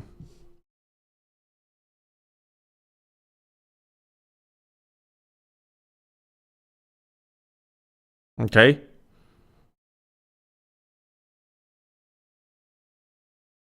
Okay, so he got the laggard. But I just want to see if he's going to be like, if he's gonna be Jimmy walking. Which is like, he's gonna be walking around like locked on. It is going to be poopy pants? So far it kind of is. Like, generally speaking, if you are like a decent at this game, especially like if you're a decent invader, you are not gonna be utilizing much of lock-on until the very moment when you're about to hit your target. So far, yeah, the guy just, yeah, he's walking as if he would be like shitting in his pants. Yeah. Yeah, it's been like some time after the release. It's actually Scholar of the First Sin as far as I understand. So like he's just,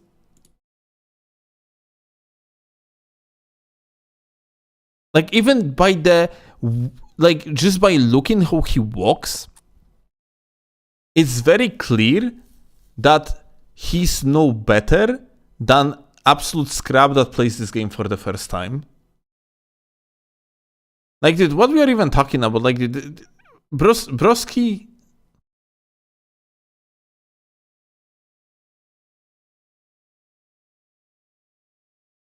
Well, okay, like, there is no point to watch the rest of this video. He's just literally just attacking the laggards over and over. And at some point, he died. Uh-huh. So, just in case, if he would be at least so much knowledgeable about this game, he would know that, like, by going for the backstab, everything that he does here is just lowering his DPS window against someone that is on the insane packet loss. What he's supposed to what he's supposed to do is just to attack the guy with other type of attacks. Even like if you cannot like really like just do the neutral R1s, then you can always just like do R2s and do some damage to the guy. Yeah, point blank is that the moment he just backstabbing the guy, or like the fact like he wasn't rolling here, even though every single roll that he would do right here would actually iframe this font of attacks he was receiving. just bring some information that this guy really doesn't know what he's talking about. Like this guy is fucking like this guy. Like I don't know. It was 2015 already. Yeah, more than a year after release of Dark Souls 2. This guy still doesn't know like a basics how to deal with laggards that were like very common back in the days of Dark Souls 2. So no, like we took like whatever video and we see the guy like just like a Jimmy walking with like shit in his pants by just locking onto the target and sprinting after them. We're seeing the guy not being able to like manage the immense packet loss that was very common. Like the guy doesn't understand that like in a situation where something like this happens, he's supposed to just roll. He's dog shit. He's terrible. And he clearly do not suppose to talk about PvP if he's such a fucking scrub. Like unironically, it just doesn't make sense. Not from the or differently. Like if you want to talk about it, but not from the position of an expert. Don't think of yourself that you have experience, that you put a lot of like believing that you knew all the tricks, mechanics, and fundamentals, as you say. Dude, he knows fucking nothing. He's absolute scrub, dude. A fucking overconfident scrub that like brings nothing but bullshit to the table. Didn't say anything, neither in his videos or this comment, or in these comments, that would actually make any sense.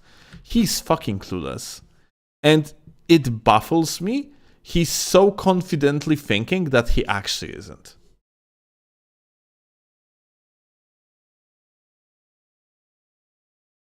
And I genuinely believe that this type of people are just detrimental.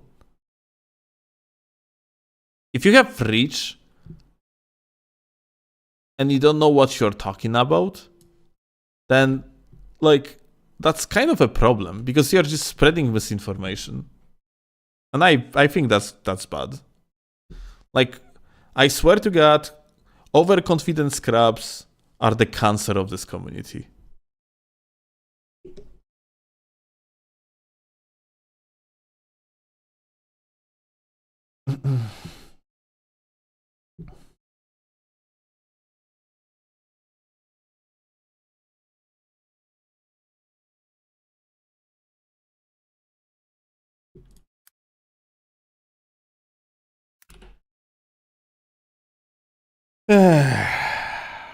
Okay, let's raid someone and we are gone.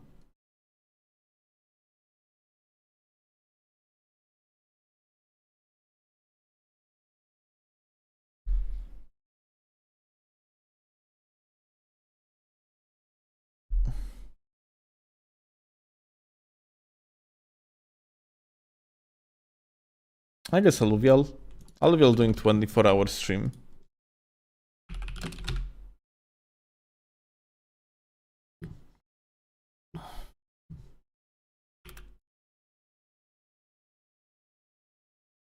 Alright, much love to you all. I will see you later. Have a good one, gamers. So say hello to Alluvial from me. Bye. And eat.